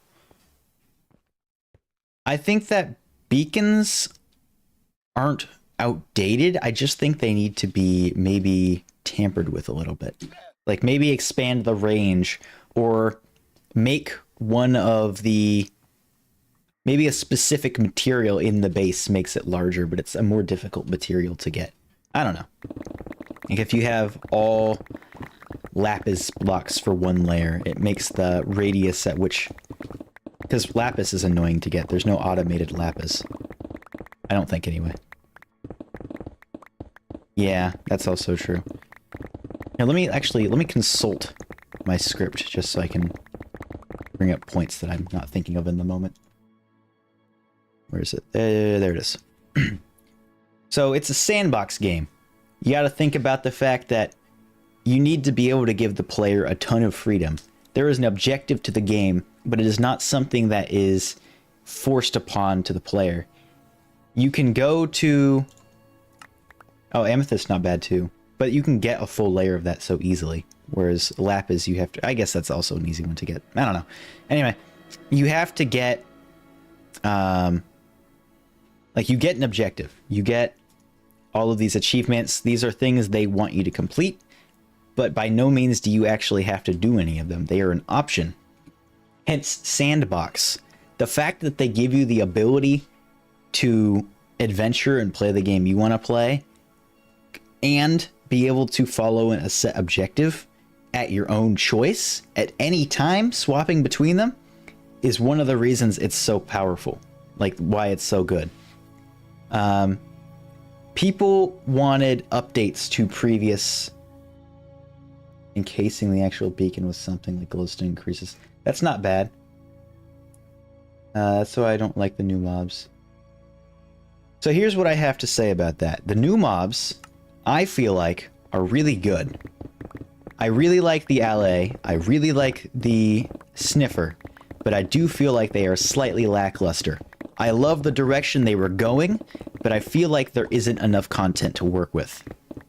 Like for the sniffer, there was another plant that we would have gotten that ended up not happening. That would have been spectacular. Would have loved that. Maybe even a new tree type that you could only get. The fact that they work with the archaeology concept is phenomenally amazing.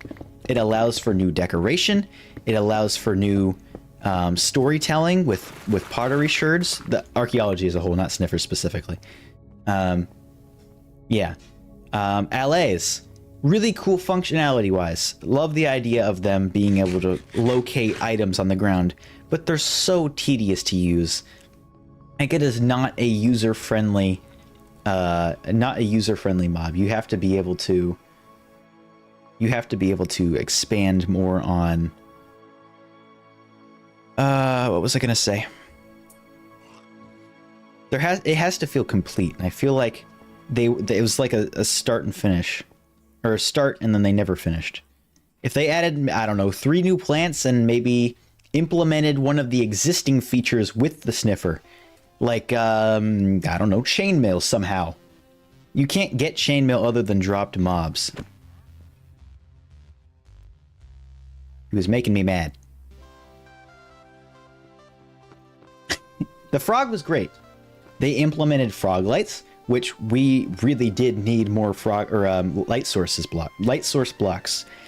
It also improved the environment that you find them in: mangrove forests, swamps, snowy fields. Those are fantastic. I feel like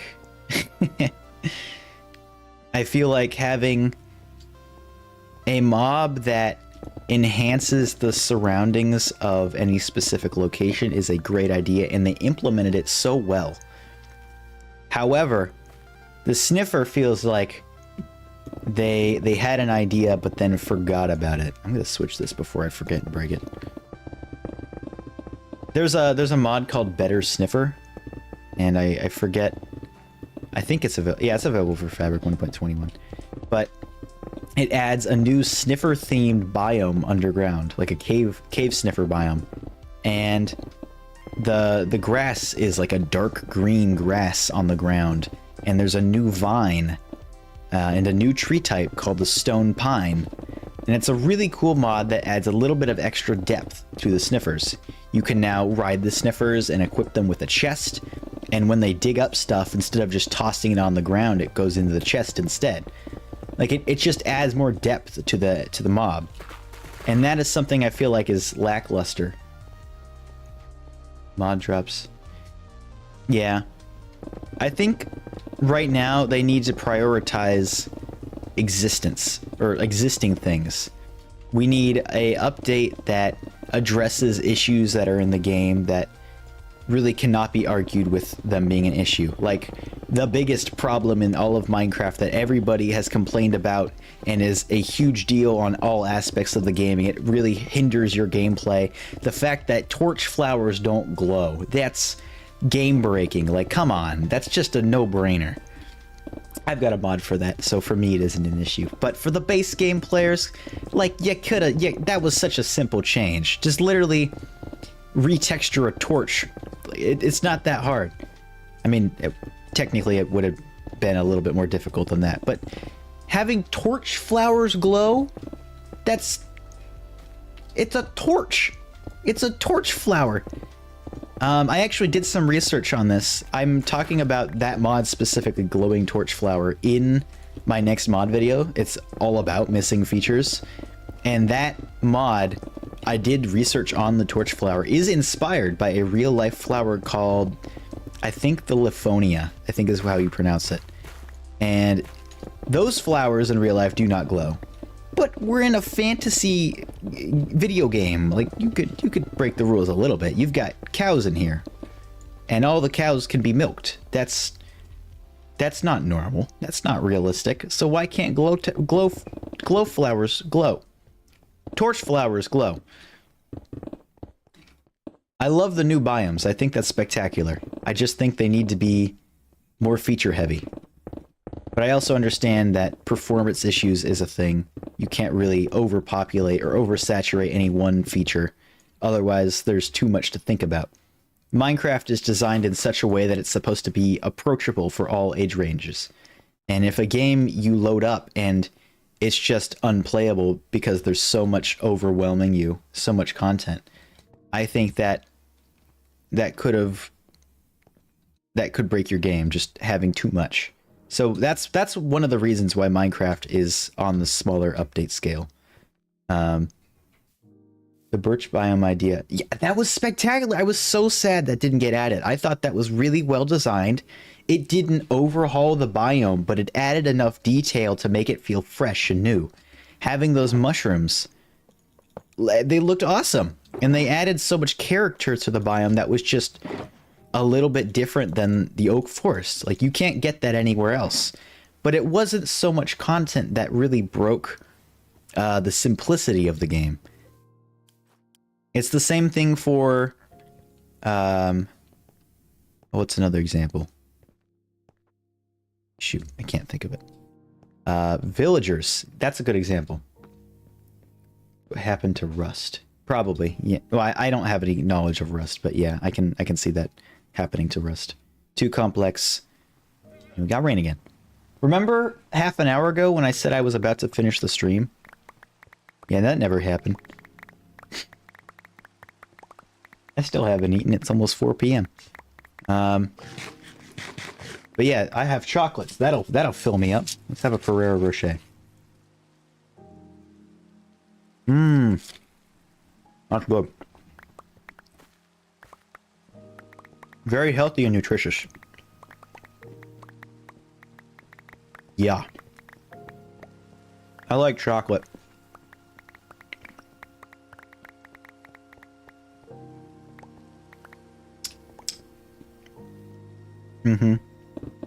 That's pretty dang tasty. The birch biomes did not, no. They removed that, and they removed fireflies from the feature list. What they announced at Minecraft Live, I don't have any more Ferrero Rochers, but I do have Hershey Kisses you guys can have. There you go.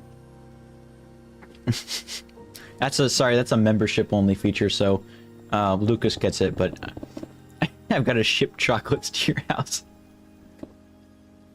But yeah, they didn't ever implement the birch biomes, which I feel like they could have easily done, because they have added new biomes before. It's not that much different than regular generation. And there are mods that prove that concept to be effective. Yeah, the excuse for fireflies was just, it's just not I don't care what anybody says. I understand where they're coming from, but like, you could have just give us, if that's not the honest answer, if that really is the actual reason, that's a dumb reason. I don't, like, there are mods that add, in fact, I should probably get one. I feel like that'd be cool. There's a mod that literally just adds a particle. It's not even an entity. It's just a particle effect that adds fireflies. And it's gorgeous. It just adds a little bit of atmosphere. It's such a subtle change, and it works so well. A quality of life mod, or not mod, quality of life update, and like a missing features, and probably the biggest one that people want but don't talk about is performance mod, or performance updates.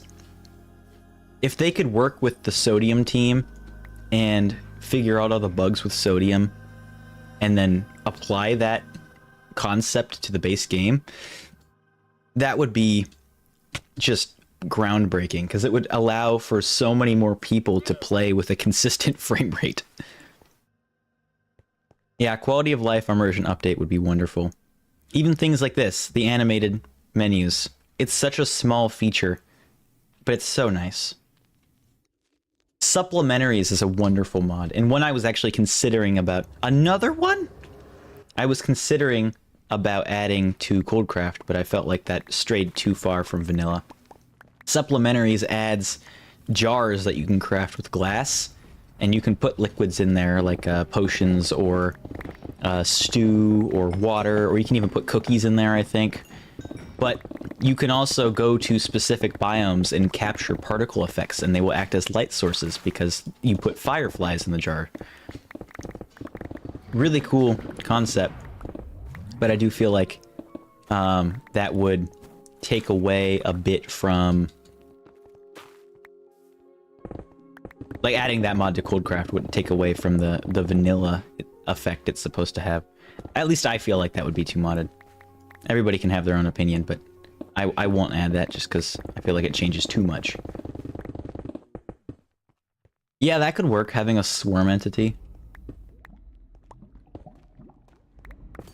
Were official fireflies planned to be particles? They were supposed to be full-blown entities. You were able to hit them and stuff. But supplementaries, I believe, is just a particle effect. There is a mod, I believe, just called Fireflies.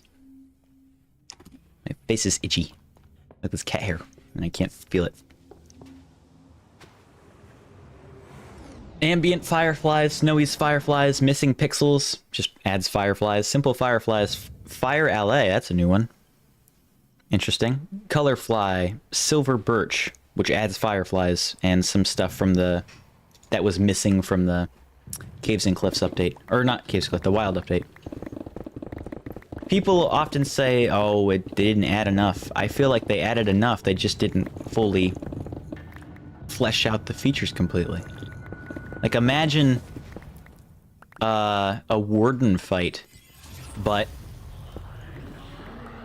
Actually, the wardens are a pretty dang fleshed out feature. I feel like that's something people just choose to ignore. That's a pretty well done mechanic. There isn't a whole lot I have to say negative about the wardens concept. They do that. They did that pretty well. Ugh. Cat hair everywhere. I don't even know if it's cat hair.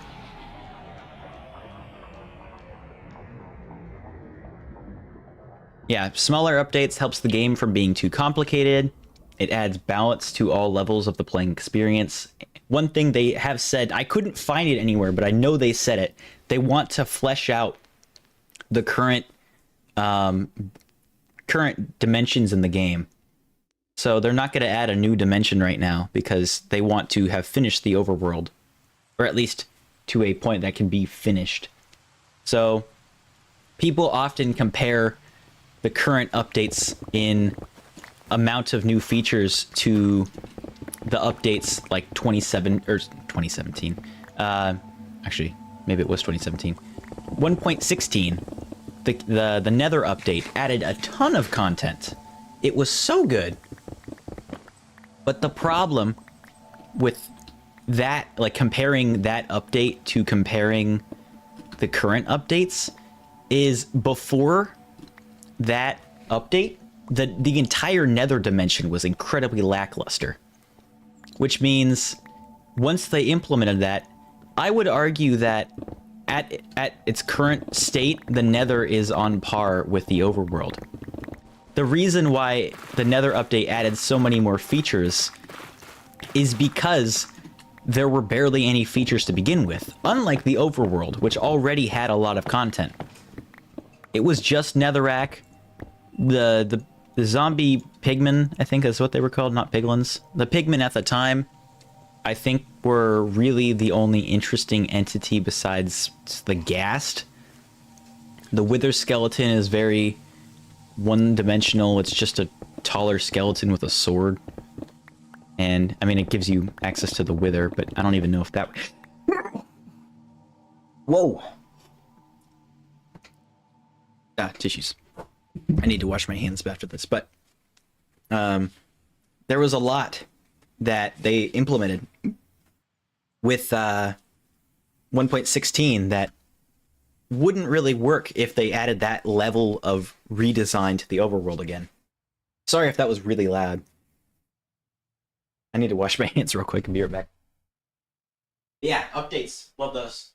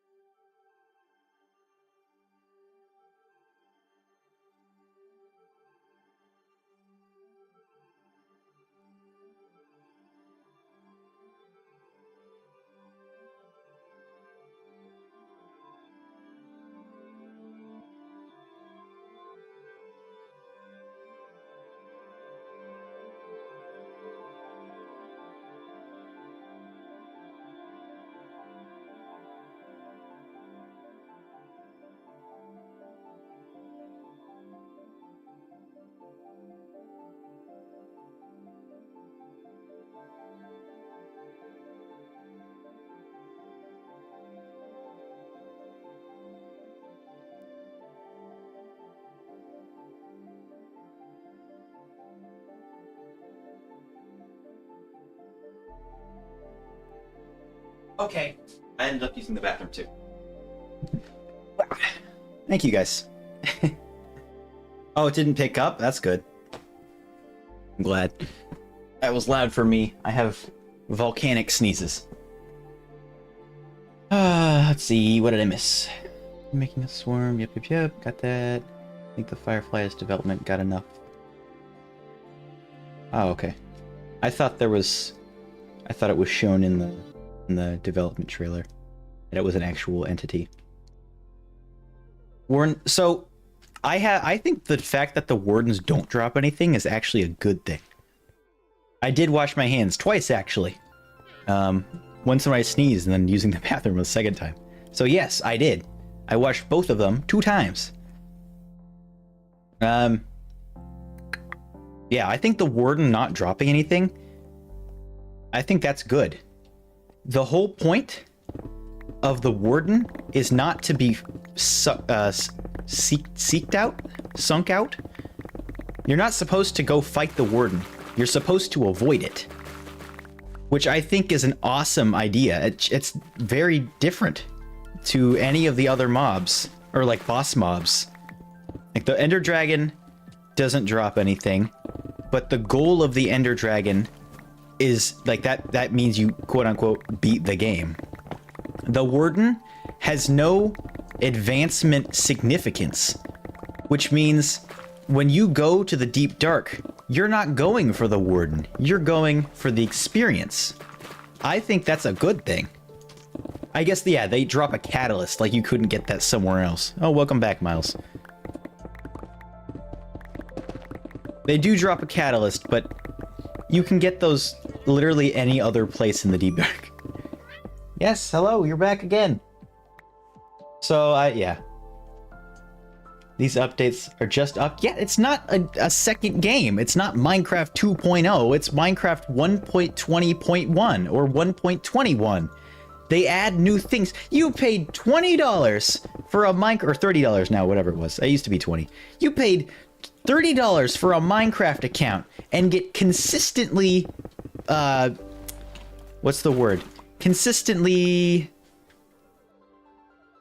built upon content in addition to the base game, which is crazy. Yeah, no, they literally designed that mob to not be something you go for. You're supposed to avoid it. That's why it's so powerful. That's why it is has more health than the Ender Dragon or the Wither. That's why it gives you basically nothing after you kill it. Because the goal is not to kill it, it is to be avoided. $24.99, okay. I bought the game right when it dropped, I think. So I think it was cheaper then now, because back then there was no such thing as Bedrock. I used to play on my dad's account. Yeah. So it was, I think, cheaper back then because you got less out of it. Although I still haven't played Bedrock.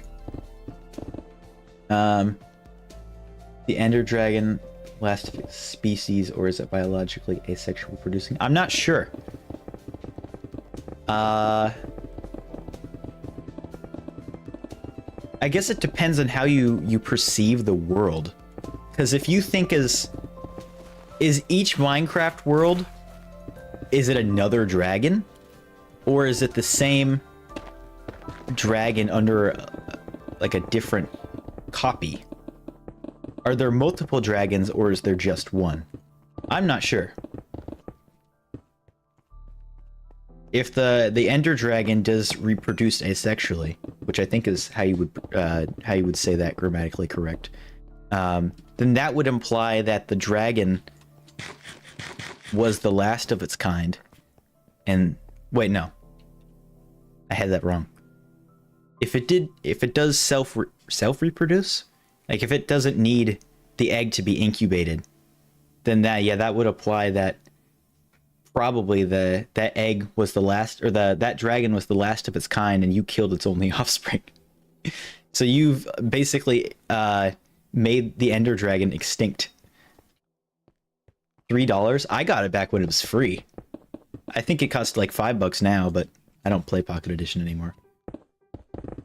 No, I know you can't transport dragons between worlds. I'm talking about... Oh, but then you can respawn the dragon, so how does that work? I'm talking about when you start a new world, or let's start 2 new worlds. Are the dragons from both of those worlds the same dragon, but copied? Or are they individual? Like, imagine the dragon is me. Maybe say I'm the dragon instead of the dragon. If I am in the end, I am the boss at the end of the game. Is it duplicating me? Or is it another human being? That's what I'm trying to get at. Like, is it a clone? Or is it the same one, but a different story? I don't know how to explain it. That's probably a really terrible explanation. The player fertilizes the egg. I mean, technically the the only way to get more than one dragon, to respawn the dragon, does not require the egg, which seems odd. You'd think that would kind of be essential for... I think they should fix that. They should change that, make it so that the egg has a function. Yeah, we're really like trying to write the Minecraft lore for them. If they're gonna give us this broken plot, we're gonna write a story ourselves. Although kind of that's kind of the point of Minecraft if you think about it. They give you the tools to make stories. At least that's how I see it. You can speedrun the game, you can build things, you can play other people's worlds. They give you tools, and then you get to make things with them. That is literally a sandbox game. So the fact that they're giving us these pieces that we get to decide what we think corresponds to, that's another reason why a lot of the Minecraft features aren't fully fleshed out, is because they want to give the players so much space to improv and make their own things. But then there's also like the argument like, okay, but like these tools are incomplete. The egg of the dragon is already fertilized. It is a type of animal where the baby is already in the... Well, okay, so the I'm about to explain how eggs work. Fertilizing the egg does not put the baby in the egg. Fertilizing the egg, all that does is basically... And this is very vague terms, because I'm not a biologist, but it basically activates the egg, and it's the fertilizing the egg is the missing piece to bring the egg to light. Also, any new viewers, welcome to the conversation. We're talking about fertilizing dragon eggs. Yeah, as far as gameplay goes, the egg is just a trophy. But why couldn't the trophy have been the dragon's head instead? Why did it have to be the egg? From a gameplay standpoint, yes, it acts as a trophy or a cool lamp. But story-wise, what is the point of its existence? How do the dragons come to exist in the Minecraft world? That's what we're talking about. Dude, what is with my nose? It's not itchy like I have to sneeze. It's itchy like there's a piece of hair. It's probably from you, isn't it? He's laying in his bed right now. Oh, you think the dragon had an egg and waited for it to be conquered, and then used its unbirthed offspring as a trophy for any successful combatants? Something tells me that doesn't really add up. I gotta repair my tools pretty soon. Yeah, it's like saying, like you're in like for example, a castle, and your kingdom has fallen, and you are the last person in your kingdom, and you chop off your own foot as a trophy for the person who slays you. That doesn't really make sense. The reason for the dragon to protect the end hostile way. The egg is an objective. And while that may be true, why is that one island for that one dragon? There aren't any other islands like that. And functionality-wise, what is the point of having an egg if it does nothing? Because it's not like it could reproduce, or it could hatch. I don't know. It seems like there's some plot holes with that thinking, but I'm no lore writer for Mojang. So maybe they have a story they just haven't told us. They talked about wanting to flesh out the overworld before overhauling any of the other biomes, or like adding new updates to the End or the Nether again. And I think archaeology is a step towards that, because they want to build a story with the dimension before they expand on new story elements. So changing the End, changing the Nether again, changing or adding a new dimension altogether would really complicate things in the story that they might have to tell. Okay. Dragon is a creation to protect the End. That believes it is a creature. So you think that there's some fourth wall breakage? If I'm interpreting that correct. It's the guardian at the end of the end entrance. I'm not sure. Because if the egg cannot hatch by itself and it needs some kind of outside it needs somebody to fertilize the egg. If that's the case, then what was the point of having the egg? I guess that's not really something chickens necessarily help. Or maybe I don't know biology. That's not what I did in high school. Why can you not make a dragon egg omelet? Maybe the shell is too difficult to crack. Also, why can the Enderman... Why is there an Ender Dragon? What is the point of that? Like, the mob Enderman doesn't have anything to do with Enderman. The egg it can teleport, but the actual dragon it can't? I am finding all the holes in their plot. You think the egg is created and the dragon is created not biologically? Then by whom?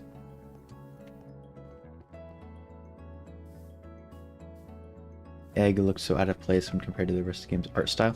Art style wise, I don't feel like it really is out of place, but I feel like it is functionality wise, because like, what is really the point?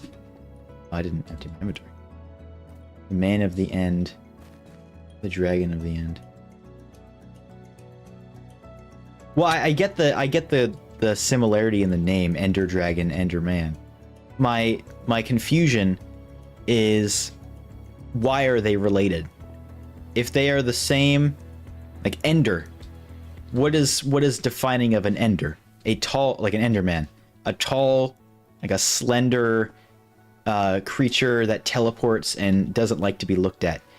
The ender dragon shares none of those characteristics. Sniffer can sniff up something in endstone for the egg. I feel like the sniffer would just have a hard time digging through it.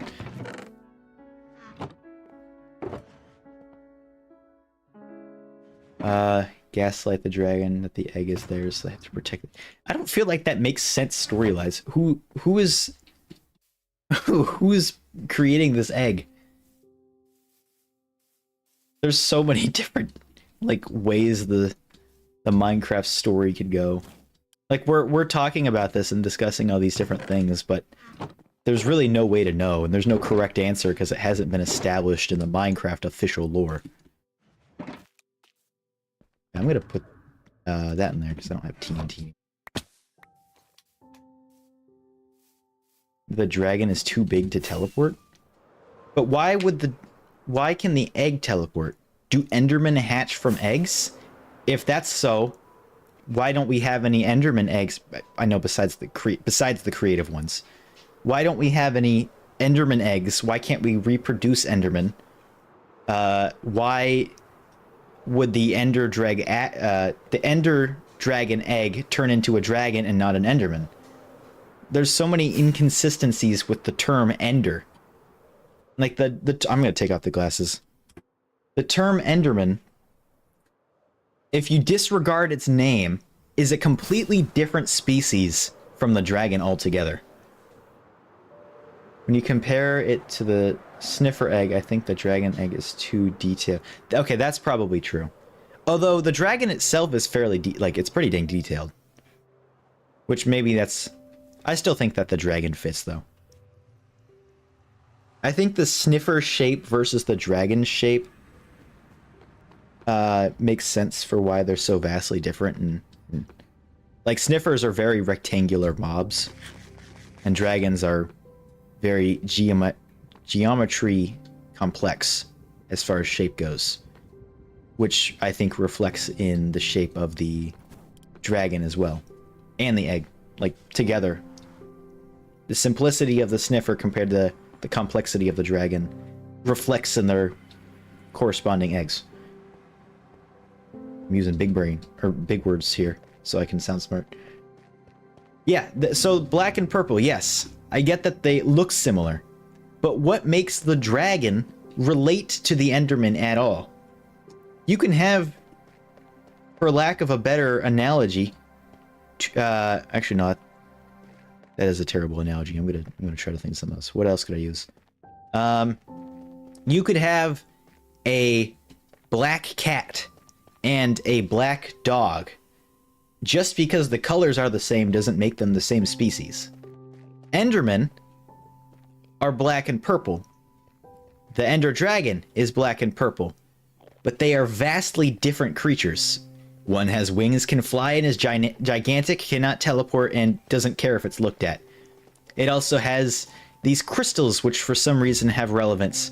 Endermen don't care about the crystals. They're not healed by them. They don't like when you look at them unless you're wearing a carved pumpkin reshaped like a safari hat. They don't like water. The dragon doesn't care about water. Not geometrically. Like DNA-wise, they are very different. There is no similarities as far as how they interact with the world. Like, if there was some story saying that Endermen were affected by the end crystals or were mutated into the dragon, then I would see some similarity between the two creatures. But there's no way... At the moment, there's no like story to show what happened to all the other Ender Dragons, or if the Endermen were turned into Ender Dragons, or anything like that. There's no storytelling. You think the Enderman... Hold on, I'm not far enough. When you compare it to... Okay, that... I think the biggest issue is the player can summon... Yeah, that doesn't make any sense to me either. Why can you summon the Ender Dragon the way you can? And what does the materials it's made out of have to do with the Enderman? Like, you need gas tiers. Why is gas tiers involved with the crystals that are already in the end? And the fact that there's bedrock there. Like, there's so many different things. What's an endermite exactly? Need to hold this. I forgot. I think endermen are corrupted by petals that ate too much coarse fruit. So you think endermen just eat coarse fruit? But the thing is, they don't. They don't eat anything in the world. Like, from what Minecraft gives us, like, endermen don't pick the coarse fruit or anything like that. That's why I'm trying to use the information the game has provided. I'm not trying to write a story that hasn't happened. I'm trying to use specifically what Mojang has given us. That's why I'm not trying to build stories that have happened. I'm trying to connect the already existing ingredients and make this recipe delicious. So having, yeah, endermen corrupted by petals, that seems like it could be a thing. I mean, they're already bipedal, so that makes sense. And they're called endermen, but that could be named just how it appears. They might not have any correlation with humans. But even if it is correlation with humans, how do humans then correlate with the Ender Dragon? Because humans aren't dragons. Like, that's what I'm trying to get at. Okay. It's really hard to explain how I'm thinking, but I'm not trying to add. Like, data packs, mods, I don't want to add anything. I'm trying to use what Minecraft gives us. Okay, so Cleo thinks that the black and purple is simply a reaction to the environment they live in. And that, I feel like, is a pretty realistic answer. Because it doesn't go out of the way to make a story that isn't already implied with the game. That's what I was trying to get at. Like, Endermen, Endermites, Ender Dragon, Ender Egg, all have the same color scheme, but are so greatly different in how they exist in the world. There are thousands of Endermen, hence the Enderman farms. Why is there only one dragon? Were there more dragons before? We don't really have a story to tell us. I think the Enderman... I really think Minecraft people saw Enderman in the end. Yes, I think that would likely be the case, because that often happens. This is literally game theory. I'm filling in for Matt Pat here. He's probably already talked about this too. I haven't seen the Minecraft episodes yet. I saw one way back when, but yeah, a lot of the times in real life, people name species just based off what they look like, and these guys look like people. So I can very much see Enderman being the reason they're called that. Ender, I don't feel like has any actual meaning. It's just a name that was given to it, and everything that coincide with the species. So that, okay, so he has talked on this. I thought that might be the case. I think the Minecraft people saw Enderman, also saw the dragon. Yeah. So I think they would have called it the Ender Dragon, because if they've already coined the term Ender, and it looks like the Enderman, and it looks like a dragon, Ender Dragon seems like a pretty appropriate term. But I'm trying to figure out what makes them related, if not just by looks. And if it is just by looks, what happened to the previous Ender Dragons? Were there more previous Ender... it's really hard to explain. I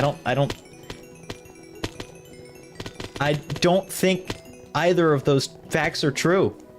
I don't think they have balls, and I don't think they're called men because they would identify as male. I think they were called men because you have, like, it's a term, not an identifier.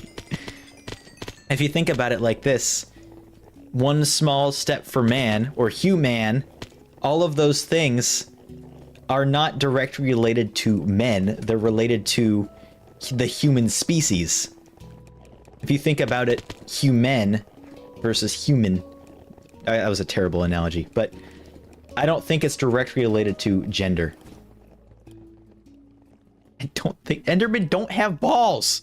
There's no balls in an Enderman! Are they so small they're not rendering, or, like, what's the problem here? He's really not. Tell me, where are they at? I'm not seeing any. No balls there. Where was your proof? Think that was patched out of the update or something? Ender is a nationality. Okay, that would work. To teleport around my world, I've been throwing Enderman testicles. That's... Oh no, this stream has gone way off the rails. I don't throw balls to move around in the real world. Oh, I need to sleep. The last is like he's safeguarded. Okay, that makes sense.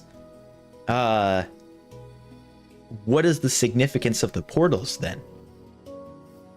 Because there's only a few portals in the world. Were those created by the Ender species? Or were those created by people to hunt the Ender dragons?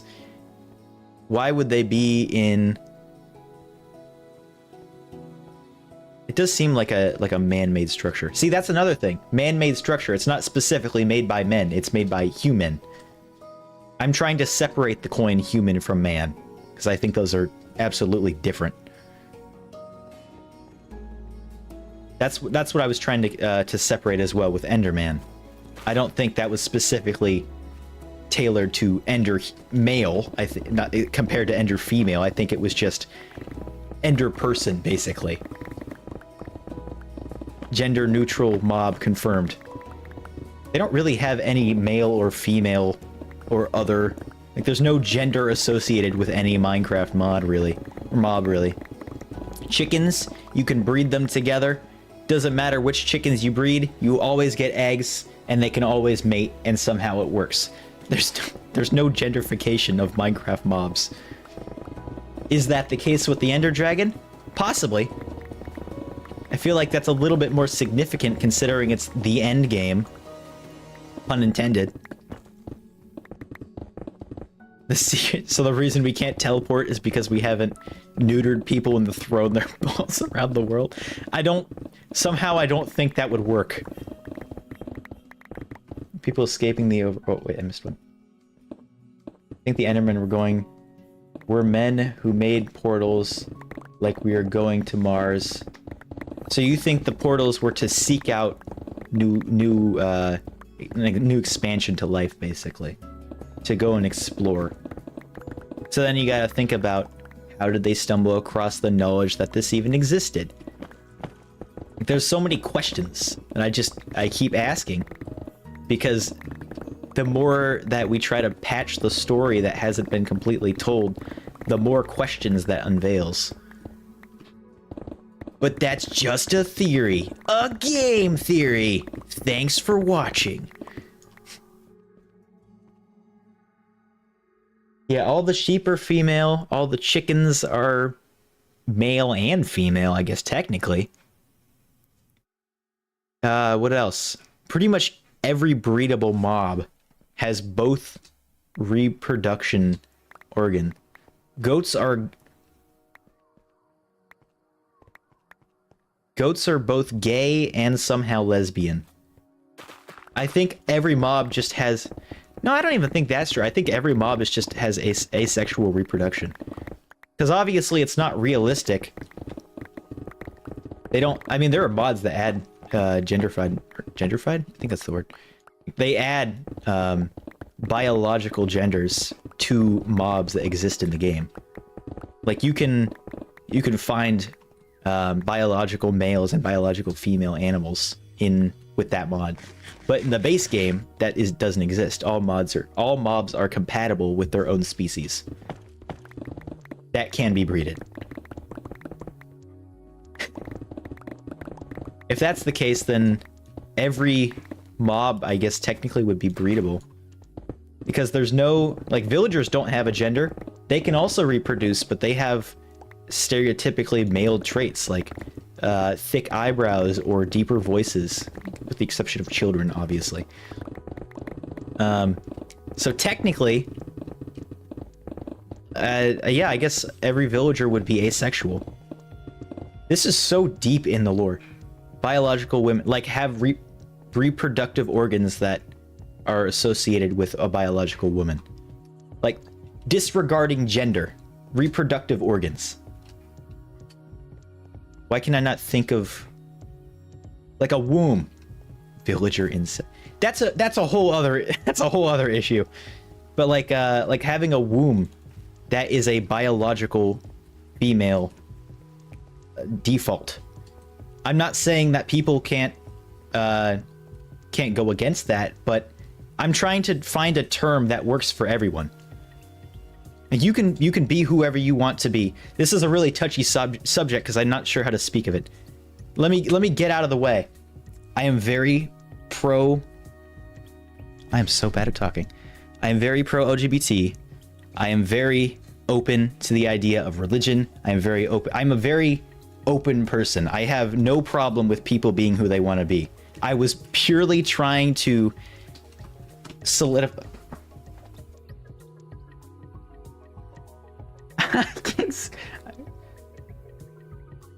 Eyes? What? Oh yeah, Ender eyes. Anyway, I'm not trying to offend anybody. I don't know if that was misconstrued in my words, but I wasn't trying to say that people can't be male or female if they please. That is totally up to the person. That can't be forced upon someone. And I use eyeballs as stress balls. I mean, I guess. Don't know exactly where you get that, but yeah. Theoretically, I guess. Sure. The point I was trying to get at, though, was... I've lost it. Why is speaking so difficult? I was trying to say that Minecraft as a game does not have... Like, villagers don't have... I mean, realistically, no mob has reproductive organs because they are all pixels. And when you look inside any mob, it is completely hollow. So... there's no gender to any mob in the game. They can all reproduce with each other. They can all play motherly roles. They can all play fatherly. But that really doesn't have any use in the conversation because there's no real correlation to actual mobs. He might be.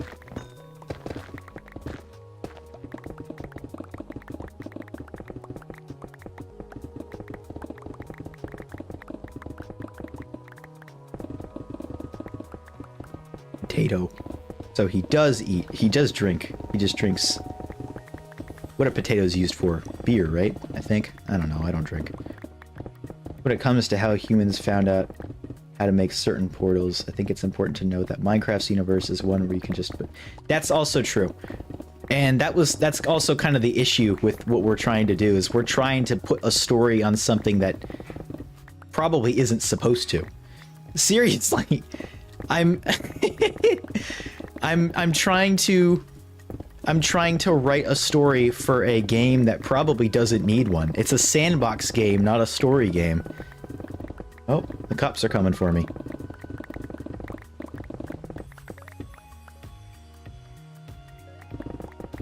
That's the second one today. I'm also just really trying to make sure my words aren't vodka. Okay. Oh yeah, that is vodka. I don't want my words to be misinterpreted as me being against transgender people or anything like that, because I'm really not. I'm very, what's the word? I'm very much an ally. I think that's the correct way to say it. Yep, clearly. Data pack showcases, maybe. Hi Casey, welcome back. Probably not, just because I don't know why. I have some sort of vendetta against data packs. If there are some data packs that I'm like, oh yeah, these are actually really useful, like the no Enderman griefing or armor statues. Those are really nice. But then for some reason, I think data packs feel less complete to me for some reason. I don't know why. Data packs for me are like, I have nothing wrong with them functionally. If they work, they work. But for some reason, maybe it's just because I don't understand them as well as I do mods. I might do one. I don't know. I think it might be because it's easier to find good mods than it is to find good data packs. And the ones that have been found have already been showcased. I look like Stam? I don't think I look like Stam. I'm not Swedish. He's Swedish, right? I think he's Swedish. I don't think I look like Stam. I definitely don't act like Stam. New in town, okay. I'll try to remember. I'll just look it up now. New in town, Minecraft data pack. Oh. So it adds story. Okay. Neat. Yeah, okay, so a lot of the times I feel like data packs aren't as seamlessly implemented as mods are. I think that's why I have an issue with some of them. It's like there are all these new structures and stuff, but I don't feel like they really fit in vanilla Minecraft. That's I think my biggest issue with them.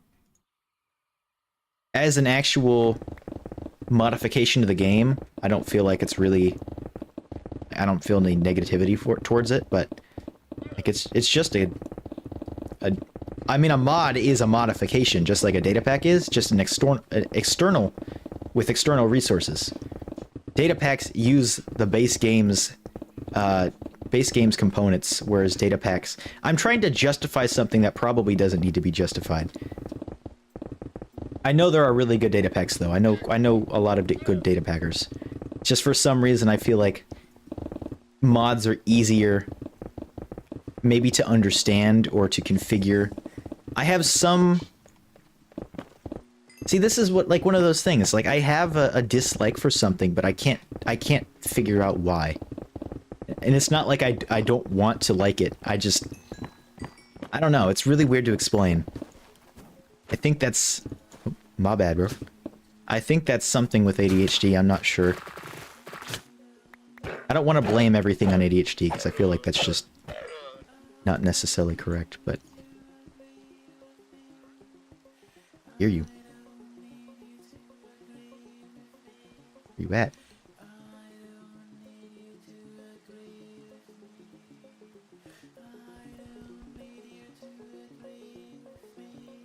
He's disappeared.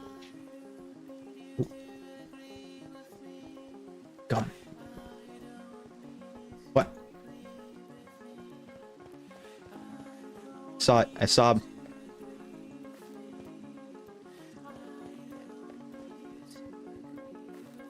There you are.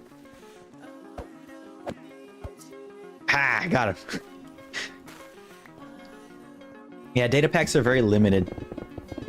Maybe that's why, because I'm used to being able to, when programming my own things, I'm used to having tools. I could have used the hitboxes, yeah. I thought it was kind of fun, though, to use, like, Marco Polo. Yeah, they're very limited in the way that they can be used. Go for now, Fever. Whoop, hello. I think are mostly on your level. Just sure. I will hit you up if I would like to do that. I won't give an answer right now just because I'll probably say yes, but yeah, for now I'll let you know. So yeah, thank you for joining in though. Internal bias. Probably. Like, functionally I have no issue with it. And I don't want to dislike it. It's like and it's not just with stuff like this too, it's with people too, where I just, for some reason, certain people, it's not a lot of people, but like I just all of a sudden, for no reason, decide, yeah, I'm not fond of this, or I'm not, either for food, even if I haven't tasted it, or, I don't know, it's weird. It's so hard to explain. And I don't expect to be understood on that because it's just... I don't think it's a common thing. It's such a weird thing to decide. Summon the Cleo. Yeah, I'll DM Cleo later. Alright, I'm gonna finish just this section and I really need to go eat food. I'm so hungry. We've been live for 5 hours and 20 minutes. How did that happen? It was almost 3 hours, 20 minutes ago. I'm not sitting up. I know, I wish I did. I would love to know. I can't get the jacket. I try to figure that out. And a lot of the times it's like, I can't decide what emotion I'm feeling or have a reasoning behind it. I feel things. And it's super hard to pinpoint. And I know there's a term for that too, and I don't know what it is. It's not something I wish. A record? Record what? I'm confused. I don't know what that means. Yeah, I don't know. There's a thing for it, or a term for it. I don't know if it's a separate condition or a side effect of ADHD, or if it's even related to ADHD, but... I don't know. It's weird. If I could have a reasoning for the way I feel about anything, I would absolutely love that. Oh yeah, we have hit the record. You're so right. Prepper, I think that was 9,000. Thank you so much for the subscribe. Still didn't show up. That's so weird. But yeah, thank you. Welcome in. You got here right at the end of the longest stream we've ever done. Thank you so much for joining. Man, we really have beat the record, haven't we? 5 hours and 20 minutes. Look at that. I think you were right about the beacon. Not only was I getting more done, but it looks like I've made much more progress. I mean, we did do a ton of progress over here, so it is... I think it just visually doesn't look as much like I've done anything. The TNT was doing some damage, though. It was already a battleground before I started, and then after I finished, it still looked like a battleground, so there wasn't really a change. Yeah, I think that's a side effect of ADHD. I'm not too sure. That's something that's always been the case. I've just really never been aware of, I guess. That's something I'm trying to figure out, is a lot of the time things that I just thought were normal, I've discovered are things that probably are not. Like not being able to always identify why I feel a way about something, or not being attentive. Even though I knew I had ADHD, I thought that was just like... I didn't really know what it meant at the time. So now that I'm learning about it, I'm getting a little bit more knowledgeable. Oh, the cat still has the bed. I'm getting a little bit more knowledgeable in being able to understand myself, which is an awesome thing to do. It might be. It might be. I'm really enjoying having conversations with you guys, and even though it's completely random topics, and sometimes really stupid topics, like the lore of Enderman and Ender Balls. Such a silly topic, but it's fun. And I'm not gonna stop streaming. I mean, right now I am, but I'm not gonna say this is the last stream I'll ever do. Probably end up doing a Discord stream later, or tomorrow probably. But I do want to finish the video I started with the mod stuff. I'm behind on that. But yeah, I think that's gonna call it. I really gotta eat. Before it gets to 5 p.m. I need, I don't know, spaghetti or something. Alright, well, thank you guys so much for watching. True. I really did enjoy the random conversations. This is definitely the most... I would consider you guys friends. Maybe not, like, best friends, but I don't think fans is a really accurate description. The people who have supported me, whether that be in real life or through watching the videos of the streams, I would consider you more than fans. Yeah, I try to be entertaining, and half the time I'm not even sure if I'm doing it, but I like just having conversations, and I am just a person, so. Oh wow, we filled up on garbage fast. But yeah, I think that is gonna do it. Thank you guys for watching. I will hopefully have a video within the next few days. I have a semi-decent schedule. I just have to actually get to... No, viewers seems not personal enough either, because lots of people view things, but you guys actually support me. I don't know. It's a term that might not even exist, but I really do appreciate you guys. It's like an almost friend. I don't know what to call that. Men? What? No. Anyway, thank you guys for watching. I have a mods video that will probably end up coming out, I want to say this week. I just need to get started on that. And then I also have maybe even a second video this week at the end, like next Saturday. Community members, I feel like that's probably the most accurate term, but I feel like is not personal enough. But, you know, it's close enough. Thank you, community members. Little cheese.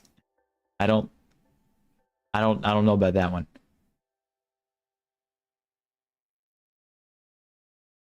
But yeah, we got a missing features mod video, and then an audio enhancing mod video, third person mods, maybe a decked out 2 video. I'm not quite sure if I want to do a second one, and then the finale of the Create Mod Worlds Fair will hopefully be in that order.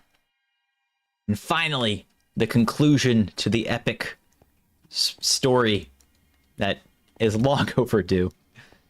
But yeah, thank you guys for listening to me rant about whatever until I lose my voice in the first half an hour, and then continue to, despite 4.5 hours having passed after that. I will see you guys later.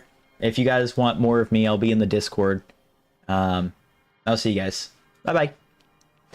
Have a good day, everybody. Bleh. I won't overwork myself. I'll go at my own pace. But I do need to start getting to work on stuff. I got so many